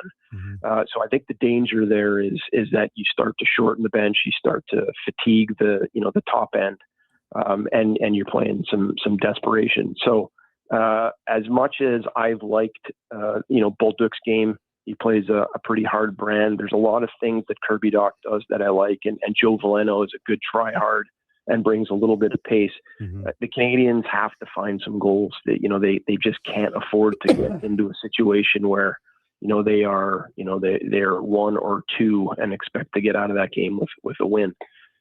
So I can understand the minutes going down a little bit there. I just think that if you shorten the bench, then you might compound that problem. Well, I guess that makes scoring the first goal pretty important then. Yeah. The way Carolina plays and being able to play everybody. Yeah, I mean, you heard Rod Brindamore after game 1, and listen, let's not kid ourselves. I think game 1 for Carolina was a bit of an anomaly, and tactically was a masterclass by the Canadians, who, as much as attention was being paid on the fact that that Carolina had been sitting around for the better part of 10, 12 days waiting for that series to end. The Canadians also knew exactly who they were going to be playing and had the better part of 2 weeks to sort out what their game plan was going to be. And so you saw Carolina chase, and you saw Carolina get a little bit flustered and do things that are uncharacteristic of their overall game. And Rod Brindamore kind of shrugged his shoulders in his press conference afterwards, and it was kind of, I didn't really recognize my team will get it sorted, and they have done. But I think your point that you make there is absolutely right. If you can get the first goal and you maybe press them into making a couple of changes earlier on than they would like to, then maybe you can destabilize them and fight your way back into this series. Yeah. What about going harder to the net? I mean, it seems every second play that you look like Jakob Dolbusch is getting run, but Freddie Anderson's sort of having a clean, easy way of things here. He is. Yeah, he is. And I think that there's a happy medium in there. Carolina's style is just to bombard. It's barely a decision, right? You control the puck, maybe a step to the left or the right to find the lane, and you sift the puck in there, and everybody meets at the net. The Canadians are far more choosy about their shots. And, it's one thing to stick by that system, and that's okay, but you're going to live or die with it. That's okay. But, if you are going to shoot, you're going to get 12 shots on net in the game and have to rely on shooting at 35 or 40%. I don't know if I like those odds. So I think that there's a happy medium in there where you might not be shooting exactly from the zone that you want, but rather than, peel off and then have to fend the defensive attack, then let's get a puck to the net as well, just like Carolina is doing. And we'll see if we can get a lucky bounce off of Freddie Anderson, because as stable as he has appeared, I think that is kind of, outward. He's given some stuff up. He's looked shaky at times. He looked like he's wanted to give a few up. And so, if the Canadians you don't have to resort to Carolina tactics, but if you can get a few more looks, then I think that you're giving yourself a better opportunity. Yeah, I like that. I mean, especially for the depth guys. I mean, I think that could be the message. Maybe you don't want to neuter your skilled guys' skill, but I think the depth guys definitely get some pucks in his feet, right? He's a big man. Get he likes some to play deep in chaos his and net as some well. confusion going in the crease there. Yeah, love that. Yeah, he likes to play deep in his net, and we were just talking about the fourth line of Bolduc and Doc and Veleno. There is an opportunity for that group to, throw some pucks down below the goal line. Kirby Dach is, he's got plenty of faults, and people here in Montreal are quick to point him out, but he pulls pucks out of piles really well. He's heavy on his stick, and Bolduc really only needs 1 or 2 looks, and he can make you pay. He's a multiple 50-goal scorer in the queue, and has shown that he's in the Buffalo series Game 7 had a great look, from a tight angle, goes short side right under the bar. It was a real goal scorer's goal, quote unquote, and yet there he is down in the fourth line. So there's an opportunity for those guys, but I think it has to come with the green light from the bench to say, let's shake things up a little bit and get more to Anderson. Hey, JP, thanks so much for your time this morning. Really appreciate it on a game day. Have a great call this evening, and hopefully we can see this series knotted up at 2 and make it a best of 3. Thanks for coming on as always. Here, guys. Great to talk to you anytime. Thanks so much. JP O'Connor, Montreal Canadiens analyst, and our game of the day brought to you by St. Albert Dodge, where, again, the 2026 Ram 2500 Black Express packages are here. Check them out at stalbertdodge.com. What do you think the chances are today, Slammer? 60-40 you're taking Carolina, or? Yeah, I think the first goal is huge. I think if Montreal can get on the board first, they got a good chance. I think if Carolina gets the lead and gets to their game, I think it's going to be tough for the Habs. David Schlemko, powered by Cougar Paint and Collision, our family helping your family, and where family service and pride have earned customer trust for decades. Check them out at cougarcollision.com. Our auction item is still at $1,250. Brent has it. It's at $1,250. We're going to close it off here in the next 10 minutes or so, 12 minutes, as we close out the show. And again, it's for a foursome, and I can play with you too if you want. You don't have to. I'll play with someone else out there on that day. Maybe I'll just be on the, like Chopper Lopatinsky hits balls off 10 at the ranch. Yeah. And he takes about 180 balls. Most of them go into the water out front. I don't like that drive. That doesn't fit my eye. No, I like 1. I don't love 10. So what? Okay, because one you're playing draw. Yeah. Okay, yeah. So you're starting it over the trees then. Yeah. And if or like trying to hit a different shape, I don't like it. 1 works great for you then. Yeah, 1's great. Yeah. Well, just start it like on 10. If you start it right over those trees, you should be fine with your draw. Nice big boomerang right over the trees. That's all you want, right? Yeah. Well, the whiz I was telling you about his 30 that he shot out there on Sunday. That's unbelievable. And he hit a drive 370. Oof. I think it had to have hit something, like, it's a sprinkler or something, but man, oh man. Well, how a 370, Duke? 370. I hear what you're saying. I mean, he got a little Eddie Steele magic in his pocket there, something from the infamous drive Eddie put out at there's no way that. But the fact your first inclination is like a sprinkler head. Maybe it was a cart path. Cart path, good tailwind. I don't know. Would have went 470 with the cart path. Anyway, it's at $1,250. Brent's got it. It's next Friday, June the 5th. Smash MS tournament. All money raised towards multiple sclerosis. And again, you get a tax receipt. We'd like to get it up a little bit more if we can by the end of the show. Kevin Karius, Duke of Delburne, Josh Fenwick, and David Schlemko on Sports 1440 AM radio. We're streaming on YouTube, X, Facebook, Instagram, and Twitch. Who's that working on the underground utilities over there? All-Star Construction, that's who. What about the street lighting? Yep, All-Star Construction. And the directional drilling, hydrovacking, neighborhood renewal, and telecommunication work? Yep. Since 2009, All-Star Construction has been doing all that and more, shaping and building Edmonton communities for land developers all around Edmonton. That's what All-Star Construction is all about.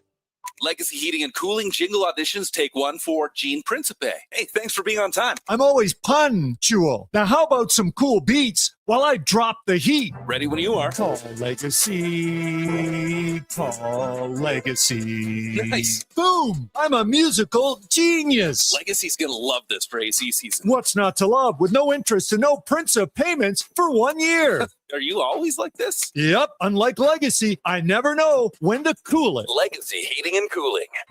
The longest running basketball show in Canada airs every Saturday morning at 10 on Sports 1440. Hoop City with Paul Sir introduces a new generation of basketball talk, and it's right here on Edmonton's home for sports, Sports 1440. Looking for a solid 4x4 that checks all the boxes? The 2026 Jeep Compass is in stock now at St. Albert Dodge, and this is a great value, starting from just $36,900. It's a Jeep, so you've got 4x4 capability, plus features like an 8.4-inch touchscreen, Apple CarPlay, active lane management, a park view rear backup camera, and more. Over 30 in stock right now in just about every color you'd want. Head up the trail and see how easy it is to do business at St. Albert Dodge. Are you overwhelmed by debt and getting nonstop calls from creditors? It can feel like there's no escape.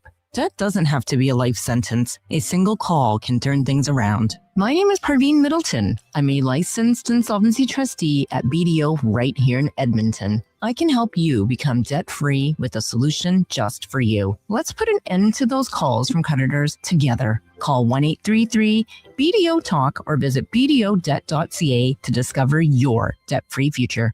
A long weekend pit stop without a Toyota Prius plug-in hybrid can be hectic. But when you get a Prius plug-in hybrid during Red Tag days, you can take advantage of an estimated combined range of up to 962 kilometers and get there with fewer stops. Take advantage of Red Tag days on now. Receive a $5,000 lease incentive, plus get up to a $2,500 federal rebate for eligible customers on select 2026 Prius plug-in hybrid models. Visit shoptoyota.ca or your local Prairie Toyota dealer today.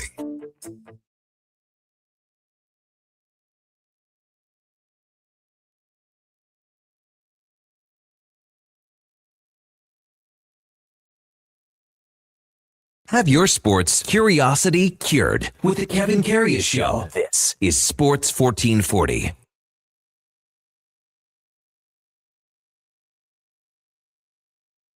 Bidding ends in about 10 minutes for our Smash Out MS Charity Golf Tournament package.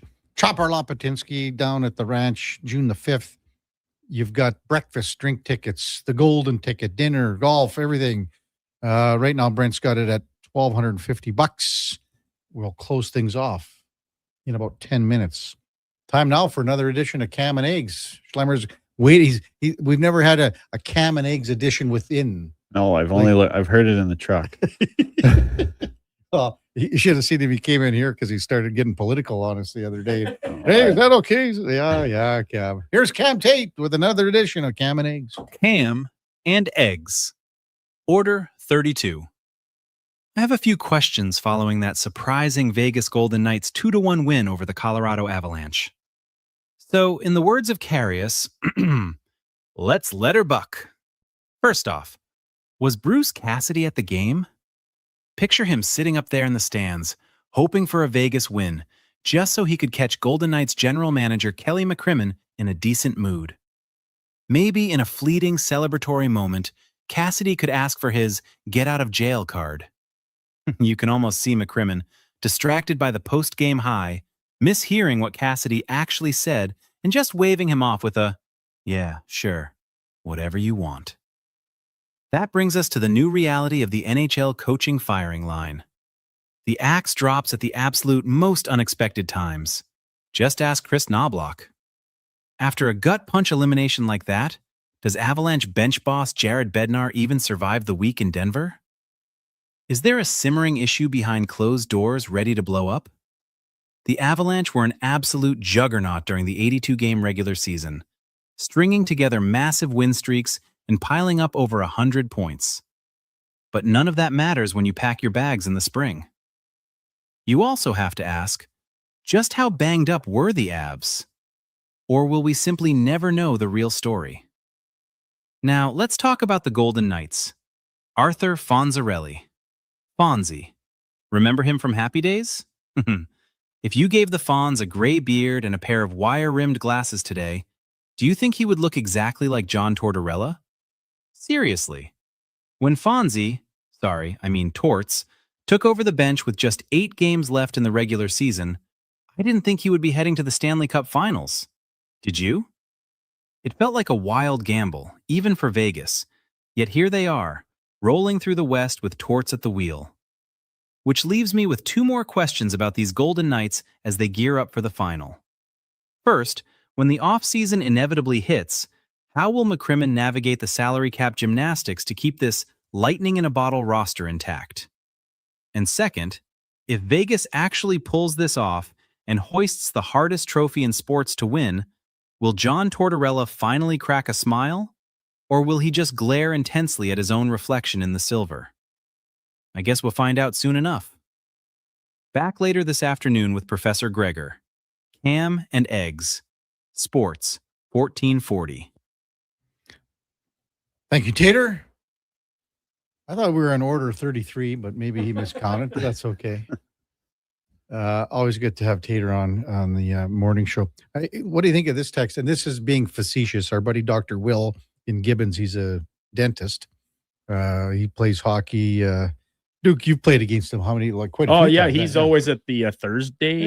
Wednesday skates. Yeah. Wednesday skates, occasional Friday ones too, and I would pop out and strap the pads on. Yeah. He's a good player. Yeah. So he's got this, and I know he's being facetious, but I got the fix for the Oilers coaching. So Vegas doesn't release Cassidy.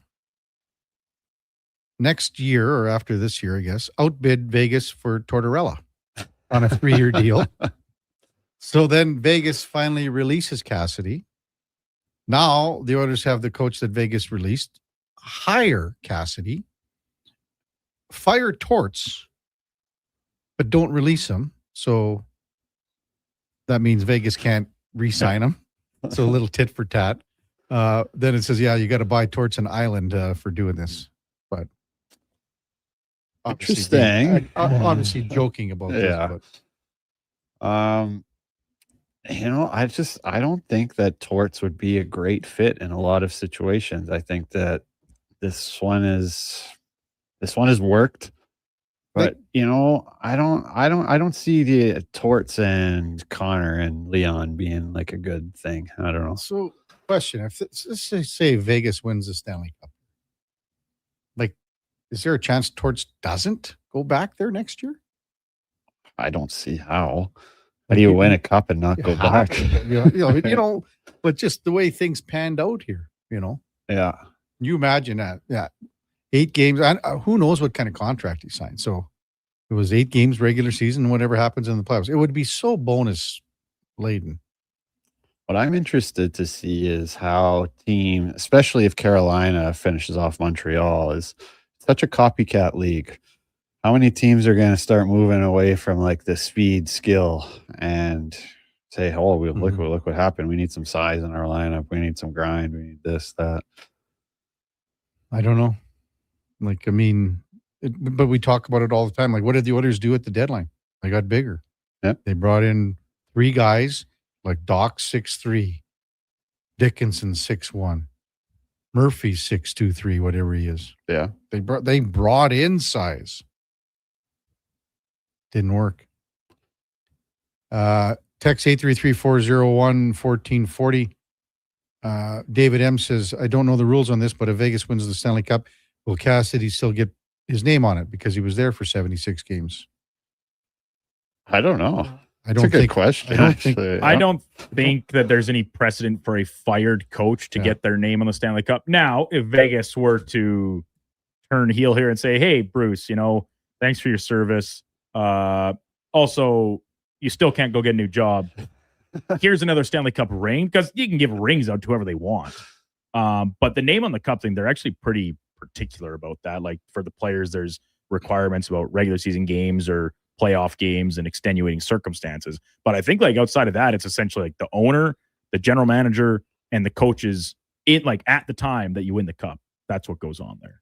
Vegas doesn't really seem like the type of management that's just going to toss out a ring anyway.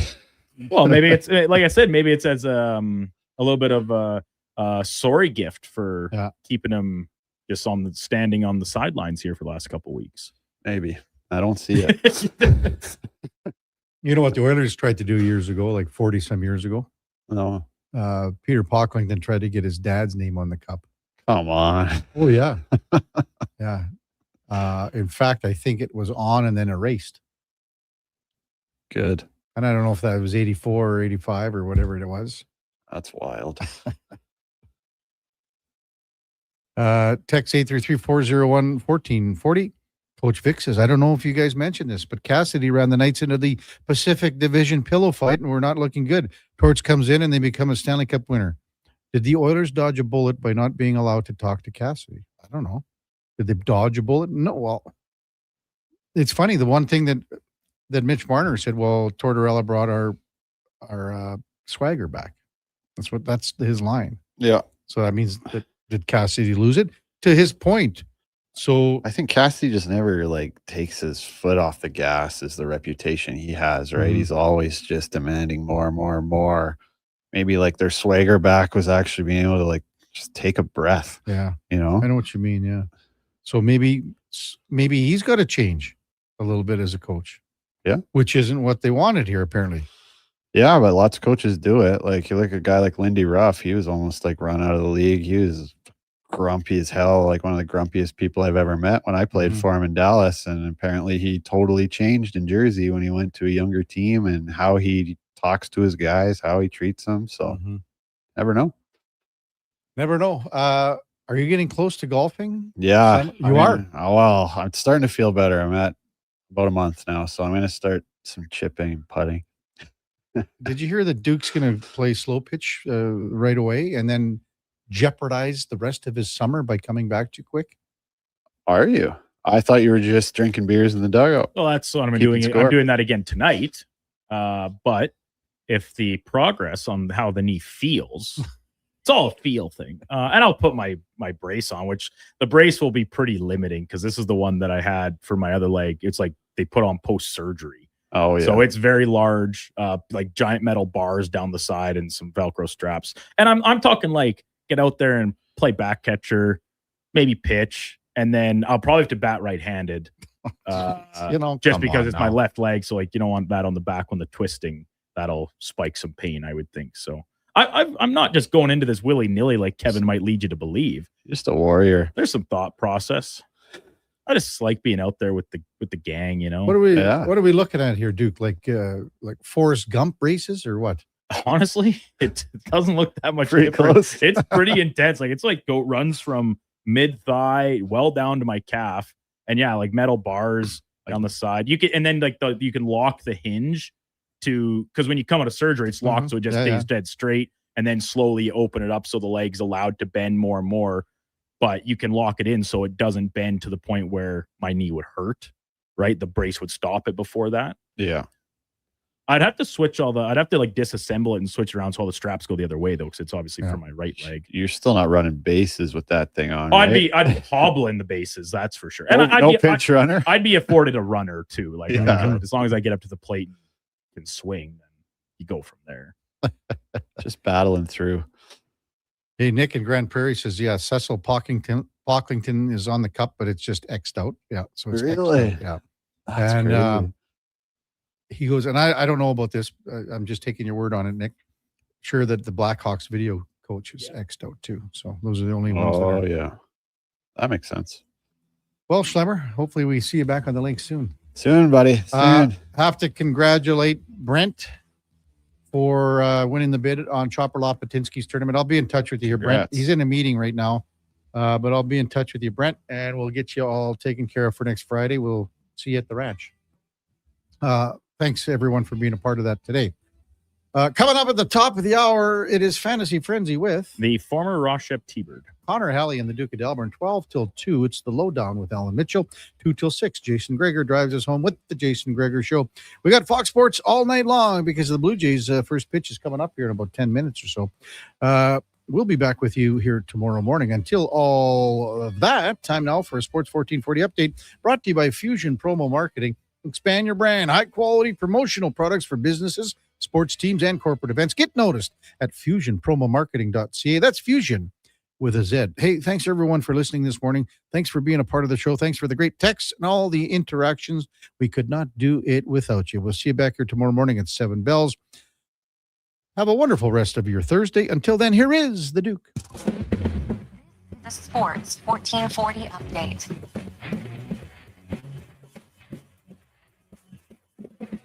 Game 4 of the NHL's Eastern Conference Final going tonight from Montreal. The Habs trail the Hurricanes 2-1 in the best-of-7. Puck drop scheduled for just after 6 o'clock Mountain at the Bell Center. Memorial Cup round-robin play concluding tonight with the Dub champion Silvertips up against the host Kelowna Rockets. That gets underway just after 7 o'clock. And the PWHL announcing its finalists for this season's Billie Jean King MVP Award. Montreal goaltender Anne Renee Deviant, Boston Fleet goalie Aaron Frankel, and Minnesota forward Kelly Panic are your finalists for this past season. In the majors today, the Blue Jays wrap up their set against the Marlins from downtown Toronto. Gets underway just after the top of this hour. Kevin Gausman will be on the hill for the rubber match.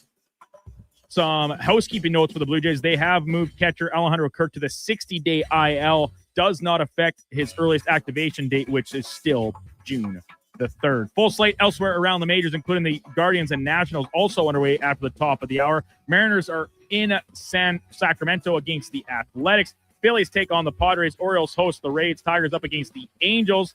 Red Sox play in the Braves. Yankees take on Kansas City. And the Dodgers host the Rockies in the nightcap. Coming up on Sports 1440, it is Fantasy Frenzy with Hallie and Douglas. I'm Brendan Douglas at your Sports 1440 update.